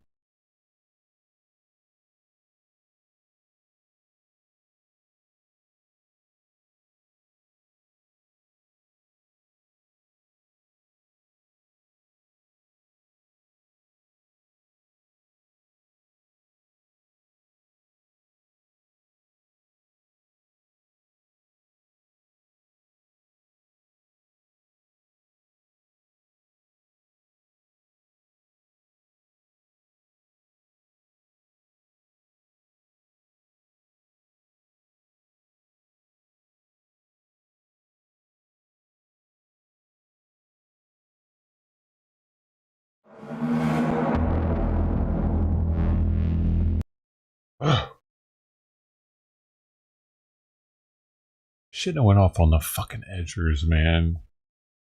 What I do? This is what I do, man. I do this. I go off, and then I think, holy shit, what just happened? I flew off on some people, and now I gotta pay for it. Possibly. Gonna come fuck me, man. I'm not actually as worried about me getting fucked up as I am them busting a window. That would be probably worst case scenario.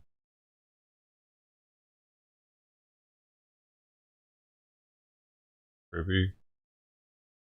I don't know. I just like there's less likely that anything worse than that would happen anyway.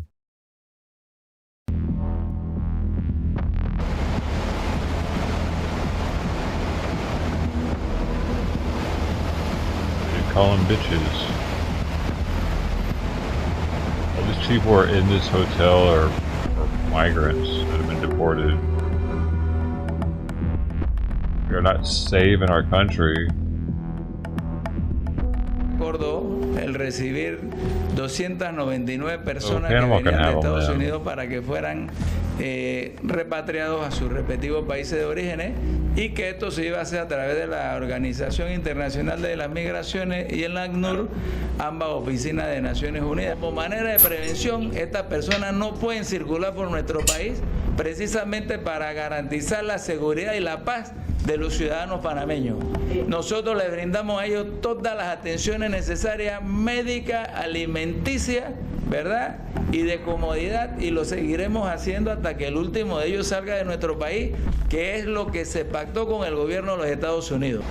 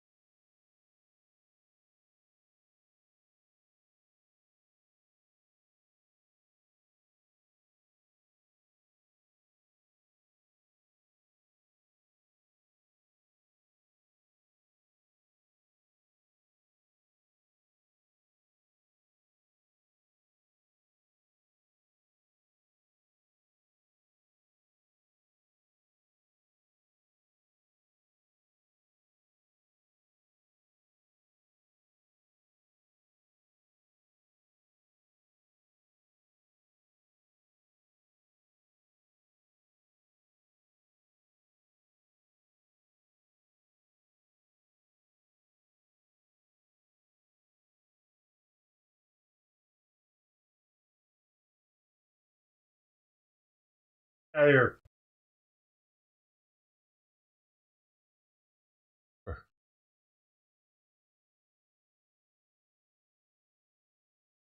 Woohoo. Dude, I'm getting kind of tired of seeing Trump on TV. Am I the only one? Hey, I think he's been on TV 3 times already today.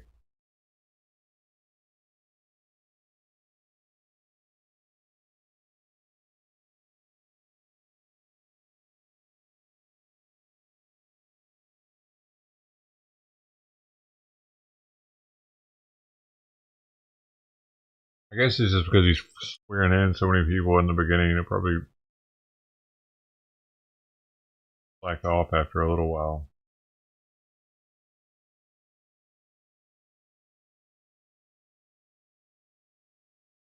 I started seeing him all the time. I need a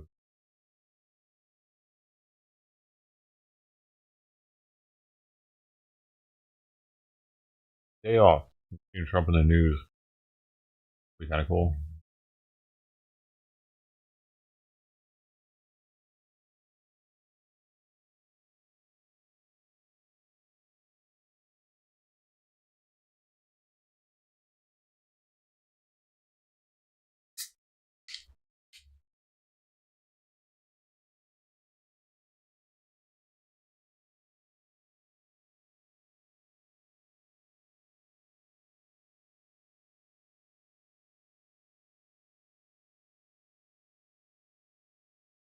Also breaking news as the state prison strikes expand and the National Guard is called in to maintain order and safety. The State Department of Corrections just announced it will not pursue disciplinary actions against any employee who immediately reports to work today before 11:59 p.m. Tensions have been escalating since workers went on strike Monday without the approval of the union. Other employees have been working for days on end in the prisons. This is video just sent to us from some that were finally relieved of duty at the Groveland facility in Livingston County today.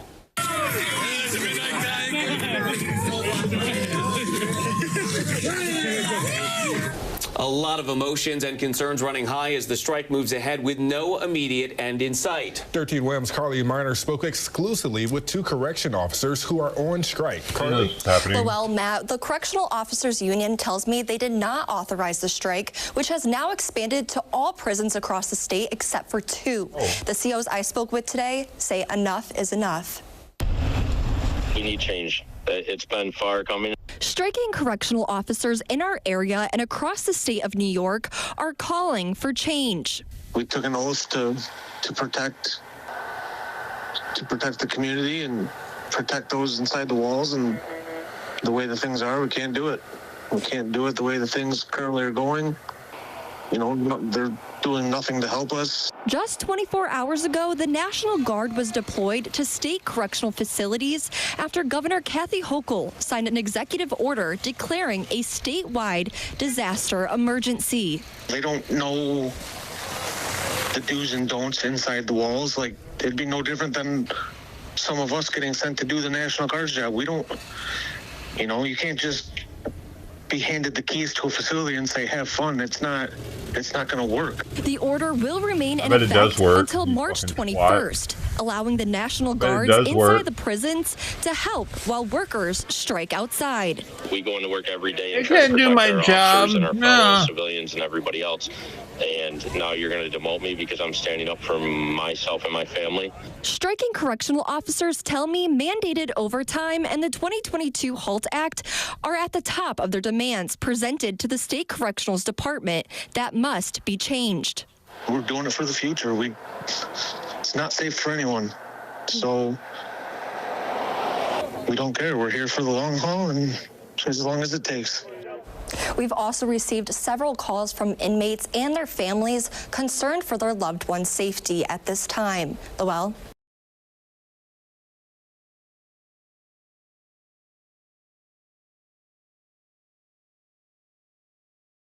Welcome back. Why is that?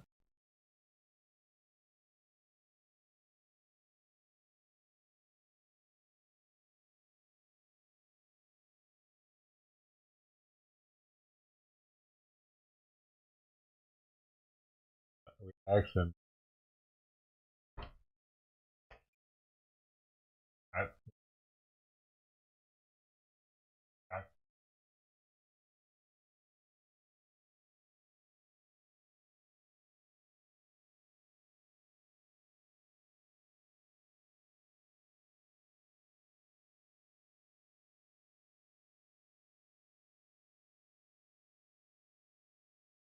Sharia, baby.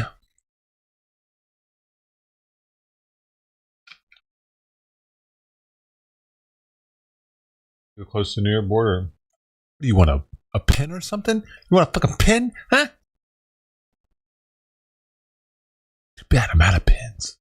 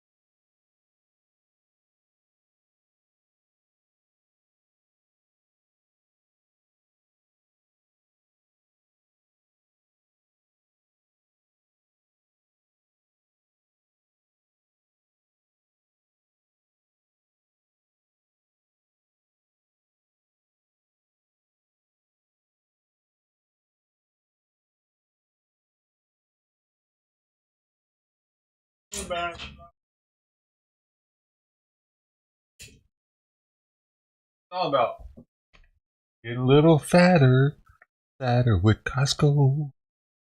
Fatter with Costco.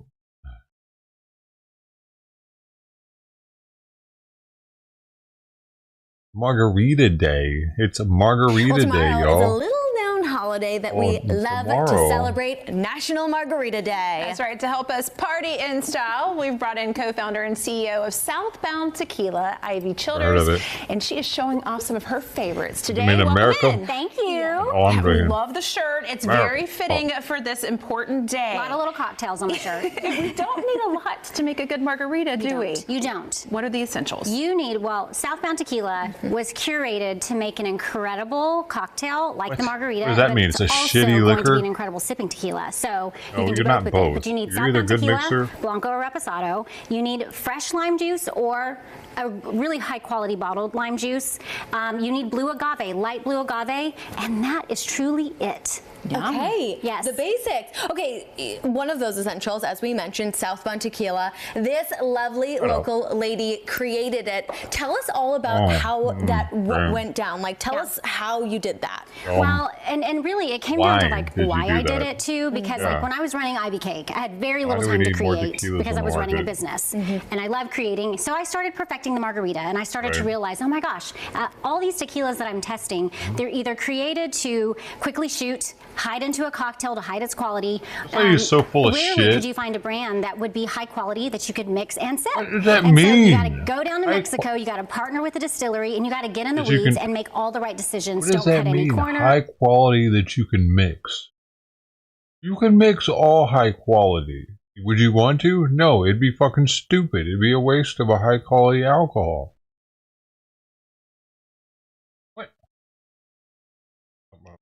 Pick the right agave. If So her shit was good enough, people wouldn't like, want to mix it. They would want to sip it. That's how it works. There's sipping whiskey, and there's mixing whiskey. Does the same go for tequila? And it's like that for a reason. Is she somehow going to change that by making one that's mixable and sippable? Which doesn't even make sense. Secret sauce is our ratio. We have an incredible profile of blue agaves that make it plays really well with other flavors, and that is not all tequilas do that. So that is what's really important about this profile. But all on its own. It's a complex I want to see sipping what tequila Reddit as tequila says about should it. be. Plays really well with other flavors. I think that might be key in what you've mixed up for us here today. Tell us what you have, because we got to start sipping. Okay, so everybody loves a classic margarita, and you can go to our website. I share all of the recipes I create. So drinksouthbound.com, go to recipes. You have over 35 cocktail recipes you can make with Southbound Tequila, not just margarita. But for the margarita, what I made for you today, it's really kind of like a Paloma, if a Paloma and a margarita had a baby. Because I love to mix it up. So I have fresh grapefruit, fresh orange, fresh lemon, blue agave, and Southbound Tequila Reposado. And that is called the triple threat. The triple threat. There's three of us here. Yep. I think we're the triple threat. Triple That's threat right. coming on. Cheers to Margarita Day. Yes, Thank you. cheers. Okay, I'm going to take a sip of this, and I'm going to ask you that before I do. The last time you came on, you made I want to say espresso martinis with tequila. Exactly. Yes, exactly. So that's out the the window. thing. If you have the Holy right shit. profile of tequila and you have a mindfully made tequila, you can make whatever you want. And that's what Southbound was directly curated to be. So those, I mean, think about the vanilla notes that are in the Reposado and how that meshes well with coffee. I mean, it's incredible. So it's so much better than vodka. I don't. This is so delicious. I'm going to jump back into your story about going to Mexico and spending time with the distiller, because it's just fascinating. Yeah. How long did that process take can't for find you? anything. How many batches do you have to make till you found this perfect tequila? Well, when I sold Ivy Cake in 2019, I started the process pretty quickly after Southbound that. tequila. And I wanted to live with the tequila for a full year before launching it. So it took quite a lot of trips to Mexico and about 25 iterations. Oh. Yeah, so really it was my palate and their expertise and a lot of tasting tequila. What was the craziest fact that you learned throughout this process? I think it's that you can cut corners in making tequila, and that answered a lot of my questions as to why I couldn't find the right tequila. So to be able to have my hand in picking the highest quality process, like, you know, I chose to cook the agaves for 60 hours as opposed to the standard 48. I chose a double cooking method, which that's not normal. So I wanted to go slow and long so that we could have that complex final product that Southbound Tequila is. So it's pretty incredible. Once I was in there, I was learning a lot, obviously, but I was using my palate to figure out what it was that I wanted. And I wanted to live with it because I wanted to know I would feel good. Yeah. I wanted to know that. That was really important to me as well.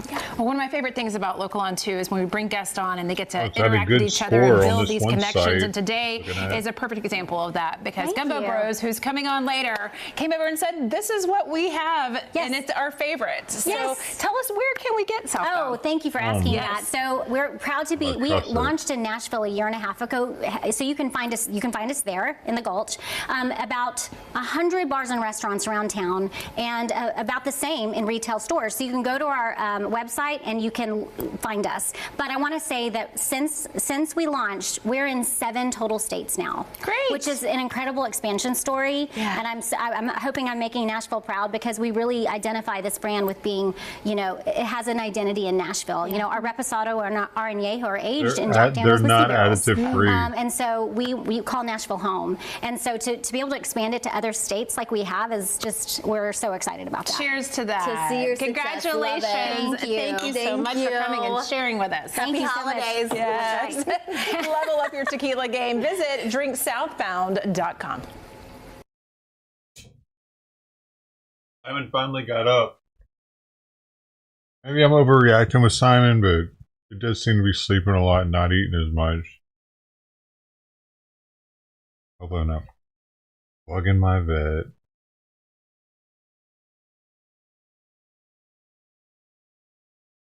How are you? Who are you? I'm Agent O'Donnell with the FBI. Can you give your full name, please? I'm Agent O'Donnell with the FBI. Is that sufficient to identify as only one O'Donnell affiliated with the FBI? In New Hampshire, yes. Could you please state your full name, sir? Could you please stop recording? No. It's First Amendment right. Okay. What's your name, sir? Could you stop recording? Absolutely not. You can show me your name and identification, or I'm going to go back inside my house. Okay. I don't really want to broadcast my. Oh, this is going out right after you guys walk away. So that's why I'm not going to. So you can show me your name or ID, you can walk away. You see our badges? I need to see. Is your full name on that badge? No. I'd like to see something with your full name, or I'm not going to talk to you. I prefer you not to broadcast it. This will be going online as soon as you walk away. Well, all I want to do is talk to you about a post that was made, and if you happen to be the one that made the I want to talk to you about you guys coming here. Say you make a salary of, I don't know what, low 100K? You guys making six figures? Factor in 50% expenses, overhead, maybe 100% expenses. Talking about burning a couple $100 an hour just here, let alone all the time you guys are spending to investigate something that you know is not against the law, right? Like you're familiar with. So then why would you come? Because we wanted to make sure that there weren't any. No, you're coming because you're part of a regime that does this kind of thing when you know laws aren't being broken, and that's an embarrassment, man. We appreciate it. You're walking away because nothing we did is against the law, and you guys are fuckheads that try to act like bullies. And I hope you go home and are embarrassed. You can't even say your name on camera because you know that what you're doing is embarrassing. You know Americans that believe in the Constitution think you're laughable. And you go home and you think about what you did today. Go home and think about it, you cowards. Drive away. Drive away. Thank you for your time. You're not welcome. You should be embarrassed. Hi, we're looking for Elise. I'm sorry, she's not here. Can I ask what this is in regards to? Yeah, sure. My name's Ashley Roberts, and this is Kathleen Brown. We're both with the FBI. Okay. We just need to speak with her regarding some information that was sent in to us. Okay. Well, she doesn't live here. Oh, okay. So, I mean, she's my daughter, but this isn't her residence currently. Okay. Do you mind giving us her residence or her phone number by chance? Yeah, hold on just a second. Sure. She's not in any trouble. We just have information that we need to ask her about. Okay. Here. Do you mind if I take a picture of your badges? Unfortunately, we're not allowed to have anyone take our pictures. Can I see it again, please? Not every day you get a knock on the door from the FBI. No, and I'm like in a meeting upstairs, so I wasn't trying to not answer. Well, yeah, I was trying not to answer the door. And I'm like, oh my gosh, whoever's at the door is being like uber persistent. Give me a minute. Sorry. So, no, that's okay. We can leave you our office number if you'd like to call. Yeah, let me do that. That sounds good. Hi, can I call you right back? Yes, I have 2 FBI agents at the front door. FBI agents? Yes. Do you? I'm. Okay. What do you want me to do? We'll talk to them.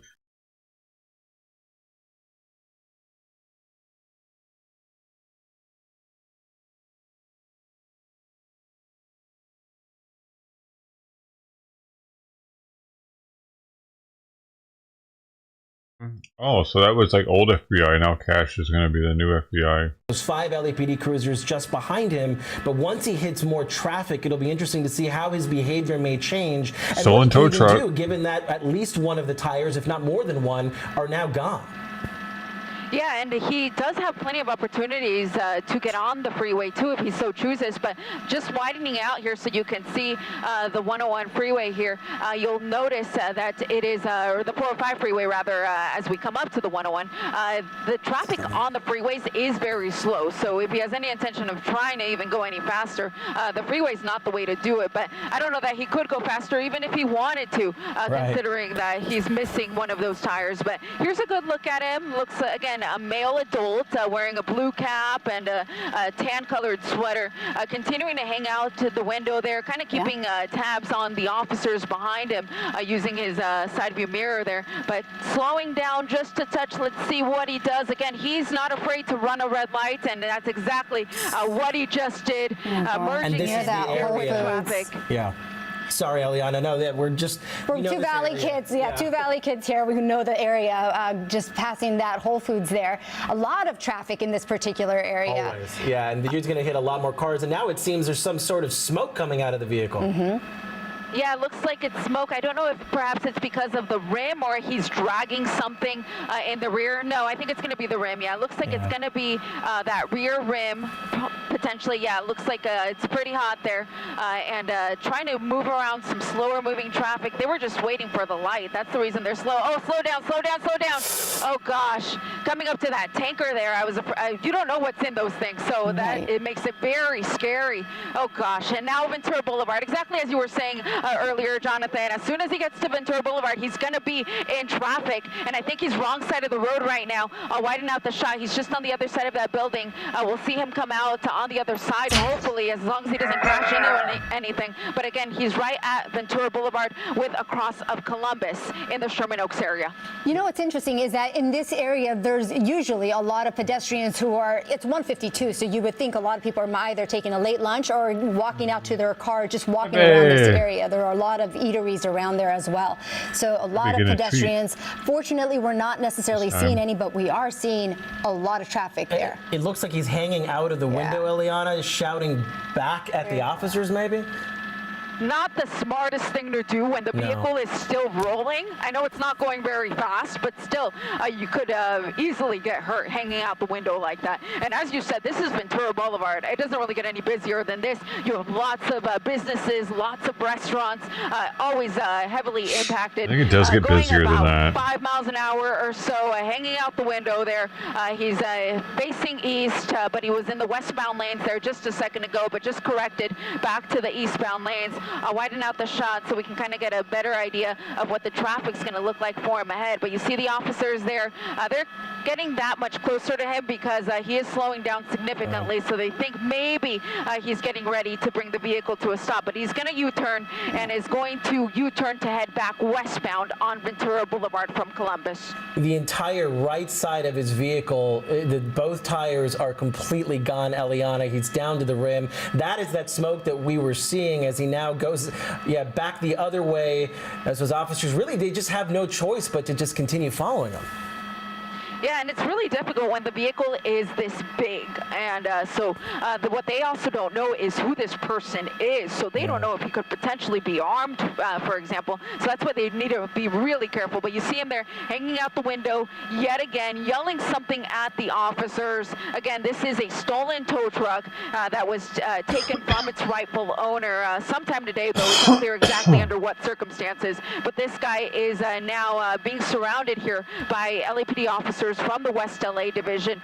But these officers, they're not really going to move that quickly because what they want to do is they want to clear all of the other vehicles out of the area before they try to take this guy into custody if he has any intention of getting out of the car. But for now, facing westbound and now moving westbound on Ventura Boulevard. Yeah, you've got to wonder what this guy's thinking, what his next move is going to be, if he's going to try to go into, continue driving, if he's going to stick around, if he's going to play cat and mouse. We just don't know. And it's also concerning for the other drivers who are around this guy because, he's calling the shots right now.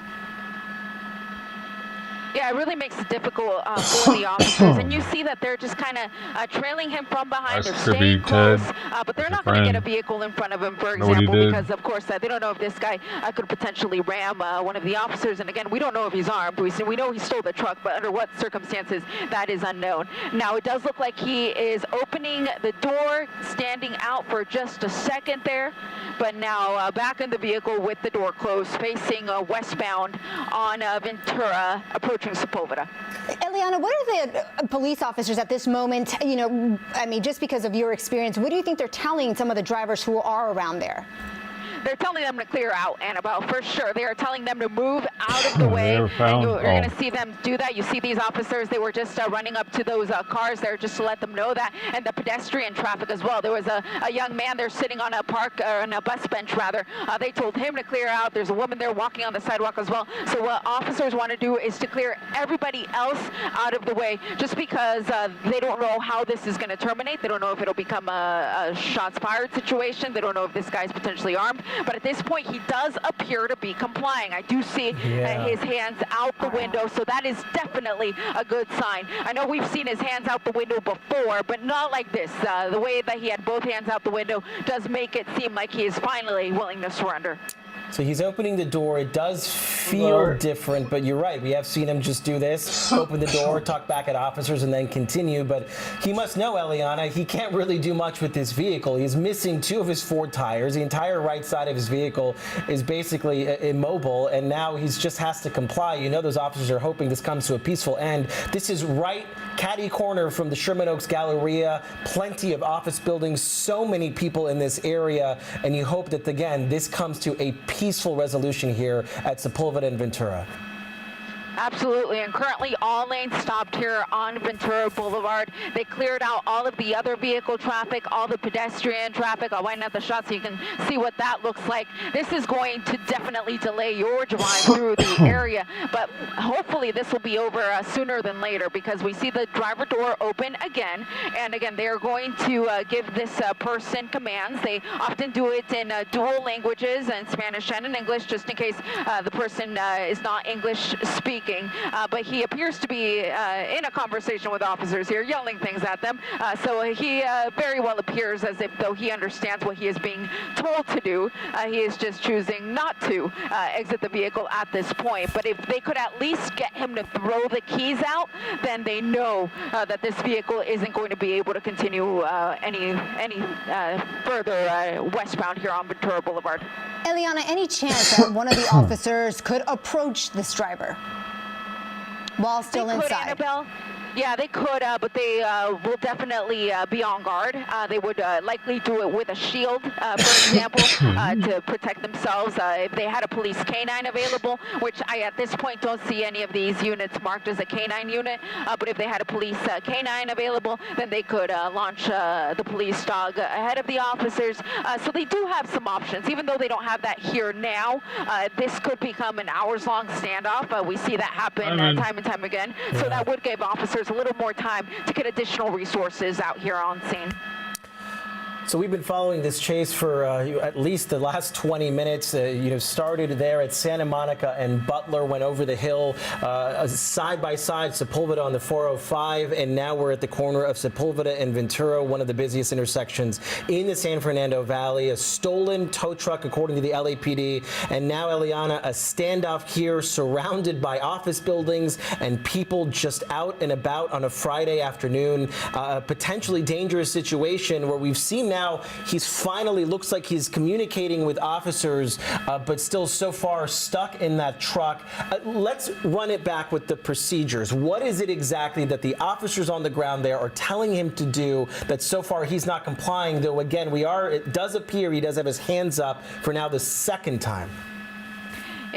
Well, the first instruction that they usually give at the termination of a pursuit is for the driver to throw the keys out the window. That means that they're not going to be able to continue even if they want to. Sometimes the vehicle is disabled and they simply can't. In this case, we know that he's missing at least one tire and probably a flat on another tire as well. So he's kind of limited in what he can do. But if they could at least see that the keys are on the ground, then that would tell them that there's no chance that at least the vehicle isn't going to continue moving forward. But you do see the man. So, dude, the difference, like we were talking about hard drives yesterday. And the hard drive that I got, and I was trying to explain like how the hard drive I got is special.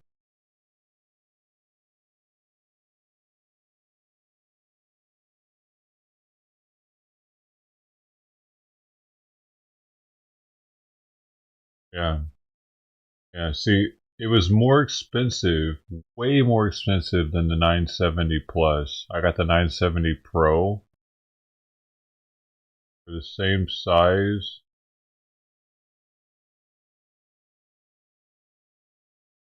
And then the Plus is 53% faster.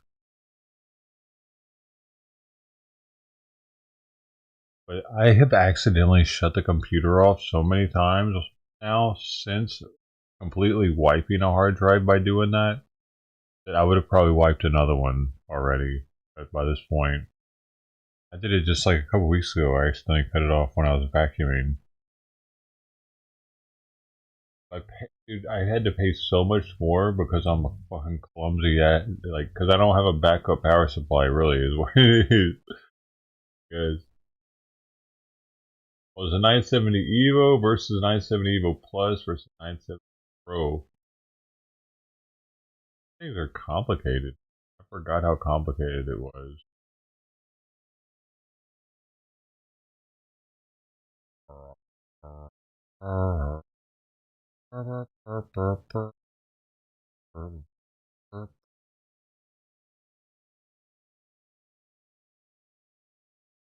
Oh yeah.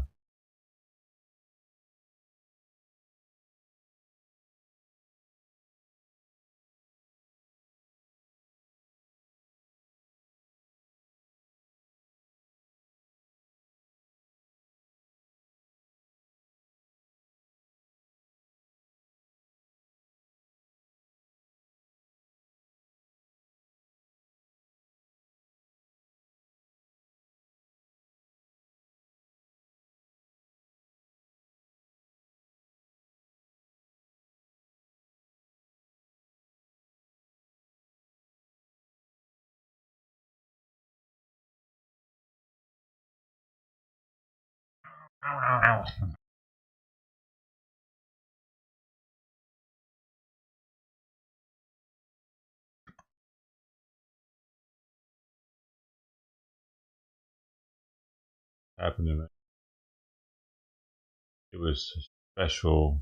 It's slower and more expensive. Damn it. But I would have probably lost everything by now. Again.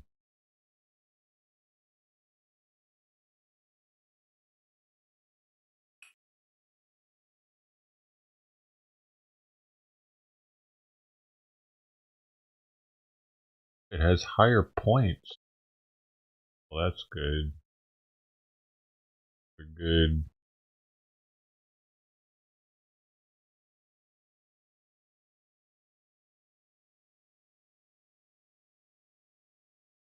Ops. IOPS. What is taking them so long?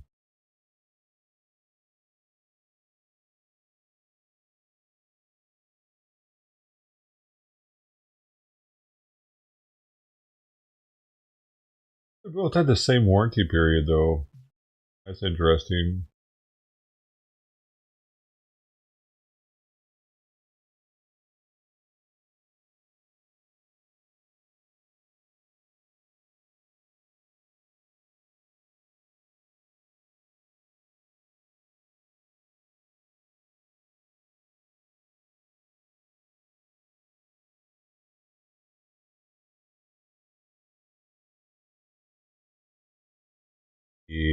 Spaghetti.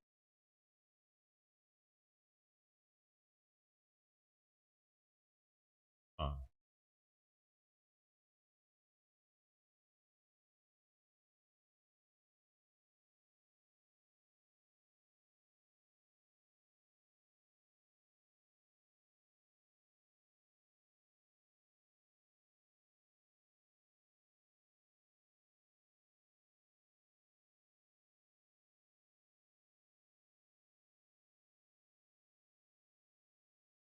Very interesting.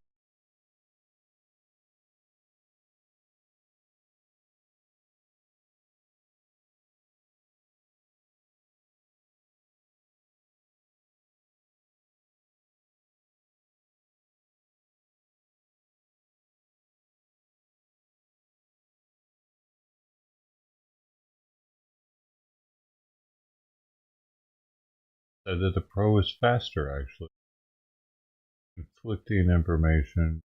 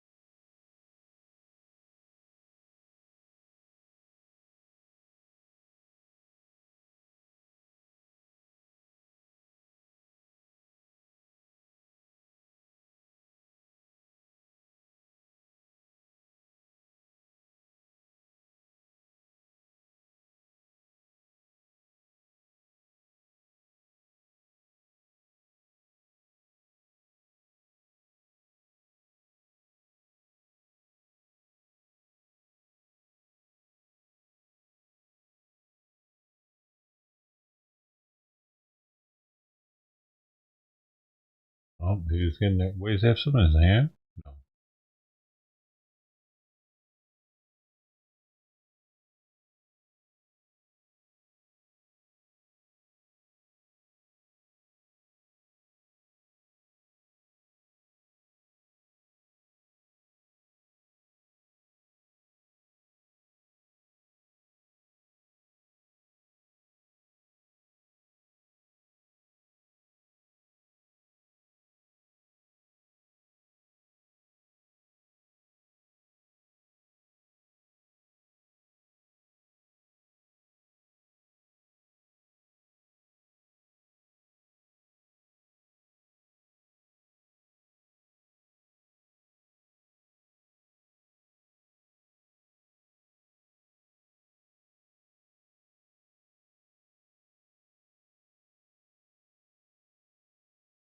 He does have a faster write speed. That's cool. It matters too.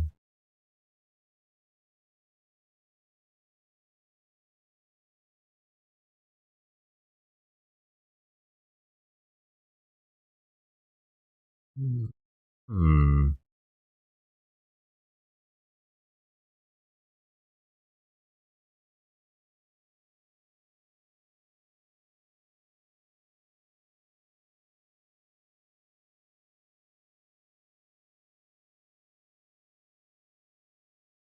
Got him.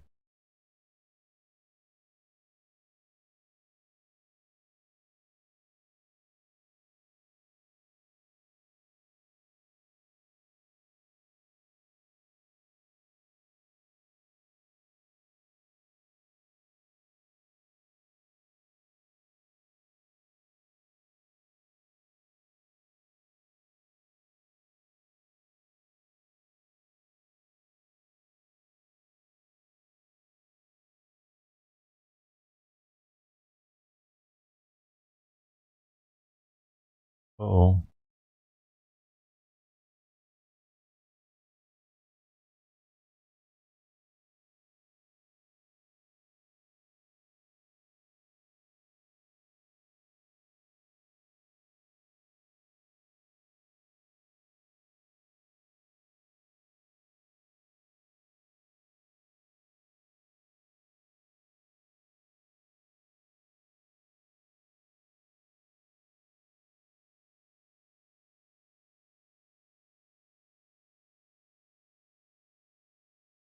Oh no, kitty.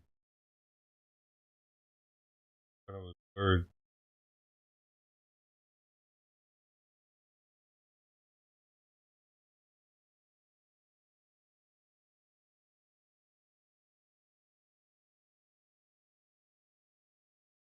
Get all the food, man.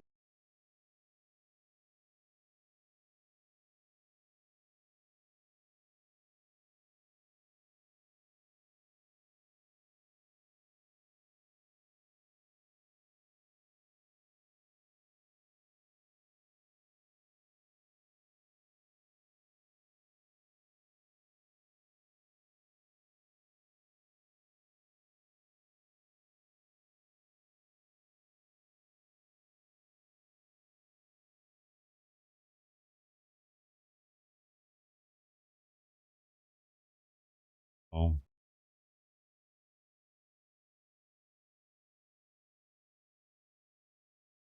Awesome.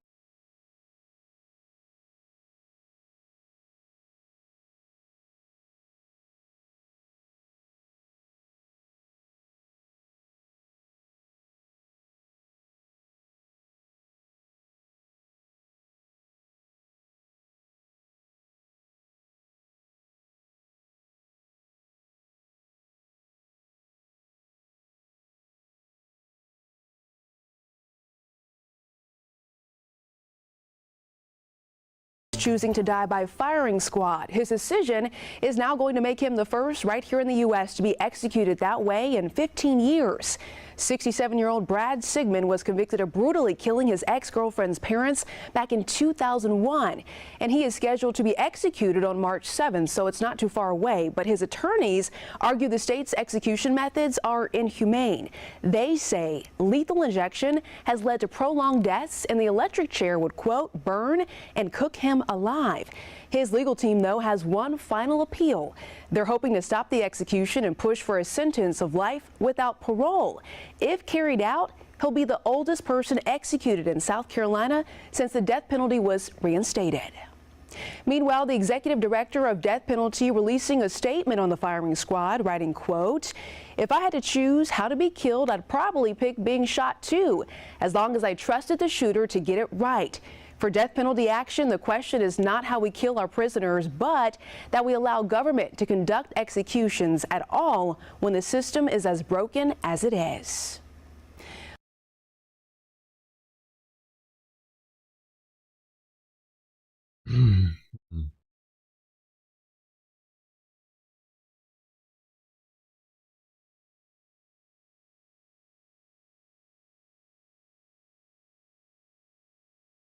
I just ate something that many people would have thrown away.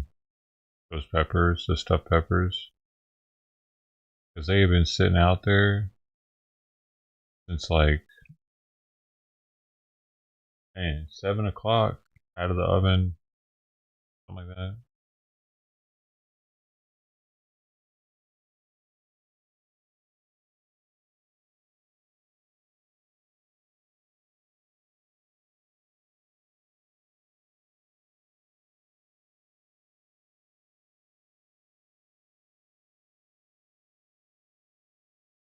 Dude.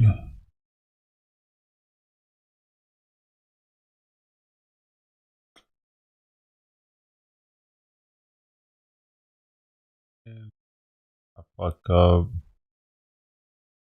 I still have over here and close my tabs.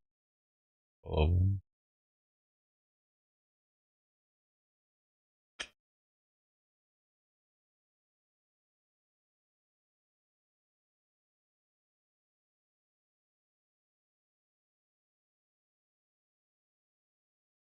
That's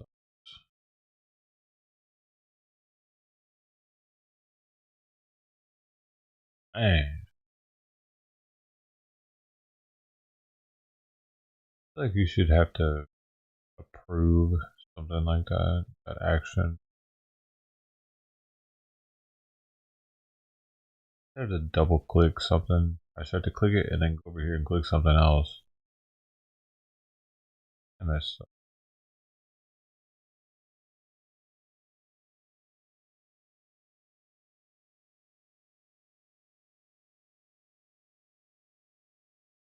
always doing it too. Accidentally closing my tabs out.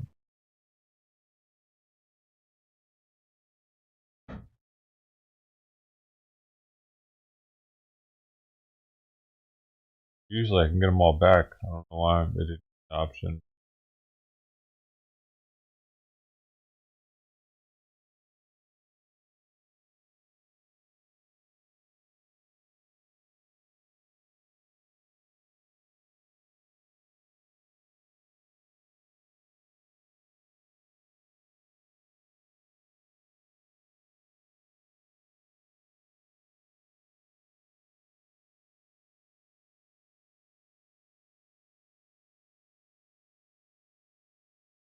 Fat Fluffy. I say that.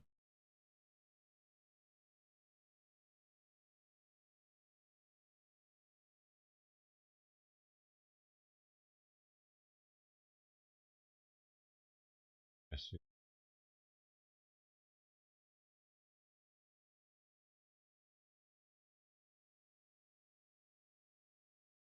What if she's actually skinny under all that?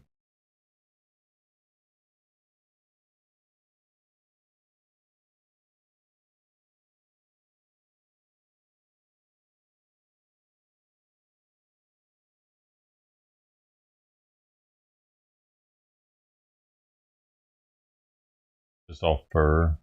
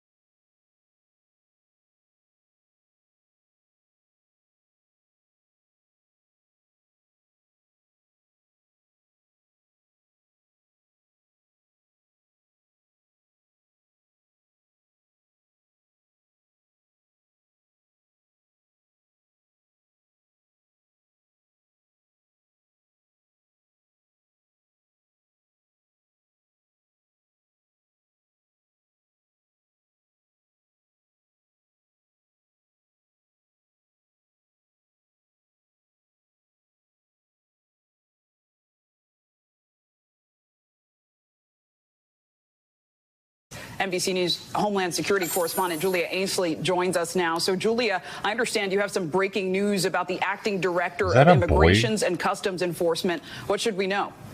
Yeah, Zincle, this is really all part of the same story, and that the Trump administration has been very upset and frustrated that they haven't been able to get the number of arrests and deportations to the number that Trump and his border czar, Tom Homan, were hoping for. And so we understand that Caleb Vitello, who was put in place to be the acting head of ICE, will now be reassigned. His future is unclear, but we understand he's not necessarily being fired. He's just being reassigned within ICE while they look for someone else to take the helm of this agency that has come under so much pressure, not only for not getting those deportation numbers higher, but also for media leaks. That's something that Trump and Homan have definitely been sounding the alarm about. They think that the agency is leaking too much information about those operations.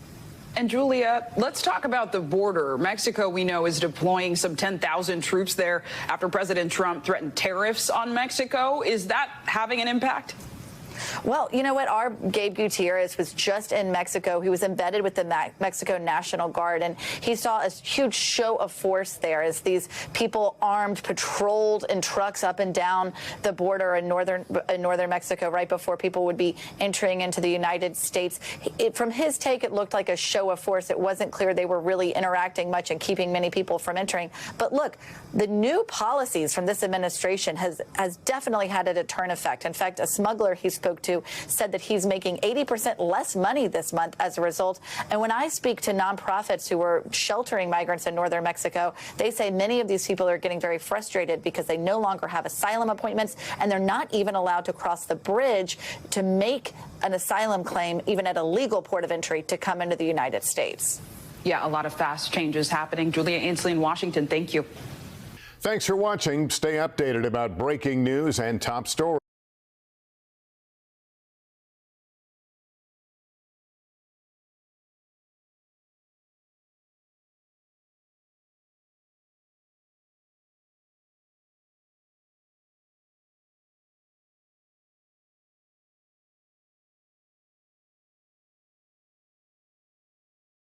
I mean, went back in there, ate a little bit, and I think went to sleep again.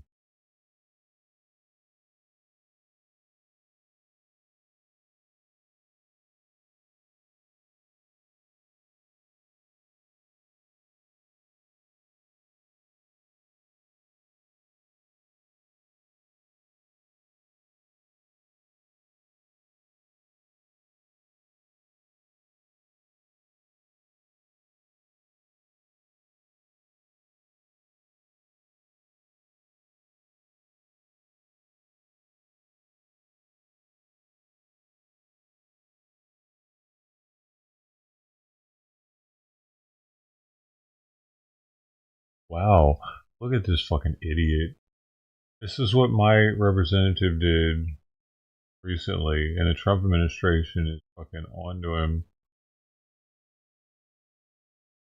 He says, so if you criticize Elon Musk, Trump's DOJ will send you this letter. Members of Congress must have the right to forcefully oppose the Trump administration. I will not be silenced. So this is telling, it's from the District Attorney, District of Columbia. At this time, I respectfully request that you clarify your comments from February 12th, 2025, during a live interview with CNN when asked how Democrats can stop Elon Musk. You spoke clearly. Wait. What the American public wants is for us to bring actual weapons to this bar fight. This is an actual fight for democracy.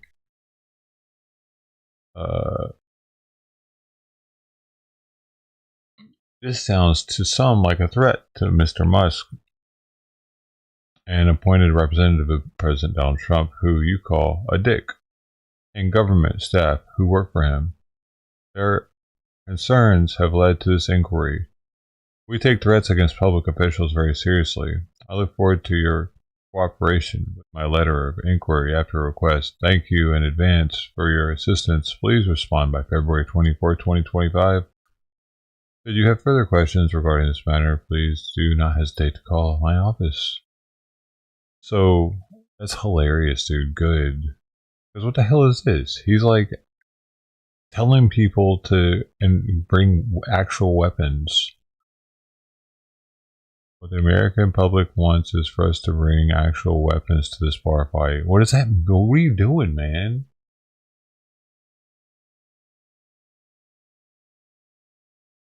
And I bet Reddit right now is eating it up and loving him for it.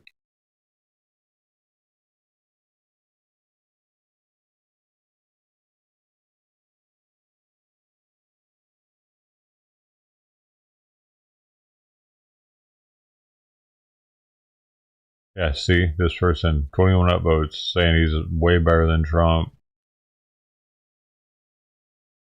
But oftentimes people will talk about this guy in Reddit like he was a shit mayor. But now all of a sudden, since he's going against Trump, they all love him. The fucking tool, dude.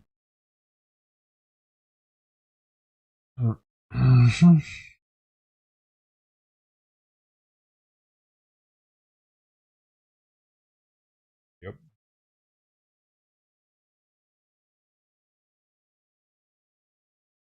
Marijuana bill stalls out in Indiana legislature.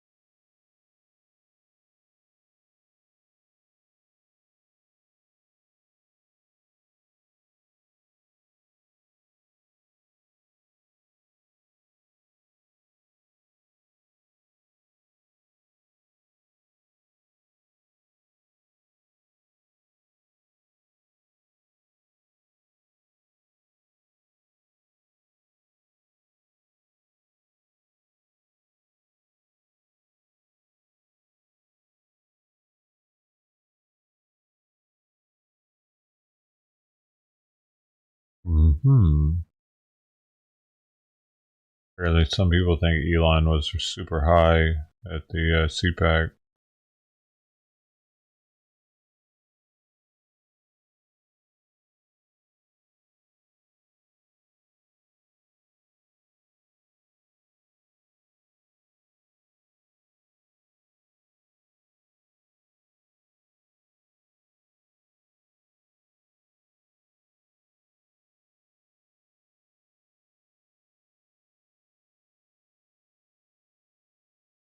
The hell?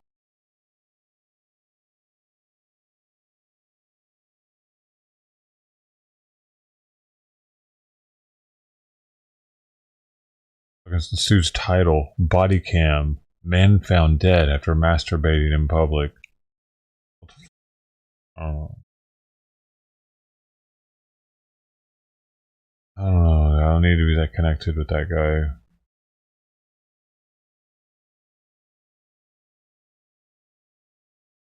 Oh, nanner pudding. Do you want a banana? Peel it down and go, Do you want a banana? This banana pudding's for you. Whoa! Let's start on this old nana pudding right here, dude. Look in the cookbook. Desserts. Bread pudding, chocolate chip pound cake, like a cobbler, cream cheese frosting, cop, dude. pecan pie s'mores, Copy blew up. booey, sweet potatoes, pecan pralines, whipped cream. It's not in the cookbook, so you better come along as we make that nanner pudding. We got vanilla pudding mix right there. That whole cow milk. And there ain't nothing fancy about this recipe. It's straight money, dude. Get that out of here. Mix it around, dude. Look at that right there. Next up, the cream cheese. Get that in there like that. Kill. This might be the most awesomest thing they ever made on earth. My mama used to make sandwiches with this. This old, what this is even called? Condensed milk. Condensed milk. A condensed milk sandwich in the old days? Condensed milk. I put that on my snowballs. And I know up north you're gonna be like, what is a snowball? That's some things you go and you put flavor on, baby. And they make you a snowball. What they call it up north, mama? They probably call them snow cones. Snow cones. Oh, we making a mess. Mix that around. We need all this goodness right here. Even got my nano shirt on. Look at that, dude. It's all about the bananas today, right, Blaze? He got him a nano, dude.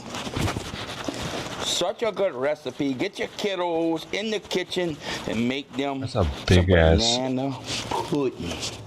whisper. Pudding. Look at that. That thing ain't playing. Money, dude. We got that mixed all together, dude, and we got that old whooping cream. Just fold that in like that. I don't know if that's the right way or not, but we're gonna fold it in like that. You know what I need? You know what I need? The drink of the day! So it's all about the nanners, and the drink of the day, we're doing a banana old-fashioned, mind-blowing. We got a banana liqueur going over that brown sugar right there. Look at that right there. Boom, boom, boom. A little bitter. Old-fashioned bitters. I don't know. Look at it right here. This is my favorite one. Not a sponsor, but they should be. Borschmidt. They pretty dang good right there, dude. Redneck Riviera OG. Like that, like that, like that. Get my little metal downer. There's only deer horn I got that would fit down in the hole. Get it like that. Oh, beautiful, beautiful, beautiful. A little ice, because everything's nice. Top it off with some chunks of that old nana right there. Look at that right there. Coming at you, bro.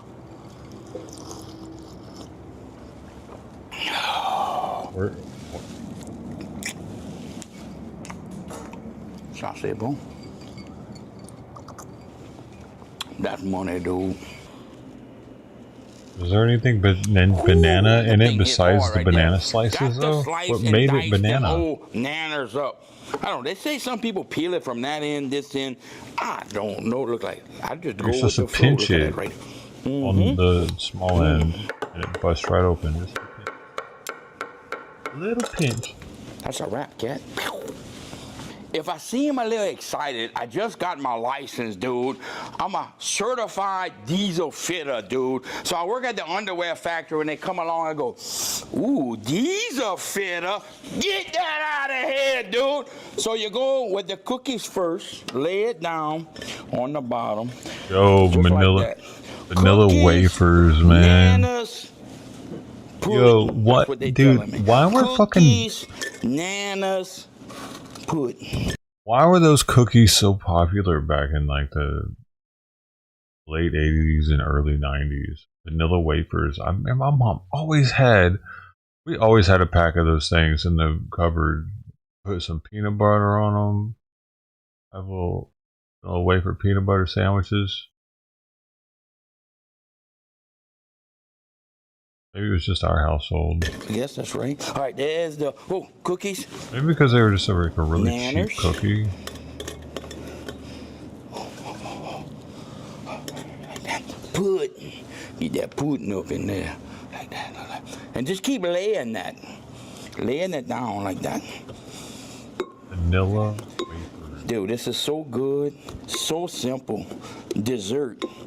When you get hot in the dessert, you eat a dessert. Nilla wafers. Right, let's do it again. Nilla. That's why the Nilla folder made me think of out. Nilla wafers. These are them old vanilla cookies right here. I like these. These things are awesome, dude. And the best way I like to eat this, I like to leave it in that ice box for like 7 days. Them nanas start turning like black, and then these will be like soft. Look at that right there. 7 days though. Nanners. More nanners. Vanilla wafer, that's the original. Oh, look at that right there. More nanas. Me like nanas. Look, my shirt, me like nanas. Oh, look at that right there, Mom. Quit your laughing. I'm a certified diesel fitter, boy. Look at that right there. All right. I'm going up to the other cookies. These old Nilla wafers. Boom, boom, boom. You have to? Can't you just like throw it all in together and mix it up? Y'all get the picture, don't you, couillon? But I'm gonna keep going. Nanners.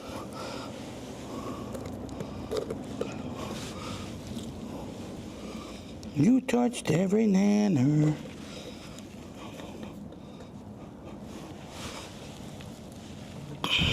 These things are getting slimy, though. Pudding. It's pudding time. Time to putting in that work, boy. I don't know. I think I'd rather the things not touched by hands every time. Maybe with a spoon and spooned out of a bowl into there instead of finger fucked. Everything. I don't like it how everything is finger fucked, put in a bowl and set there for 7 days. I'm sorry, I could not eat his pudding. I never thought desserts would be so fun. I would not want his pudding. So good. Sometimes it's botulism. way less stressful than being over that hot stove. Because you don't cook it, you don't heat it up again. Once it's in this state. Cut some more nanas, dude. Oh hell no. We went to the, hell no. The nana phone. We'll bring you back when we're done. Becker, I don't think you wear your banana hammock right there, if you know what I mean. You should put it on your Becker, dude. Anyway. We got that thing filled out like that. You crush that up like that, put it on top. Oh my goodness. Who don't like I could eat my own slammers? if I'm finger fucking everything like that.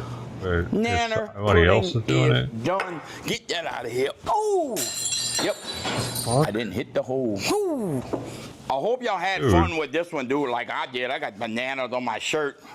Cool. Keep sure you don't know what I just saw in the background right there. But this was my Taunt Bonnie's favorite dessert right here. She used to make it for me all the time. I got to get deep in there like that. Look at that. Going down. Look at the goodness. I'd rather it sit overnight, but you know how that goes. Look at that. Wafers, bananas, pudding. But to putting that in my mouth, dude.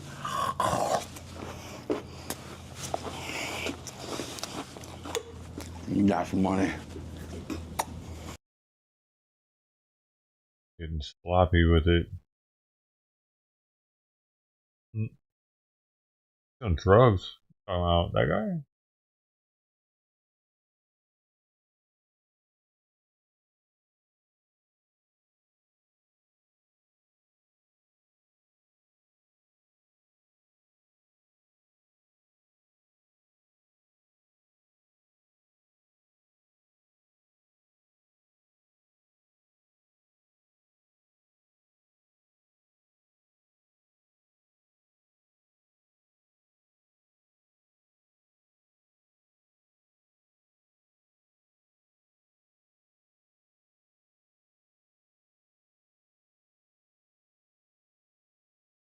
What's Trump do now? Trump ended the Maine governor. Who is that? Is that the governor? That's, well, I hate to tell you this, but we're not going to give them any federal money. They are still saying we want men to play in women's sports, and I cannot believe that they're doing that. You better do it. Okay, so then today, this apparently just happened. I understand Maine. Is Maine here, the governor of Maine? Well, are you not going to comply? He calls her straight out. Is she here? Oh, no. I understand Maine. Is Maine here, the governor of Maine? Well, I'm here. Are you not going to comply with it? I'm complying with state and federal law. Well, we are the federal law. Well, you better do it. You better do it because you're not going to get any federal funding at all if you don't. And by the way, your population, even though it's somewhat liberal, although I did very well there, your population doesn't want men playing in women's sports. So you better comply because otherwise you're not getting any federal funding. Every state, good, I'll see you in court. I look forward to that. That should be a real easy one. And enjoy your life after governor, because I don't think you'll be in elected politics. Every state has a responsibility to comply with Title IX. They have an obligation, a legal obligation. Oh my God! And we'll be enforcing aggressively, and we're going to be protecting our citizens. We're going to protect. Holy fuck! Yeah. Are you not going to comply with it? You better do it, because you're not going to get any federal funding at all. Any federal funding. See you in court. Every state. That's good, I'll see her you in right court. there. I look forward to that. That should be a real easy one. Why is she defying the government? Because she is a fucking retard, captured by identity politics, thinking that she's gonna get one over on Trump. I feel like if you're gonna put your state's funding on the line because you want biological men to compete in women's sports, you deserve to be voted out. And I think it really goes to show what matters to these people is that they're willing to sacrifice everybody else in order to push forward an ideology like this. These crazy fucks. Yeah, it's unbelievable.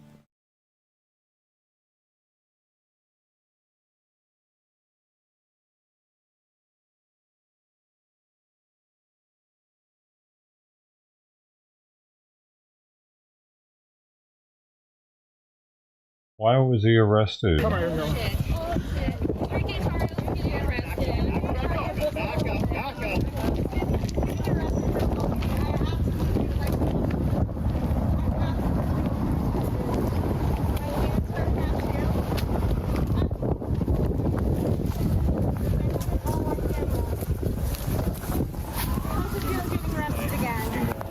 You can't just touch people.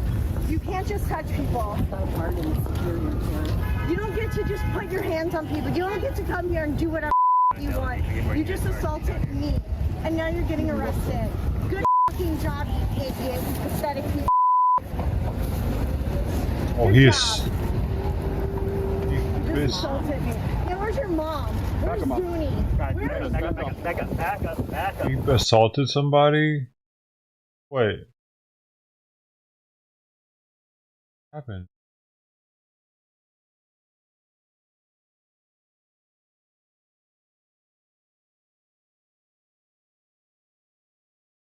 Oh, protester in his face and he touched him?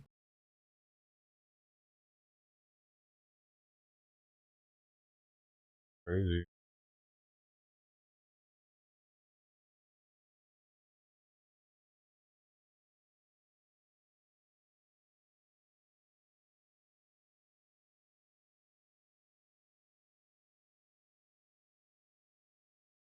Says Terrio, according to, allegedly struck a woman's phone and arm when she allegedly put a phone near his face after a press conference wrapped up on Capitol grounds. Was that her? The whistle chick? That same one?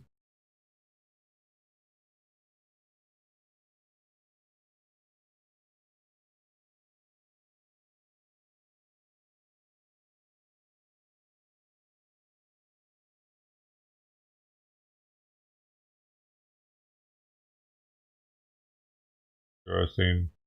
I wonder if they're... So she caused him to get arrested pretty much by getting all up in his face and pressing it.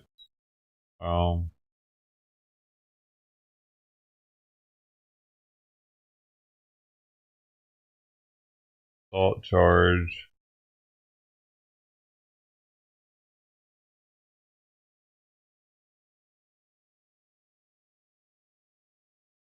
Is there any video of it though?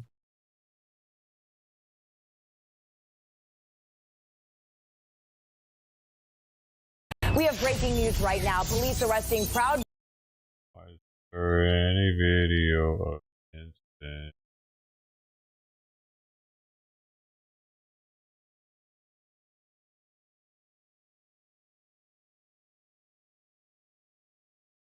Yeah, why would they? And that's crazy.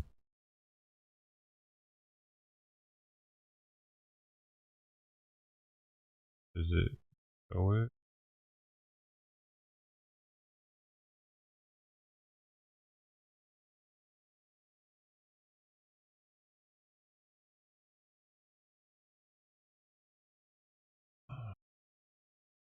I don't see one that shows it.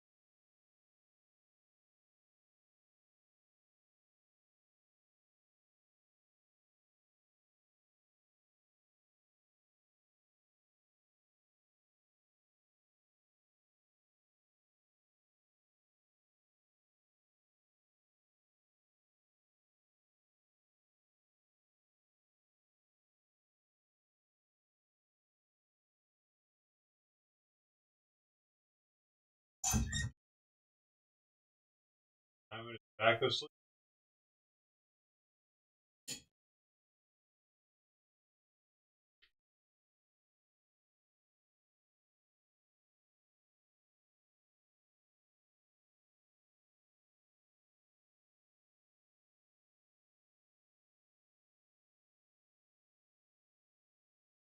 Yeah.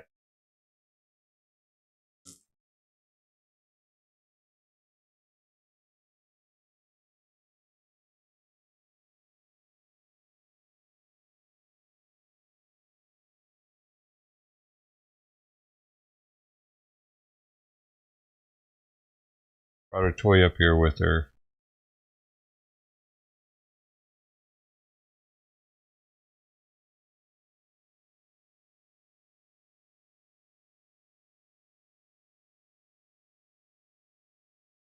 Simon's knocked out, sleeping.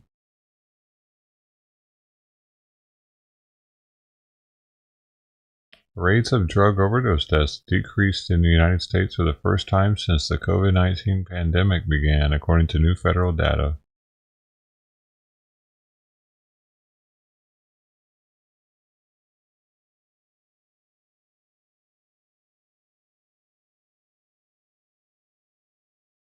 This says it fell in 2023.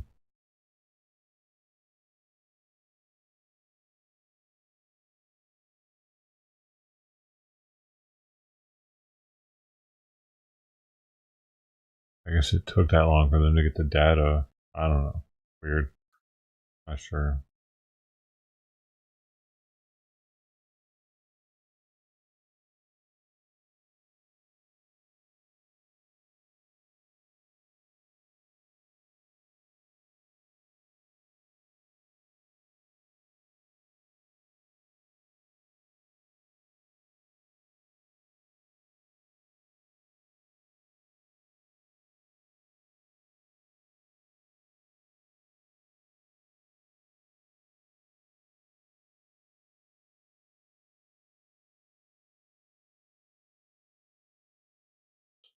Playing with it in my lap.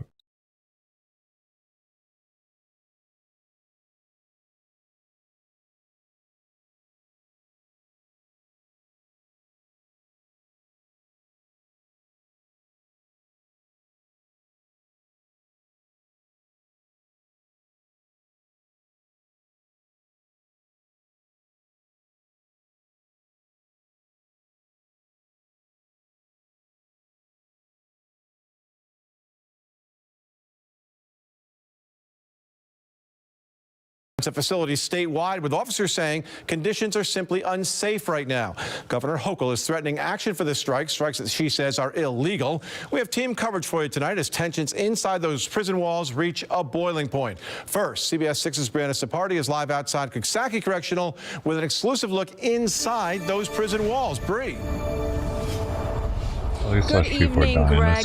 You know, these freezing temps isn't stopping these folks here behind me from taking a stand. At the height of this strike outside of Coxsackie Correctional Facility, there were more than 100 corrections officers out here, just one of more than 24 strikes happening outside of correctional facilities across the state. And while none of the corrections officers wanted to be interviewed on camera, they did want to show me a little bit about the dangers they face while at work.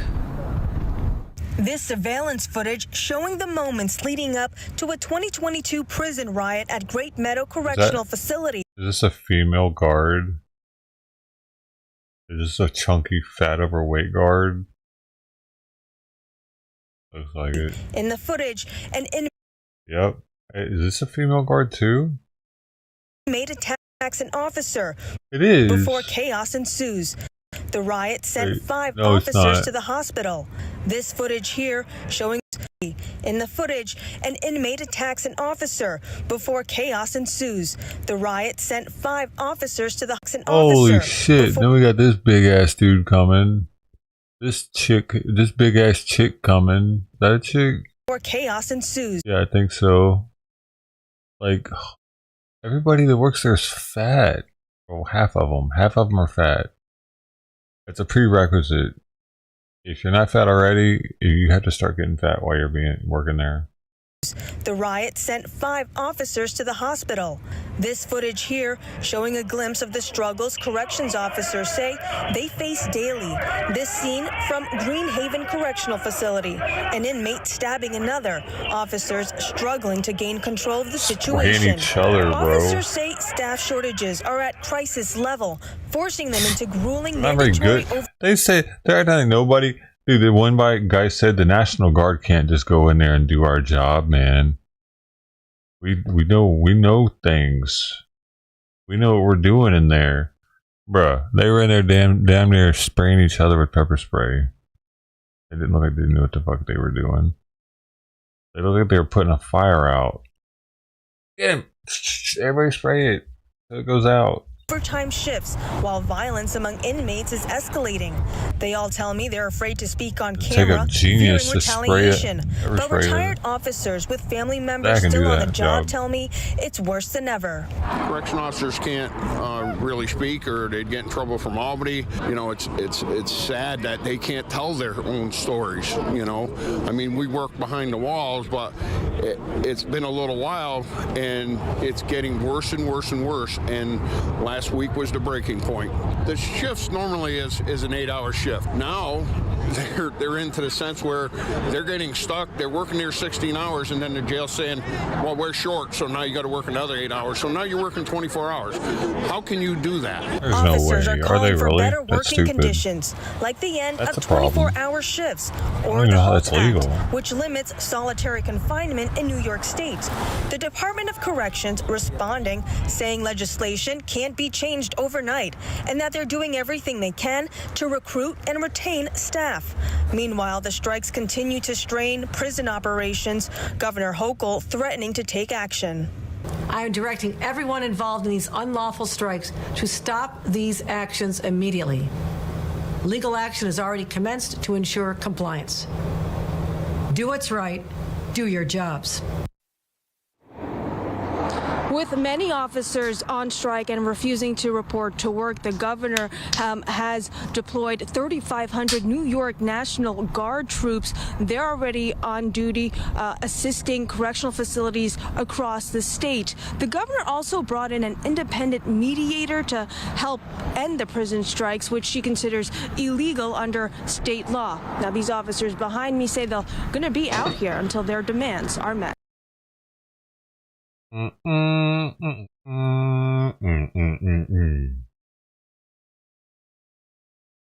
unauthorized strikes. Hello, everyone, and welcome to Mountain Lake Journal.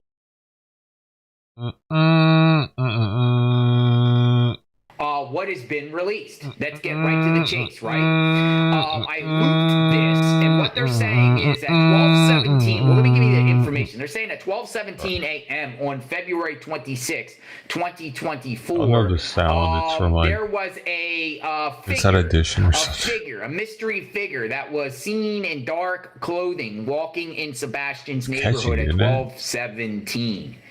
According to the private investigators. Now, they released a video. Somebody get a hard drive. Now, this is good that we're actually showing it like up like this, because, you know, if we were showing it like this, it would be harder to see. But I think you guys could probably see this very, very good here. And it's talking about a mystery figure. Now, this is the video that has been released. Come on in, folks. We're talking about the case of Sebastian Wayne Drake Rogers. And what they're saying is right here. New surveillance video shows figure outside Sebastian Rogers' home the night he went missing. And they highlight this area here. And we're just going to kind of look and see if we see anybody. Now, I looked, and then you can kind of, look, there you go. Look, see what I'm saying? You see somebody. And some people are saying it's a skinny person. A skinny person. A skinny person. A skinny person. Look at that. A skinny Look, penis. A skinny person. A skinny penis. What in the world a is skinny going on? Who person. Could that be? Now, penis. The way the private skinny investigator person. Twitter this is not skinny breaking person. In the sense of law enforcement never had this. Apparently, law enforcement has had this. And it wasn't really. This wasn't supposed to be released till next week, the anniversary of when Sebastian Wayne Drake Rogers went missing. But it's showing a series of videos, showing a series of videos, right? And what's up with the surveillance? What do we got here, folks? Do we have something of something or nothing of nothing? Now, I'll give you my take on the situation. Okay, if, big if it is related to the case of Sebastian Wayne Drake Rogers, and it's someone that maybe lured Sebastian out of the house, someone that Sebastian was meeting, or it could have been Sebastian himself. If that person in that video, which seems to me looks like someone that is very skinny. Okay, motherfucker, that's it. I gotta go. You done said skinny way too fucking many times. Holy shit, he is like Lookner, dude.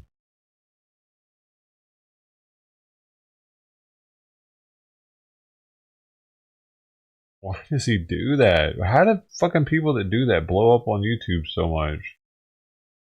People love repeaters. Fucking people love repeaters. Fucking people love repeaters. People definitely love repeaters. Yeah. Of course, repeaters. Huh? Is it working? Am I gonna get an extra viewer? Hey, guy. Hey. I heard you like repeaters.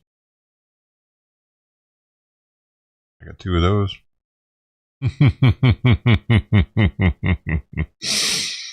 And there's more where that came from. Oh.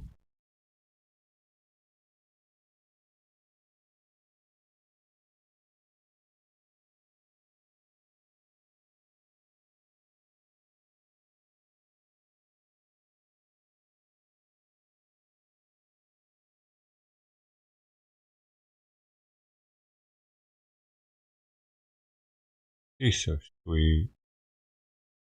You go.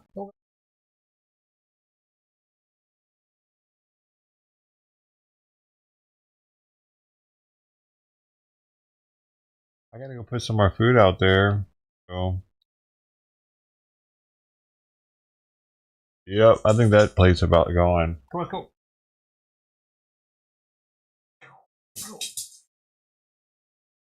Up.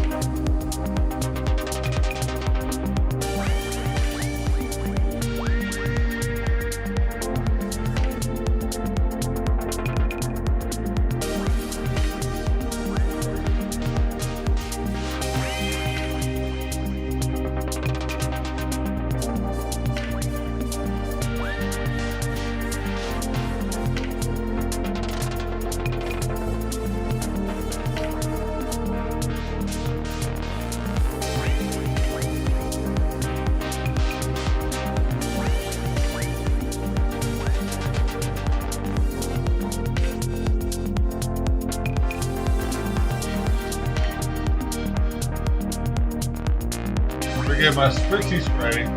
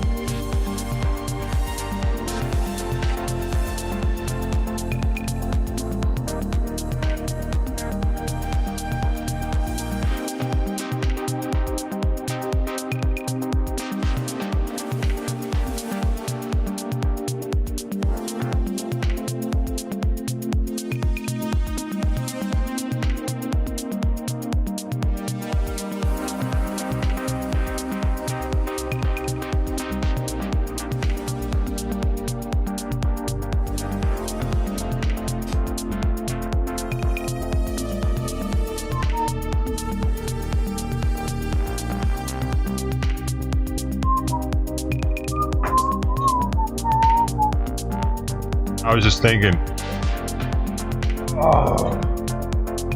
Those kids, they were smoking there for a reason. They were smoking there because no one says anything to them there when they smoke weed. You know?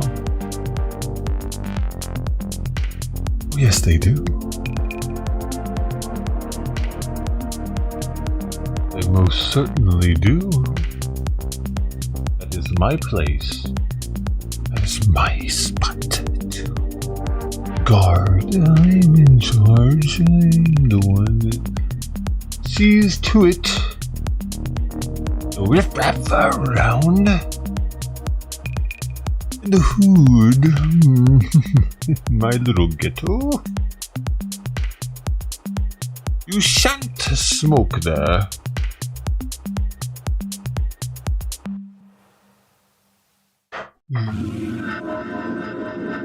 Dude, I only have like one bowl of the weed, man. I'm gonna be on the lean tonight.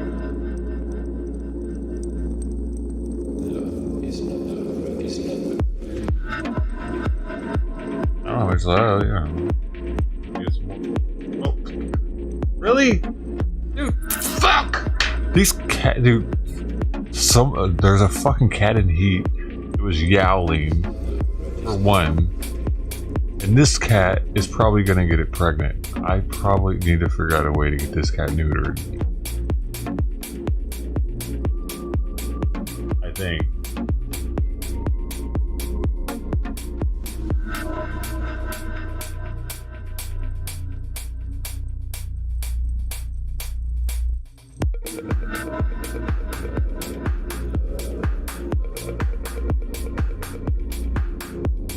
And shit.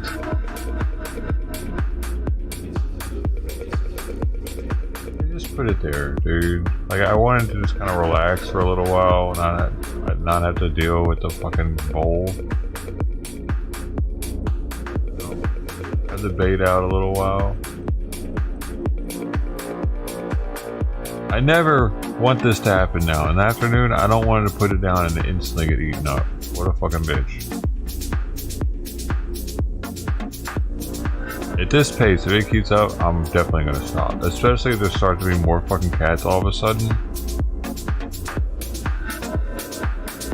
don't think I'm gonna be here for much longer if all of a sudden I'm not gonna like be the forever take care of cats guy on the corner forever renting this place. It'll just snowball into craziness, dude. I'm not doing that.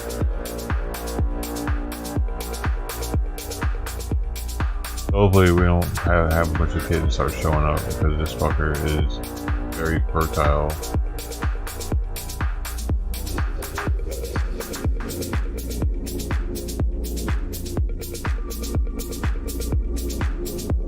His balls are huge.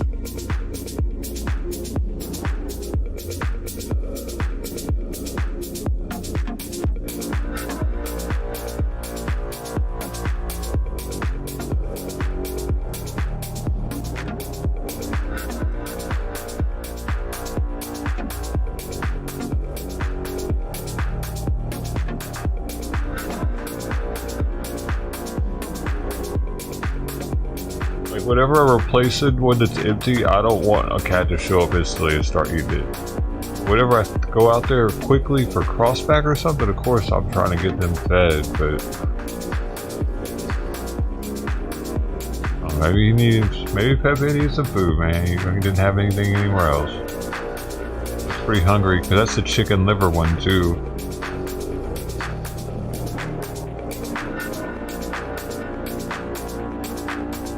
No, I don't think he does. I don't,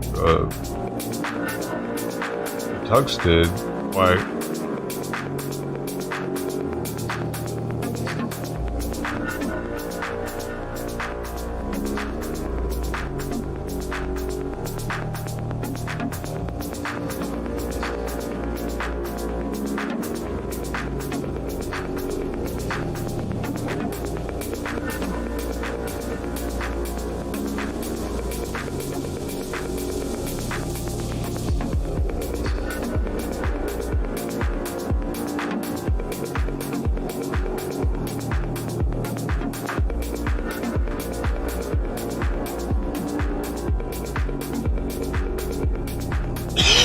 I don't know.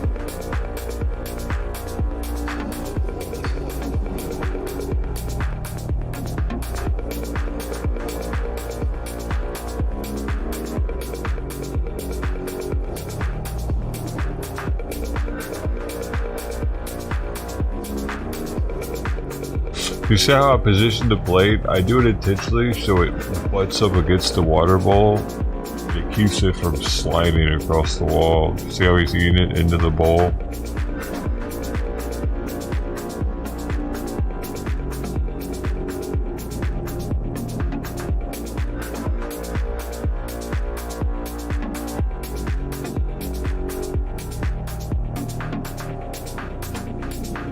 There you go. Finishes that thing all up.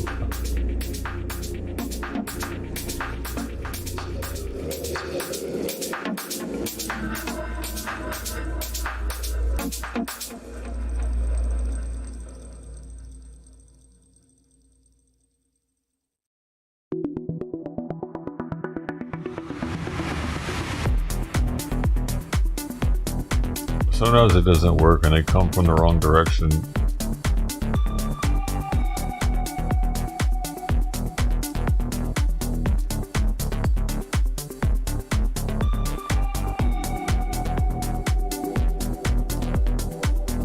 Like a minute ago it didn't work, but whenever it hit the collars, it stopped.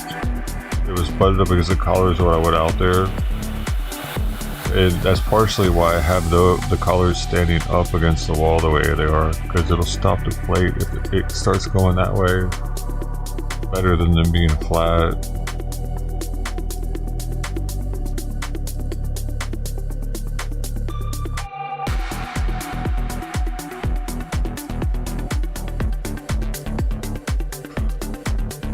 Yep, the plate boundaries. I like that there are little raccoon prints are staying there to the left.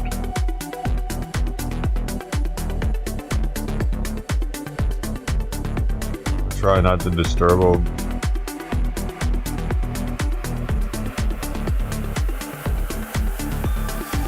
I wonder why it's so. I guess they just got that for the water bowl, but I wonder if it's actually that muddy under the house.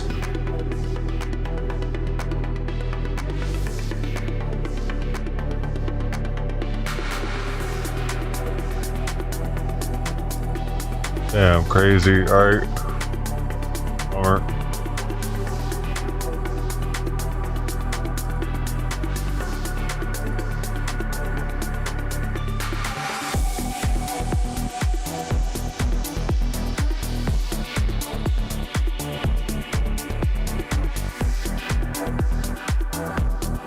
Well, the DA's recommended denying a new trial for the Menendez brothers.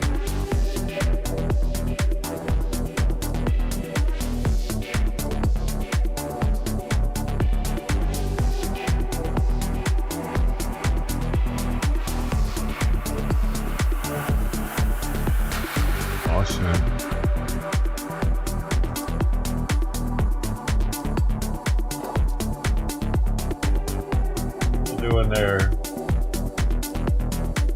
Like, where's my next plate? Where's my second bowl? Hasn't he already had two today?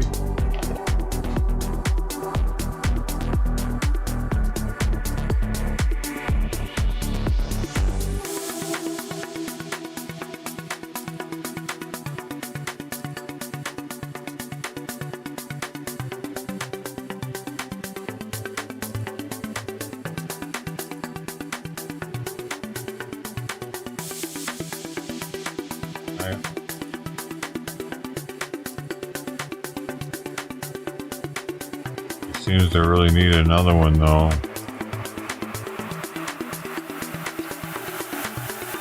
You're waiting so long.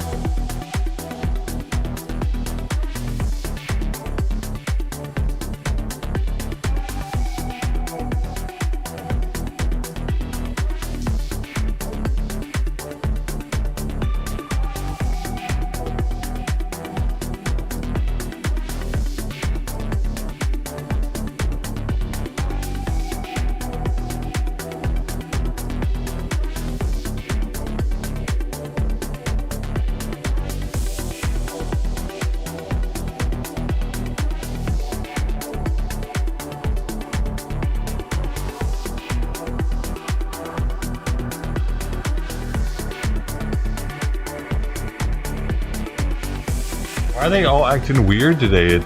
She was acting weird earlier too, remember? Raiden was acting weird. Looking at the hole. Now he's acting weird. Is there something fucking dead under my house now? Give him another plate, I guess. Still there.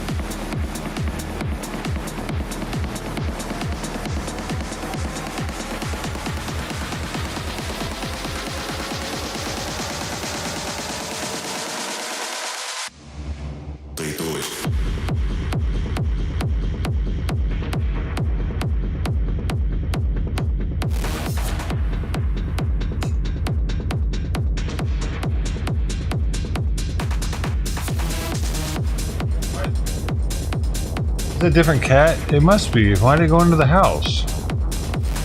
Fucking weird. It must be a different cat.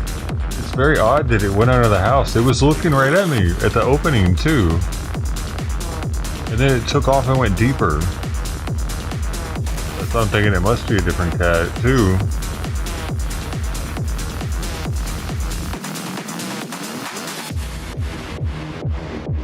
I didn't even see your message. Oh, it was you probably saying it when I was out there. Yeah, I think so too. Because the other cat would have came to me. It wouldn't have hidden the way it did. It like went deeper underneath the house when it saw me.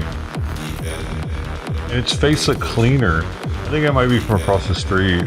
It's probably over here trying to mate.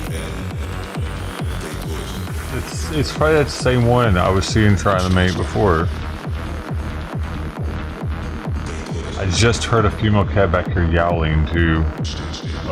When I put the first bowl out, I heard her. And then he comes up right after that. Right? Oh. Yep, probably. Damn it. Why's he gotta be so horny?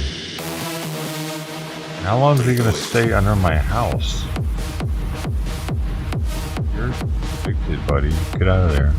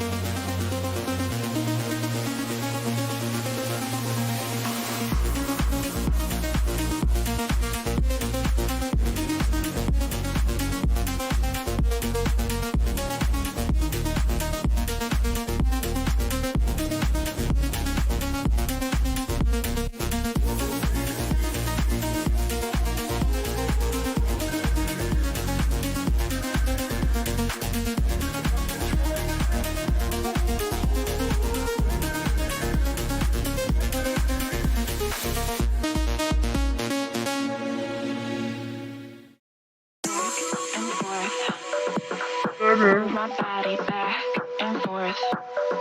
Move my body back and forth. Move my body back and forth. Move my body back and forth. Move my body back and forth. Is this a workout song?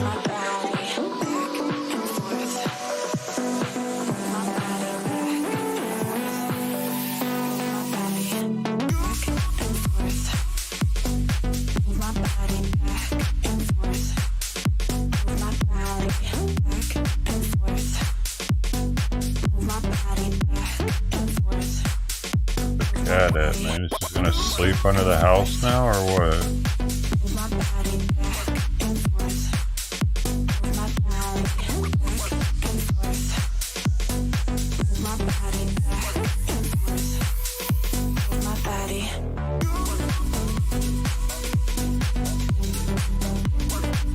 So she was born probably in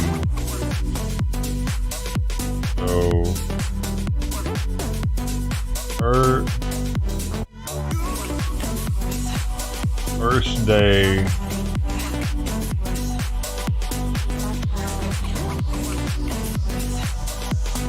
in the house was the 17th April. So she was like 4 or 5 weeks old by then. She was born like March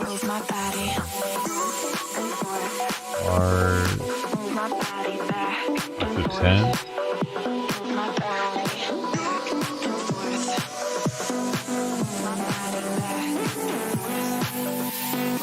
I could make her birthday March 4th.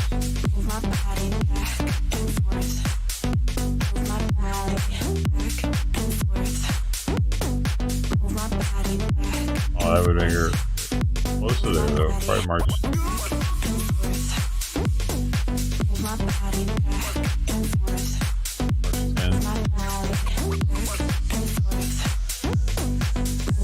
Maybe she was a week younger though.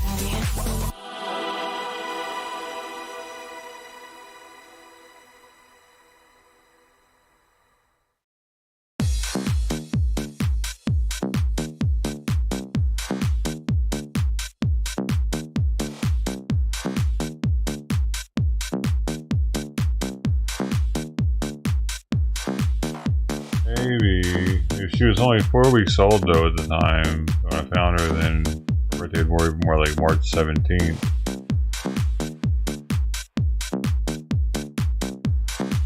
I don't think it really matters. It's the month that matters the most.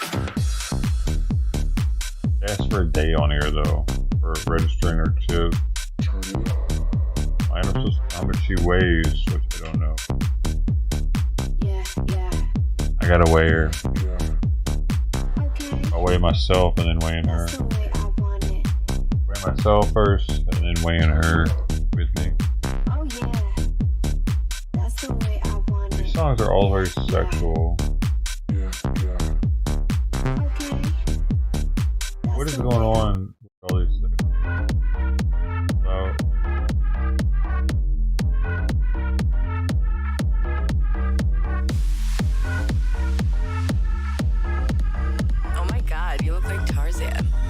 That shit, listen, ayy, look, cash flowing, pockets growing, wake up, bless every morning, just in case y'all didn't notice, I'm the fucking shit up in this bitch and everybody knows it. Cash flowing, pockets growing, wake up, bless every morning, just in case y'all didn't notice, I'm the fucking shit up in this bitch and everybody knows it.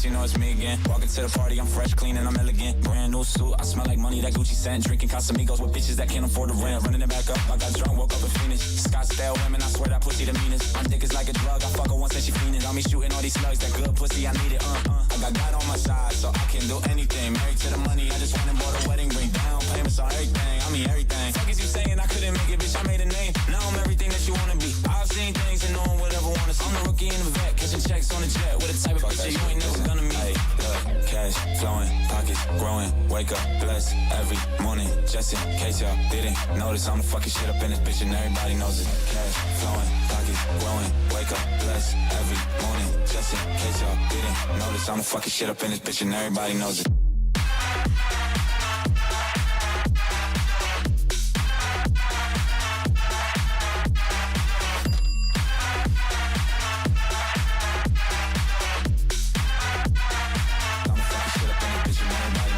Twice. That means I'm in love, going one hell of a night, doing you right. I'm showing you love, doing whatever you like. But I don't fuck with bitches, I like independent women. I'ma help you through the dishes, cause that pussy so delicious. I got baddies with big fatties. I fucked up on your bitch in the caddy in Cincinnati. I was hitting it like, shawty started calling me daddy. From Baltimore to Miami, got bitches at every Eddie. I got God on my side, so I can do anything. Married to the money, I just went and bought a wedding ring. Down payments on everything, I mean everything. Fuck is you saying I couldn't make it, bitch, I made a name. Now I'm everything that you wanna be. I've seen things and no one would ever wanna see. I'm a rookie in the vet, catching checks on the jet. With a type of bitch you ain't never gonna meet. Hey, look, cash flowing, pockets growing. Wake up, blessed every morning. Just in case y'all didn't notice, I'm fucking shit up in this bitch and everybody knows it. Cash flowing, pockets growing. Wake up, blessed every morning. Just in case y'all didn't notice, I'm fucking shit up in this bitch and everybody knows it. Okay, she weighs 8.6 pounds at the moment.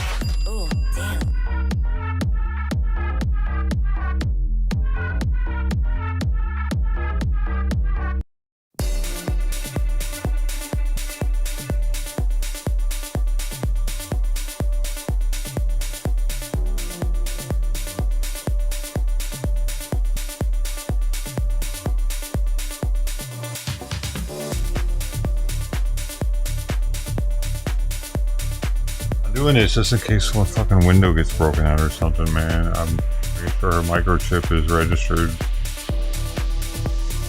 I'm still waiting. Clouds roll and then fade away. I gotta pay more money? Well, it came with it. All the games you play. I'm still waiting. Evening fades into the dawn. Lights go out, but you don't come home. And we're still alone.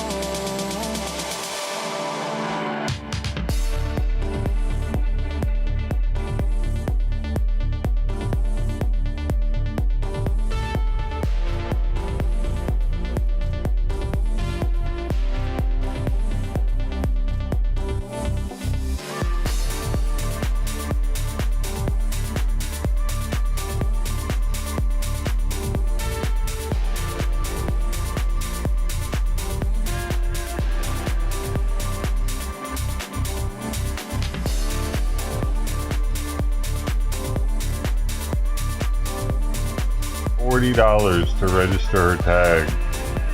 Is that real? Right now?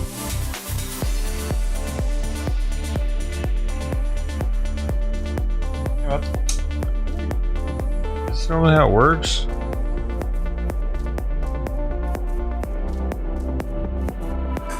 I'm still waiting. Clouds roll and then fade away.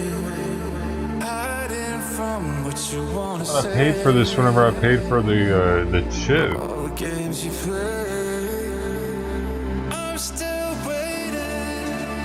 Evening fades in. Sounds a lot like Above and Beyond.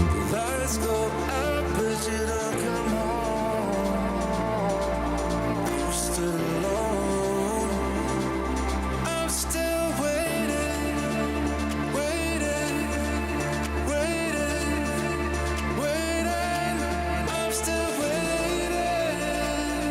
prepaid code section. I don't think I had a prepaid code. It'd probably be on this paperwork right here. Wait, oh I do. It says prepaid friendship registration form. I have to put it in the mail? What do you mean? I can't do it online?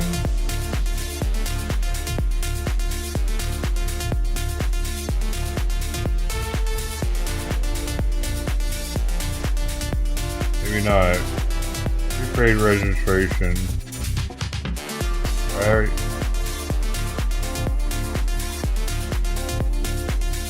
I guess I have to mail it in. Well, I'm glad I didn't throw this away, or I don't know. I wouldn't throw it away, but I'm glad I didn't let her chew it up anymore, because she had chewed it up some. Moved it out of here. Alright, I guess I need to fill this out by hand.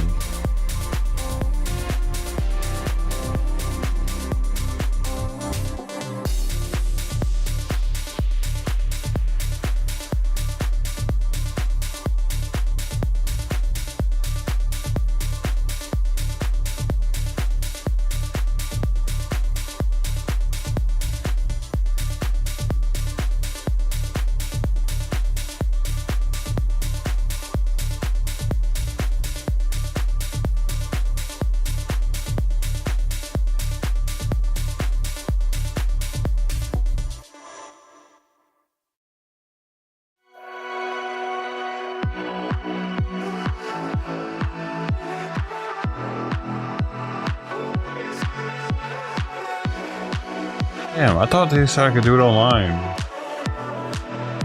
I was gonna fill this out and mail it to them. Otherwise, I gotta spend $40.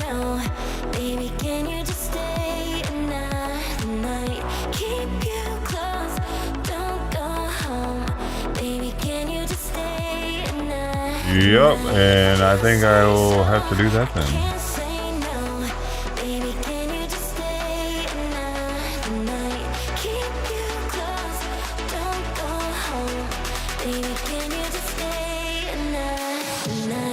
Like Who song, Above and Beyond.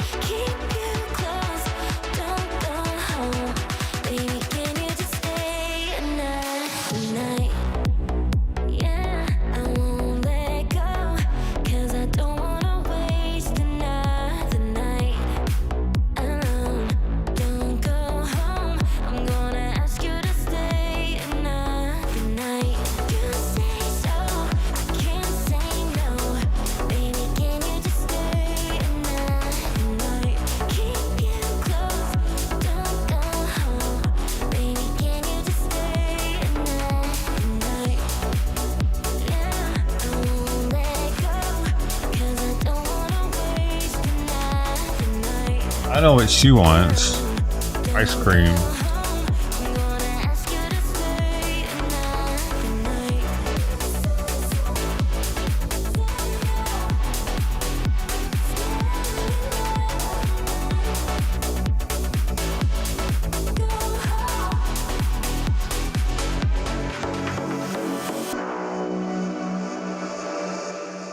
He wants him to stay because he buys her the ice cream. Banana fudge. He likes that shape. ice cream. A banana shape.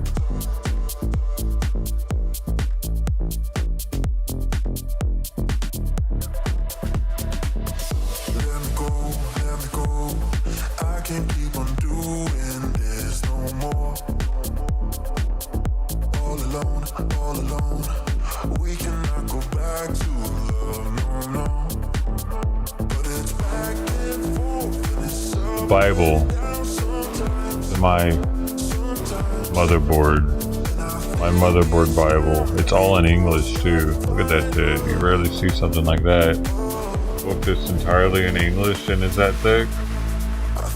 Kind of amazing. I see no Spanish at all actually.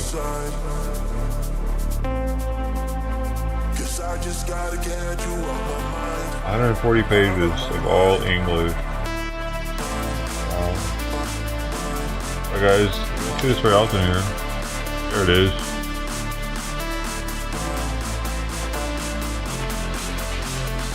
Did I scare this one off or what? What do you think? Yes or no? It's the neighbor's cat from across the street.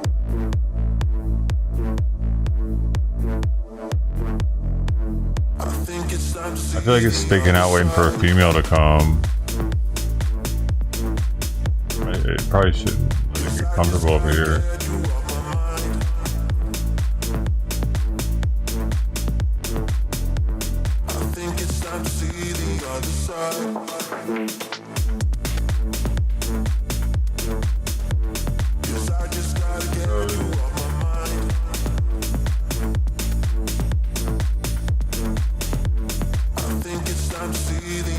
I just need a reason. I just need to know what's on your mind. Tell me what you needin'. You can call my name, I'll be around.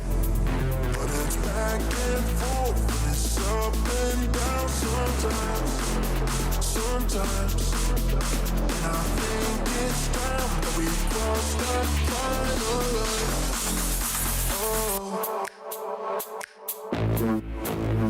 I think it's time to see the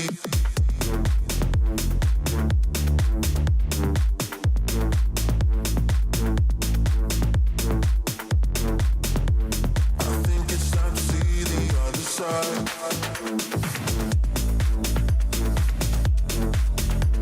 'Cause I just gotta get you off my mind.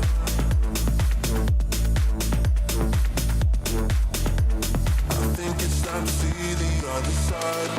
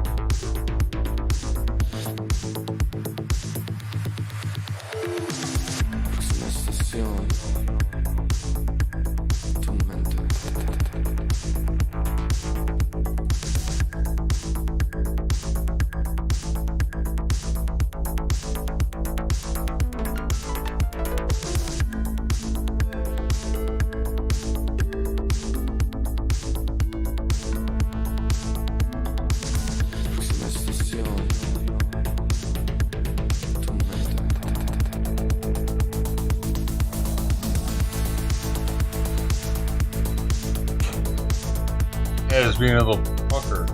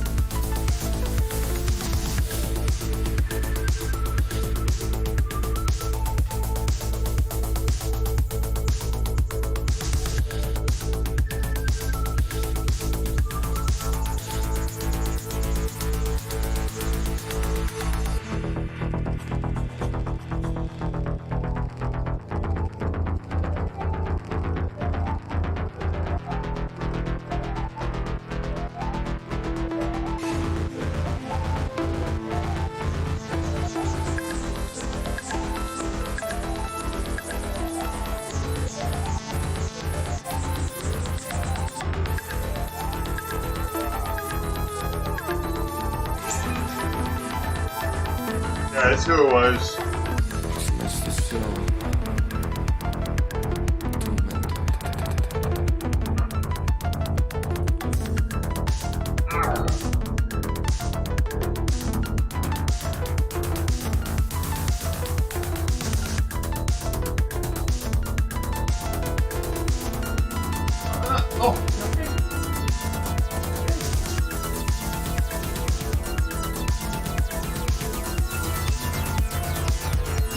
Goodness, she jumped out of my arms. I wasn't ready.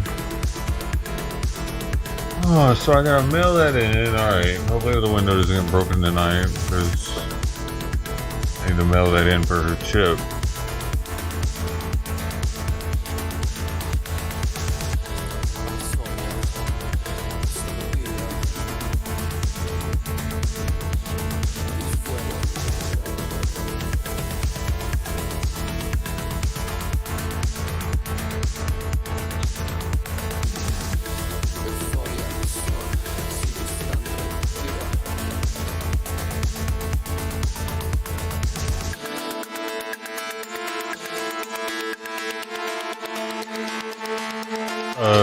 You know, Tuck's had black on his chin too, you know?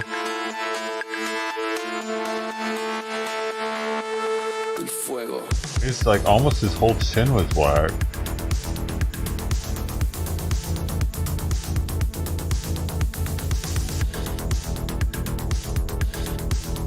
What if he's related to that one? They all kind of look alike.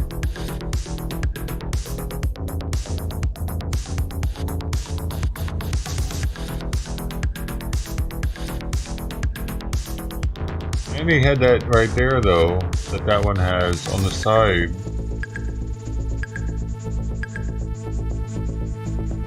They're from the same litter, probably. Somebody's taking care of that one over there though. But they're not getting it neutered, unfortunate. And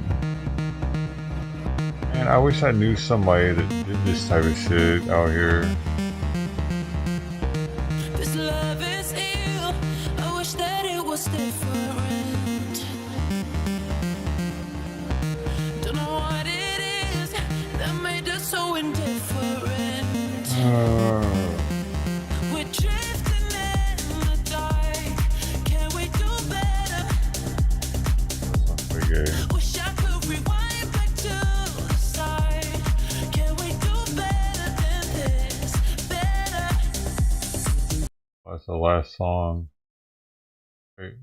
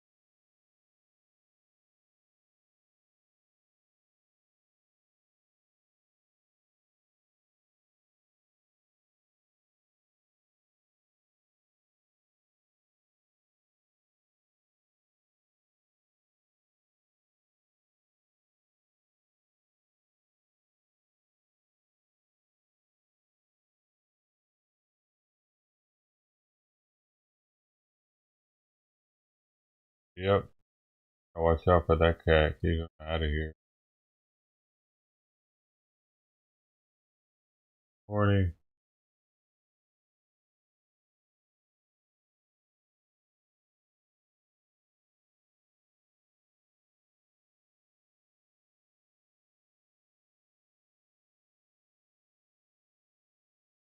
Hard to tell though when it's him and not Pepe.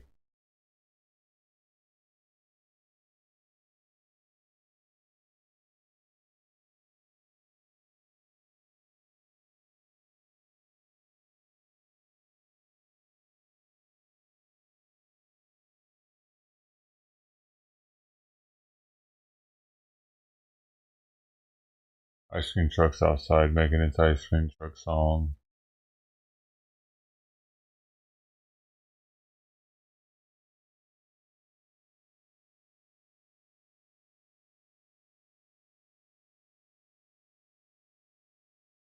Na na na.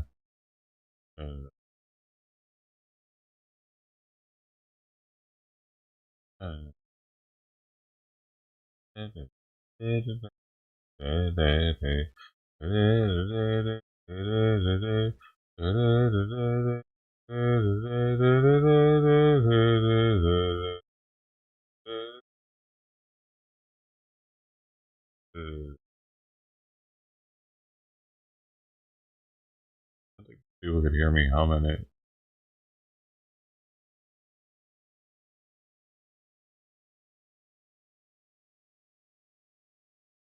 Fire's not big enough for me, I'm sorry.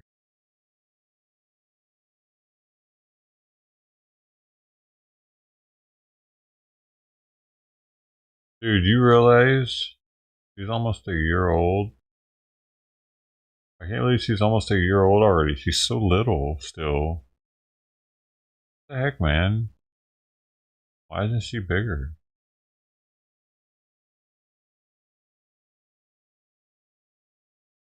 She be bigger by now? A little kitty, I guess. Little kitty with a monster appetite.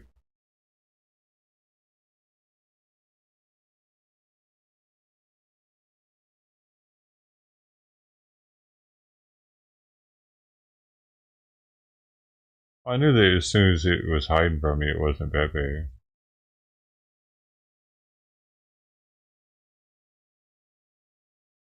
I get I control it. What do you mean I control her food? She wouldn't.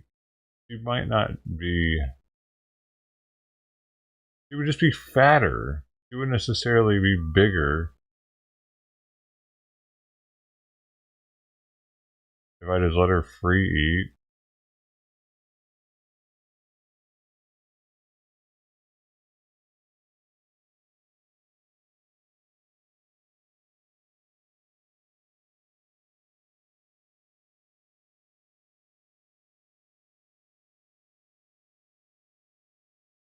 The can tells me how much I'm supposed to give her, dude.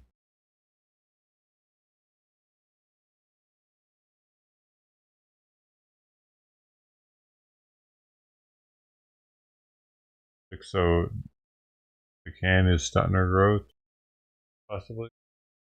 The can directions stunting her growth.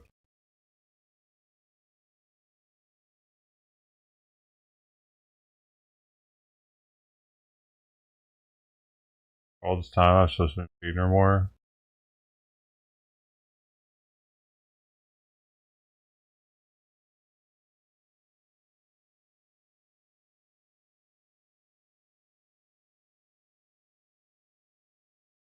How much did I say she weighed? 8.6?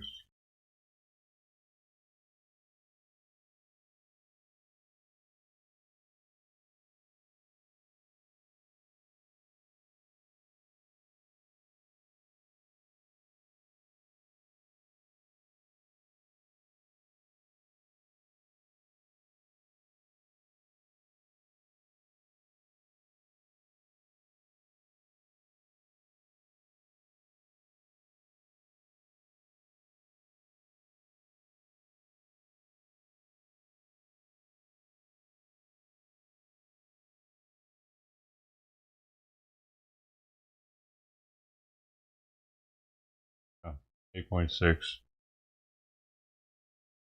I mean, I guess that's not that light, though.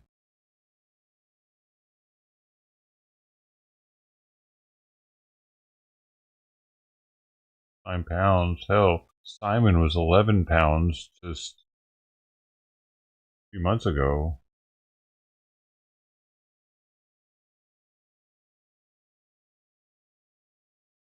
Pretty hefty.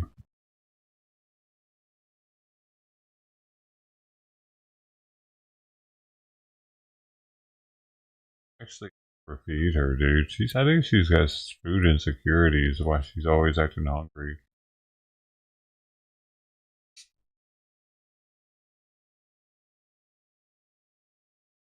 So I actually found her like less than 10 days after the Nikolai Mew trial, or Apple River stabbing trial.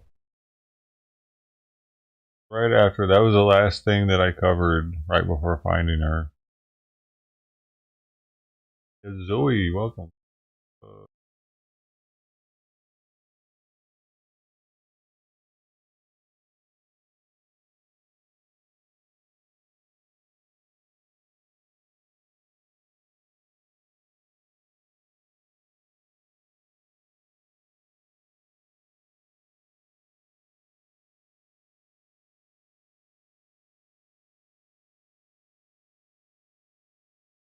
I was taking time off of streaming too.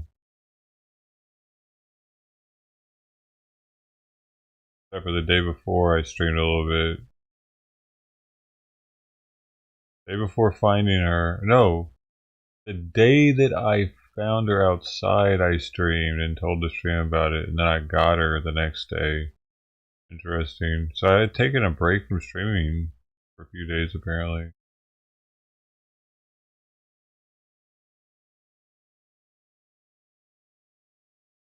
And she came around.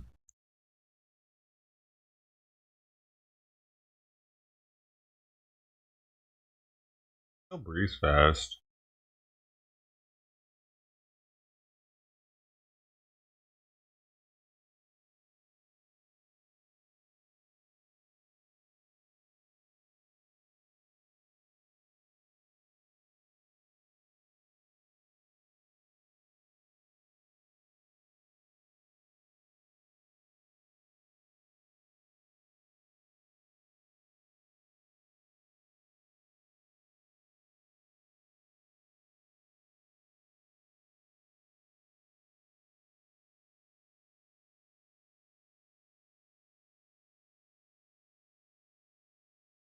$18,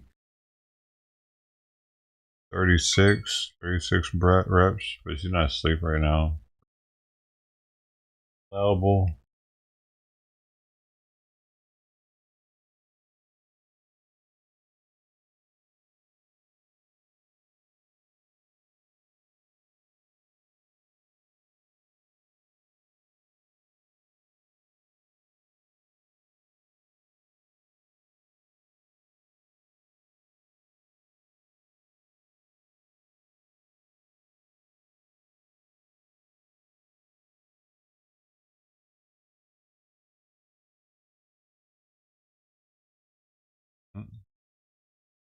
This shit. This is Long Beach for you. Long Beach-based Ryan Hall Concrete is MAGA if you're concerned about not supporting pro-fascist businesses. 305 upvotes.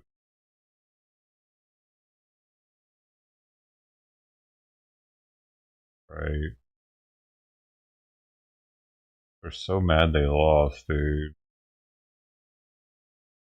Yeah, everyone doing these fucking Nazi salute shit definitely isn't cool. I wish they would stop doing that because it gives these people ammo. Bannon doing it and Musk doing it, it was fucking stupid as shit because these people get out and they didn't, like, why do they want us to be at war? They shouldn't be doing those salutes like that. Weird assholes. Look, all they're talking about is white nationalist shit now because of it. Oh, this is that chick. This is the chick that got me banned. The fucking, she only likes to meet her black neighbors chick. Huh. Of course, she got an award, bro. They awarded her with.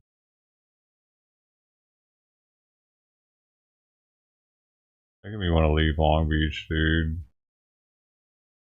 Seeing the people I'm surrounded by.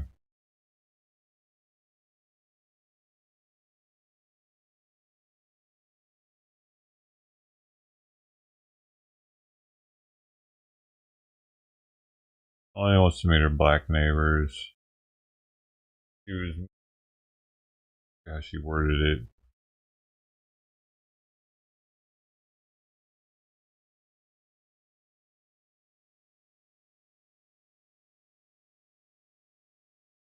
Like if a white person would have put the same type of thing, like I'm specifically interested in meeting my white neighbors. I'm surrounded by Mexicans. You guys out there? You know, if I were to do something anywhere remotely like that, I'm racist now, even though I'm the minority in my neighborhood. For sure.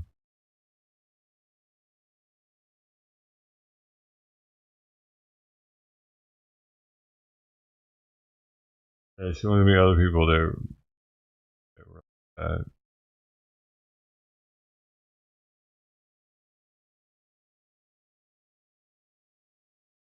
Yep.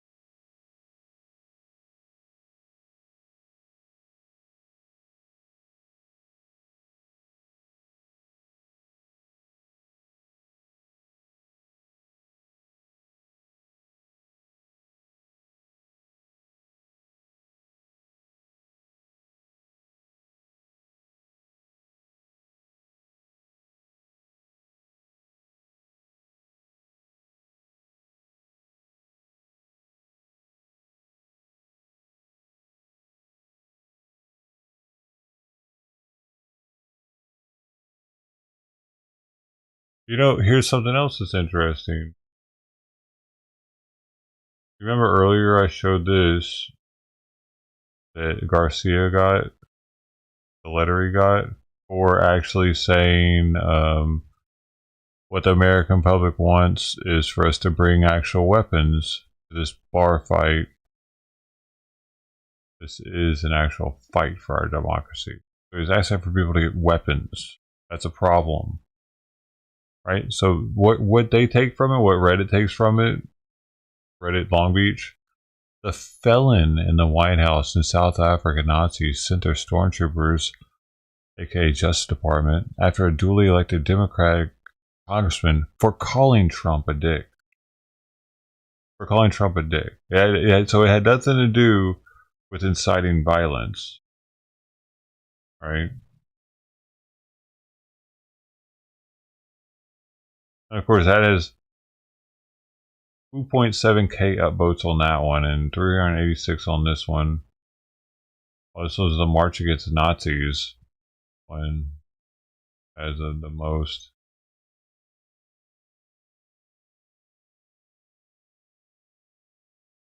And of course, now everybody's gonna like Garcia, even though they didn't like him as mayor. Now they love him.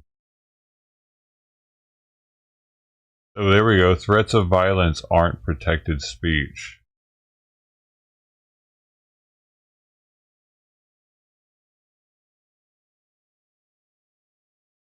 Fucking Fluffy.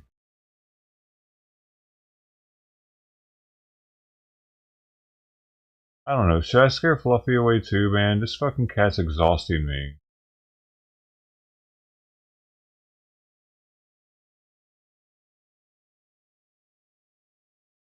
Scare this cat away. I'll be back. I'm tired of this fucker.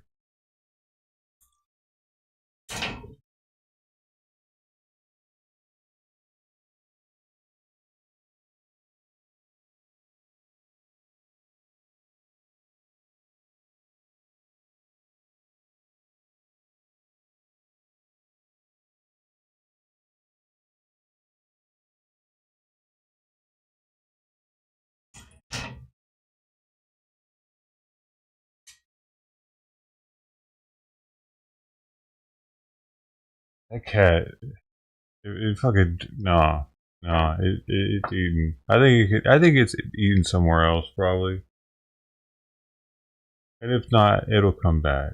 But if it's really hungry, it'll come back, right? But if it just wanted to eat for the hell of it, it probably won't come back because it won't be worth it. Fucking really? Oh.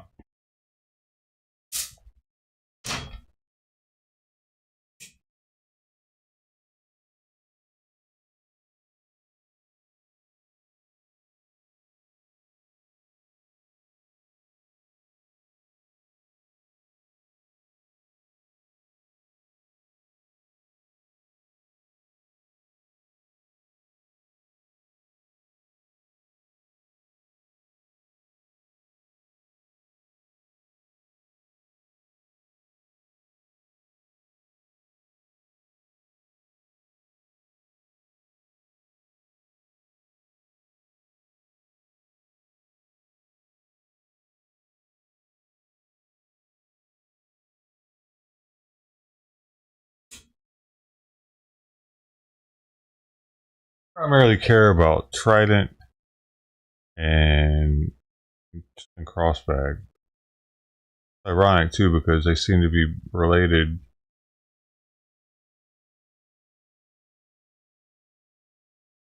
Yeah. It'll be alright.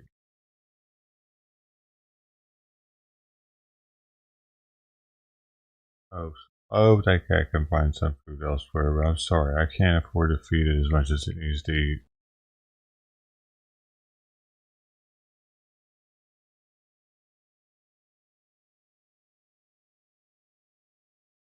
Or wants to eat. It definitely looks bigger on camera than it does in person.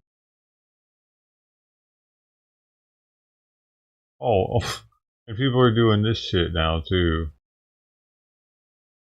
Instead of picking up the dog shit, which would be awesome of someone to actually do, like carry bags around, actually pick up dog shit. They're carrying little Trump flags around to stick into the dog shit. So that way, when you do go to pick up the dog shit, you gotta deal with this weird fucking thing poking. It might poke through the bag and bust it or something. No. We were taking the time to put Trump flags and dog shit on the grass here.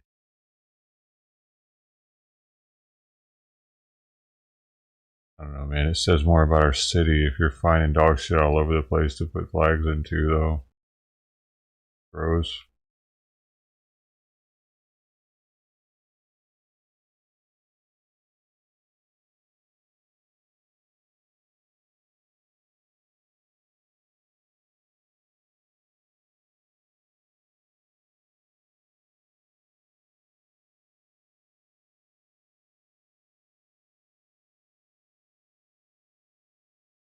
Yeah.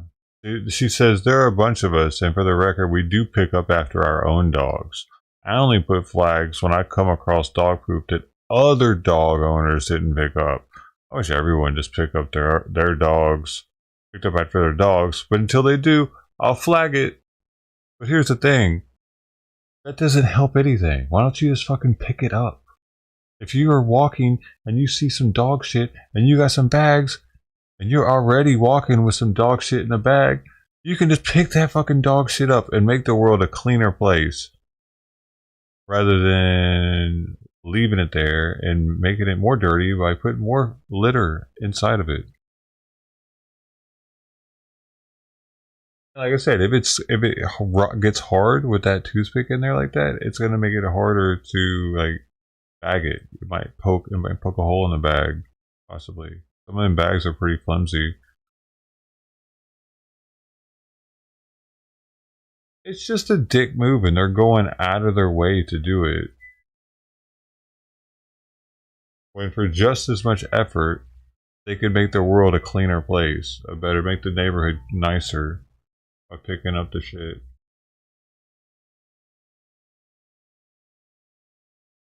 Because most people, when they're walking their dog, have more than one of those bags on them. They have like a roll.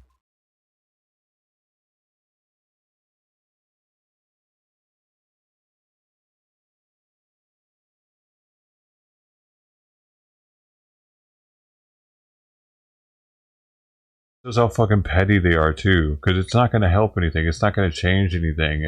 It's like doing that isn't going to upset anybody either. Like it doesn't upset people that voted for Trump because Trump won.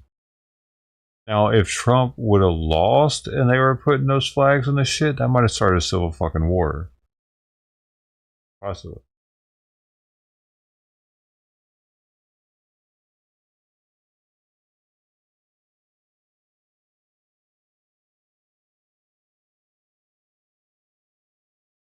Hmm.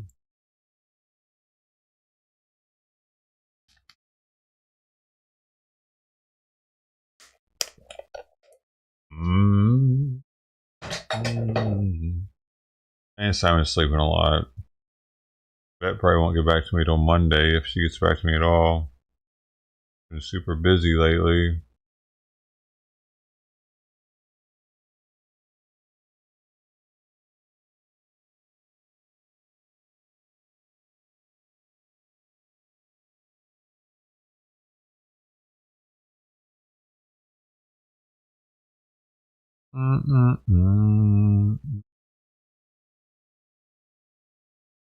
Kitty's lawyer quits.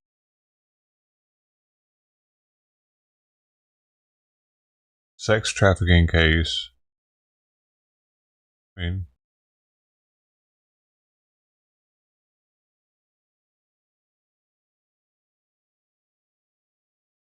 withdrawal from representation.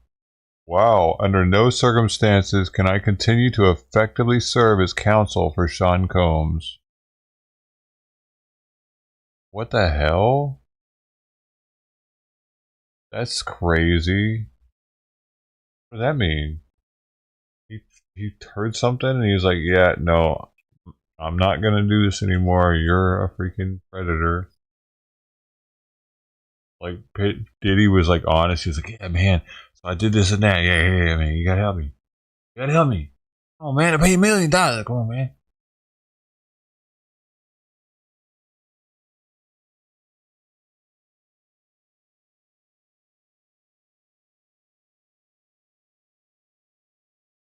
Crazy.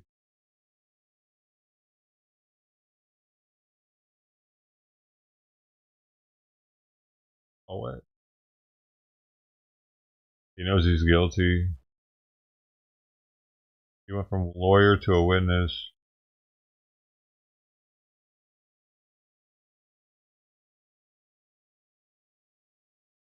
See.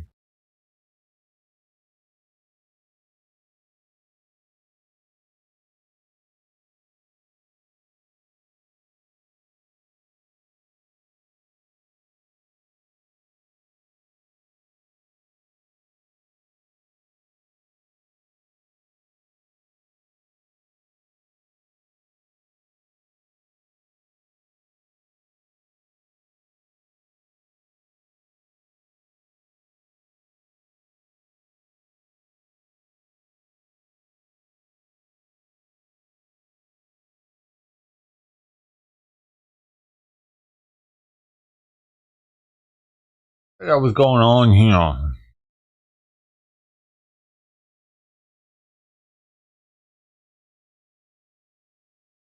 After he attacked it. This man calls the police acting like a victim after he attacked a disabled person. He laid his shot down, I could see it. He walked out, talked to me. I was like, what does this guy look like? Asked some basic questions. I'm done with your excuse. I was like, look, man, I'm just trying to figure out what's going on here. Does this mean I get to use my shotgun? You and your PA start talking. This is the Columbia County Sheriff's Office. We're responding to your call and need. If you could please walk out here and speak with us. This is the Columbia County Sheriff's Office. Drop the weapon and come out here and speak with us, please. I got eyes on him. Got eyes on him? Yep. Drop the weapon. Sir, drop the weapon. Drop the weapon. Sir, drop the weapon. Sir, drop the weapon, please. Walk out here. Thank you so much. Are you armed with any other firearms? Okay, thank you. Jesus, tell him to come outside the fence. If you want our help, come outside the fence. Sir, can you come outside the fence? Okay, well, you were carrying one, so... I don't care what it was. Tell me, if you want our help, come outside the fence. I don't want your help, sir. You guys called us. Do you not want our help? Do you want our help or not? 1316.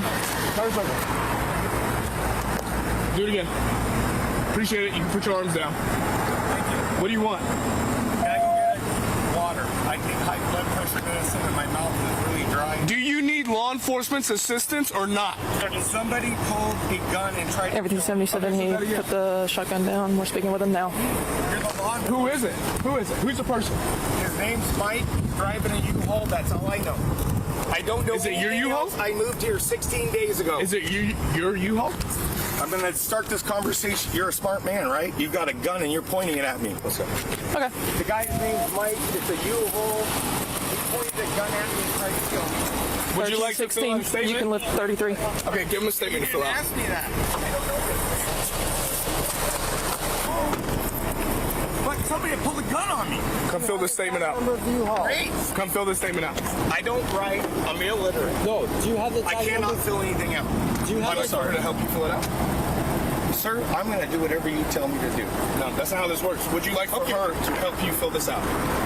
Well, I'm really feeling... Can we get a supervisor here? I am the supervisor. Well, I'm feeling really bad because somebody pulled a gun on me and I'm scared for my life and I don't know what to do. We're trying to help you. And I feel like you're being an asshole to me because you pulled a gun on me. Because you're drunk and you're not cooperative. I'm not drunk. I can smell it on you. I stayed up all night because... Drinking? What's that? Drinking? No. I drank last night for dinner. It's probably still on me, but I don't have a toothbrush. Gotcha. So I haven't brushed my teeth. Would you like for us to help you fill this No, statement but out? I'm or really not? sick and tired of you. Okay, would you like for us to help you fill this What statement would out? you or not? like to do? I'm going to keep calling 911 until I get somebody that's not a prick like you. We're here now to solve this problem. You call 911 I'm not the again, you're going to problem. go to jail for misuse of 911. So you can either fill that statement out, she can help you. It's all on camera. And This we can guy pulled a report it. gun on me. Okay, So you that's guys great. know. It's all on camera. Do you want I'm getting her to help interrogated you by or this not? guy. I'm not happy right now. This man is making me unhappy. He's making me feel uncomfortable. Sir. What would you like from me? I think I need to talk Your to pants somebody are falling else. off. This man right Tell me here. what you want. Sir, what's your name? My name is Bryce. Bryce. Okay, hello. Do you want me to help you fill this out? I do. Okay, absolutely. I can help you. I'll write it. You just tell me what happened, okay? I want to start. Verbatim. Man took a swing at me. Well, hang on. Wrestler. I put him on the ground safely. I told him to leave. He wouldn't leave. Bryce, let's get some basic information first, okay? Is it B-R-Y-C-E? Yeah. Would you like me to go get my license? It's okay. Don't worry about that. Is there any way I can go get water? Otherwise, I'm going to quit talking because my mouth is so dry. So if you go back and do that fence where the weapon is and how you were acting earlier, we're leaving. Okay. What would you guys do? Then I'm not talking, so I guess you got to arrest me. I can't talk anymore. My mouth is so dry. Go back on your property, but we're not going to stay here. Well, you go back over there where you had a weapon and you were acting erratically. No, I wasn't. I'm protecting myself. A man pulled a gun on me. A man pulled a gun on me. What should I do? Dispatch has asked you multiple times to put that gun up before we got here, and you refused. Absolutely. Could you give me a water, man? I'm just done. I'm going to walk back in. You guys are gonna I have a bottle of water. You want a bottle of water? I have one. You understand what you want from me. Do you have the tag number for the U-Haul van? I moved here 16 days ago. I told you everything I know. I'm not going to tell you anything different as many questions you ask because there's no other answer. What do you want from me? How am I supposed to look up the U-Haul van if I don't have a license plate? You're a cop. Figure it out. The license plate. Mr. Bryce, what is your date of birth? Can you take me to jail? I'm never going to get nowhere. I'm telling you, I moved here 16 days ago. This guy pulled a gun on me. I don't know anybody in this town. Okay. What do you want from me? There's nothing else to tell you. Did you take me to fucking jail? Yes, I got guns. Yes, I'm going to kill the motherfucker. He came back here. He stuck the gun in my fucking face. What do you want from me? I don't know what to do. I don't know anything about this man. He's a stranger. I'll answer every question I can, but not the ones I can't. What's wrong with you people? You guys are educated. What's that to do with some shit, man? Everything I know. Ask me anything Bryce, except about the man. Bryce, 16 days ago you bought this place, correct? No. I'm in the middle of a purchase, but unless you're an attorney and a real estate agent, you have no business with what I'm doing with the buying of this place. I actually know the owners of the Marine Village. Call them up. And my thing is I'm trying to get the story from start to finish. So you're in the process of buying Call this. Bob and Carol up. I can't wait for them to get here. I didn't want to involve them. I'm taking care of matters myself. What do you want from me? Okay. I can't answer anything about the man that pulled a gun on me. So what was the man doing here? Well, you should call the person that owns that building, don't you think? Why should I be answering that question? I don't know the man. I don't know the man. What do you want from me? Like, what was the altercation about? Did he just come up to you and start like screaming and cussing at you, or what? Well, this real nice black couple that drove that white car came. And I bought this place, and I'm taking over everything. Yeah. So the man that runs the automotive place has issues, and there's a bunch of crackheads hanging out here because nobody did shit. They just let them hang out here, meeting you folks. So I came here and I sold my farm in Washington State. Every fucking penny I have is in this place. There's nobody that's gonna with it. And I live here, and I am a very peaceful man, and I moved here to be peaceful. But I'm not gonna allow a fucking crackhead and a dickhead, whoever this guy is, I'm going after his job. Anybody that's a supervisor comes out here, I'm a new person in this county. Made the worst impression in the world. I'm going to do everything I can do to get that man's job. The guy that had the altercation with you, does he work here? Don't know. You find out. You've never seen him before? I've seen him before. Out here? Yes. Okay.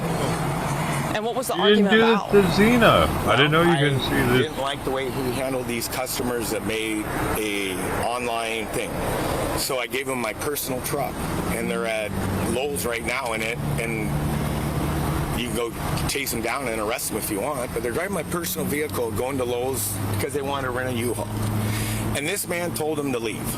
And I told him because the owner of the shop took somebody to the hospital to get his shoulder fixed. And he knows who I am, and there's a lot more to it, but I'm not telling you because you don't need to know. That's fine. I don't. What you know is that man pulled a gun on me. Okay. There's nothing else you need to know. Was there like a physical altercation that occurred? He tried to get in my face. I put him to the ground, and I stepped back. I let him up. He came again. I put him to the ground, and I told him, Mike, you're going to leave now, or I'm going to carry you off this property. I'm not around. You're going to leave. And he ran all of his mouth. I don't even know. I don't listen. Then he got to the vehicle and he pulled a gun on me. And I said, this is probably a really bad idea. And I said, Mike, put that thing down and we'll forget this happened. What kind of gun was it? It was a pistol, like a 380. Okay. And I said, Mike, please don't do this. We don't have to go here. And he chose to go there. I'm not drunk. I probably have alcohol in my breath. I haven't brushed my teeth. I've been up all night pacing. That's fine. All right.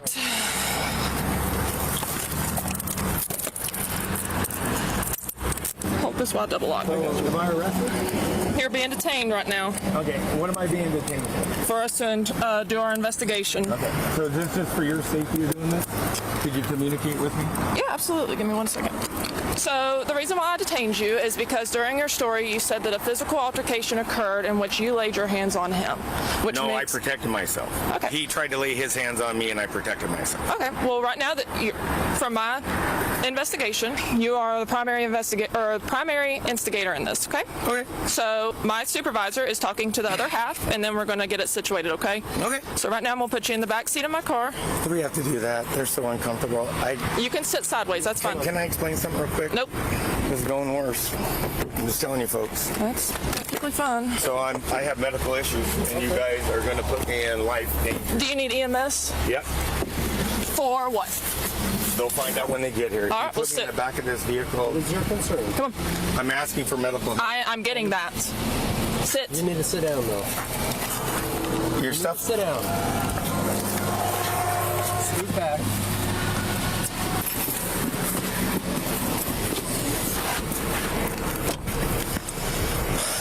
I know. I'm shaking. There ain't no reason I'm with You're shaking. That you let me go Hell? take my medication. What kind of medication? I've already told you this, and I'm repeating it so that it's all caught on camera. I'm asking you people to let me go get my medication. We can go get it. Where is it? I will not tell you. Okay. This is going to end bad for you folks. How come I didn't hear the Xena threat? command? No, Did you hear it? I'm going to die sitting here. And We can go get your medication. You have to let us know. you refuse to allow me to go get my medication.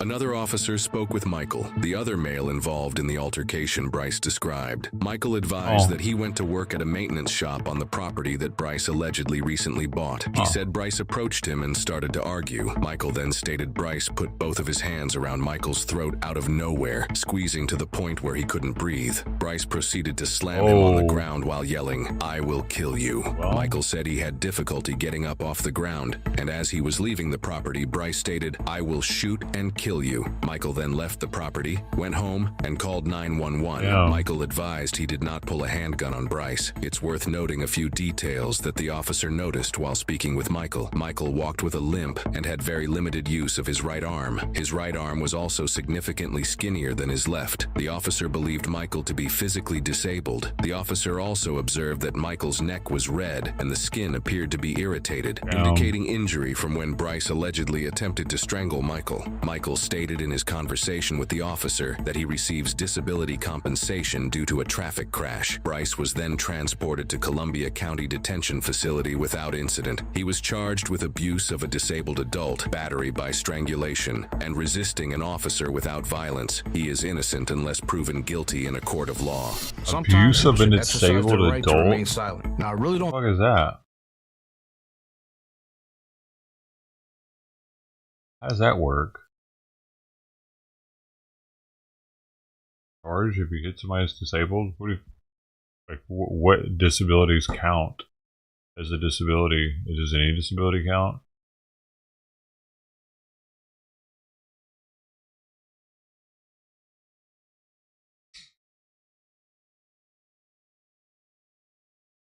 Do you have to know that they're disabled by looking at them? Probably.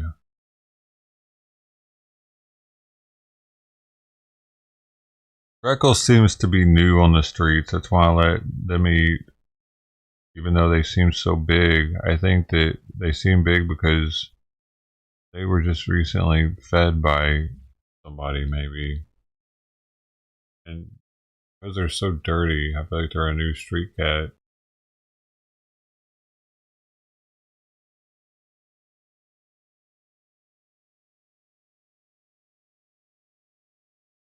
Plus, they haven't been by today, have they?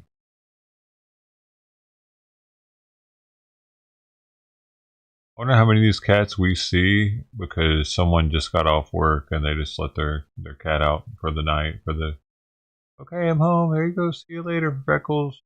Go find some food so I don't have to feed you.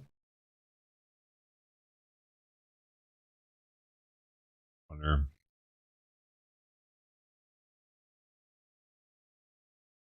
But who would have no, there's no way somebody'd have an indoor cat that's this dirty. That's gross.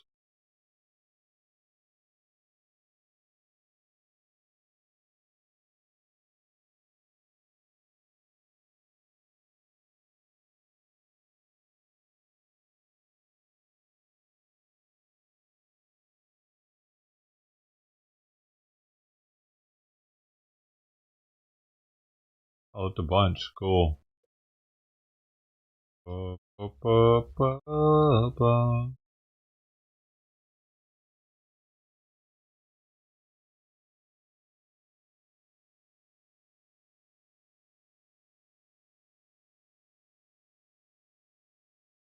Same to me.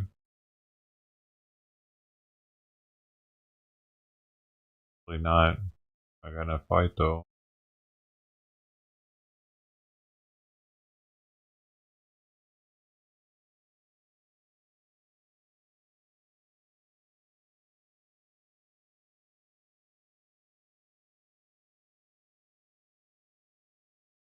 Dude, why did this news station? Hey everyone, it's do a KJ11's Michelle Choi. Today I spoke with a long former IRS employee story here in Houston. He's one of talking about an thousands of federal IRS workers employee. who were and you fall in love with them. And some people are doing wrong, and some people are doing right. And the people that are doing right, you know, I want to help them. I'm going to teach them to be better. My background's in finance, but I love people. I love connecting with people. And what I did, I only got a before taste you of could it. even spread your wings. What happened? I just came from training 2 weeks ago.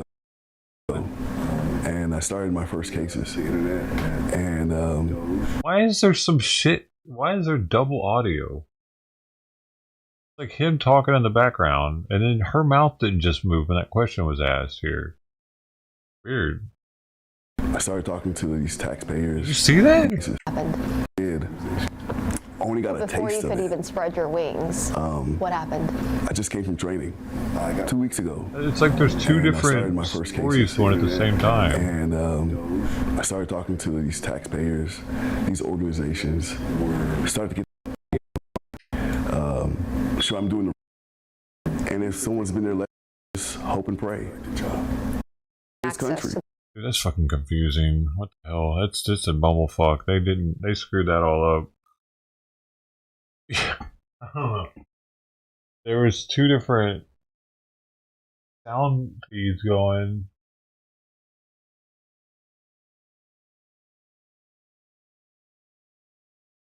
Oh.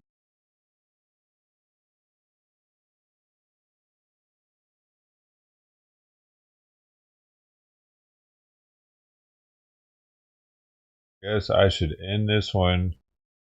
I go on to the next one. I like to get to the other one before it gets dark. If I'm going to switch it. I'm gonna go to end this one, y'all. Thanks for hanging out.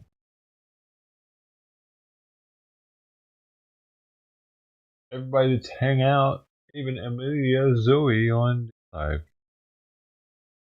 Hey, Tom says Steve. Here's Bungle, Mr. Wild Bill. Everybody else. All right, Sister T. We appreciate you. Great. Rest of your day. If I don't see you again, breathe in. Keep breathing.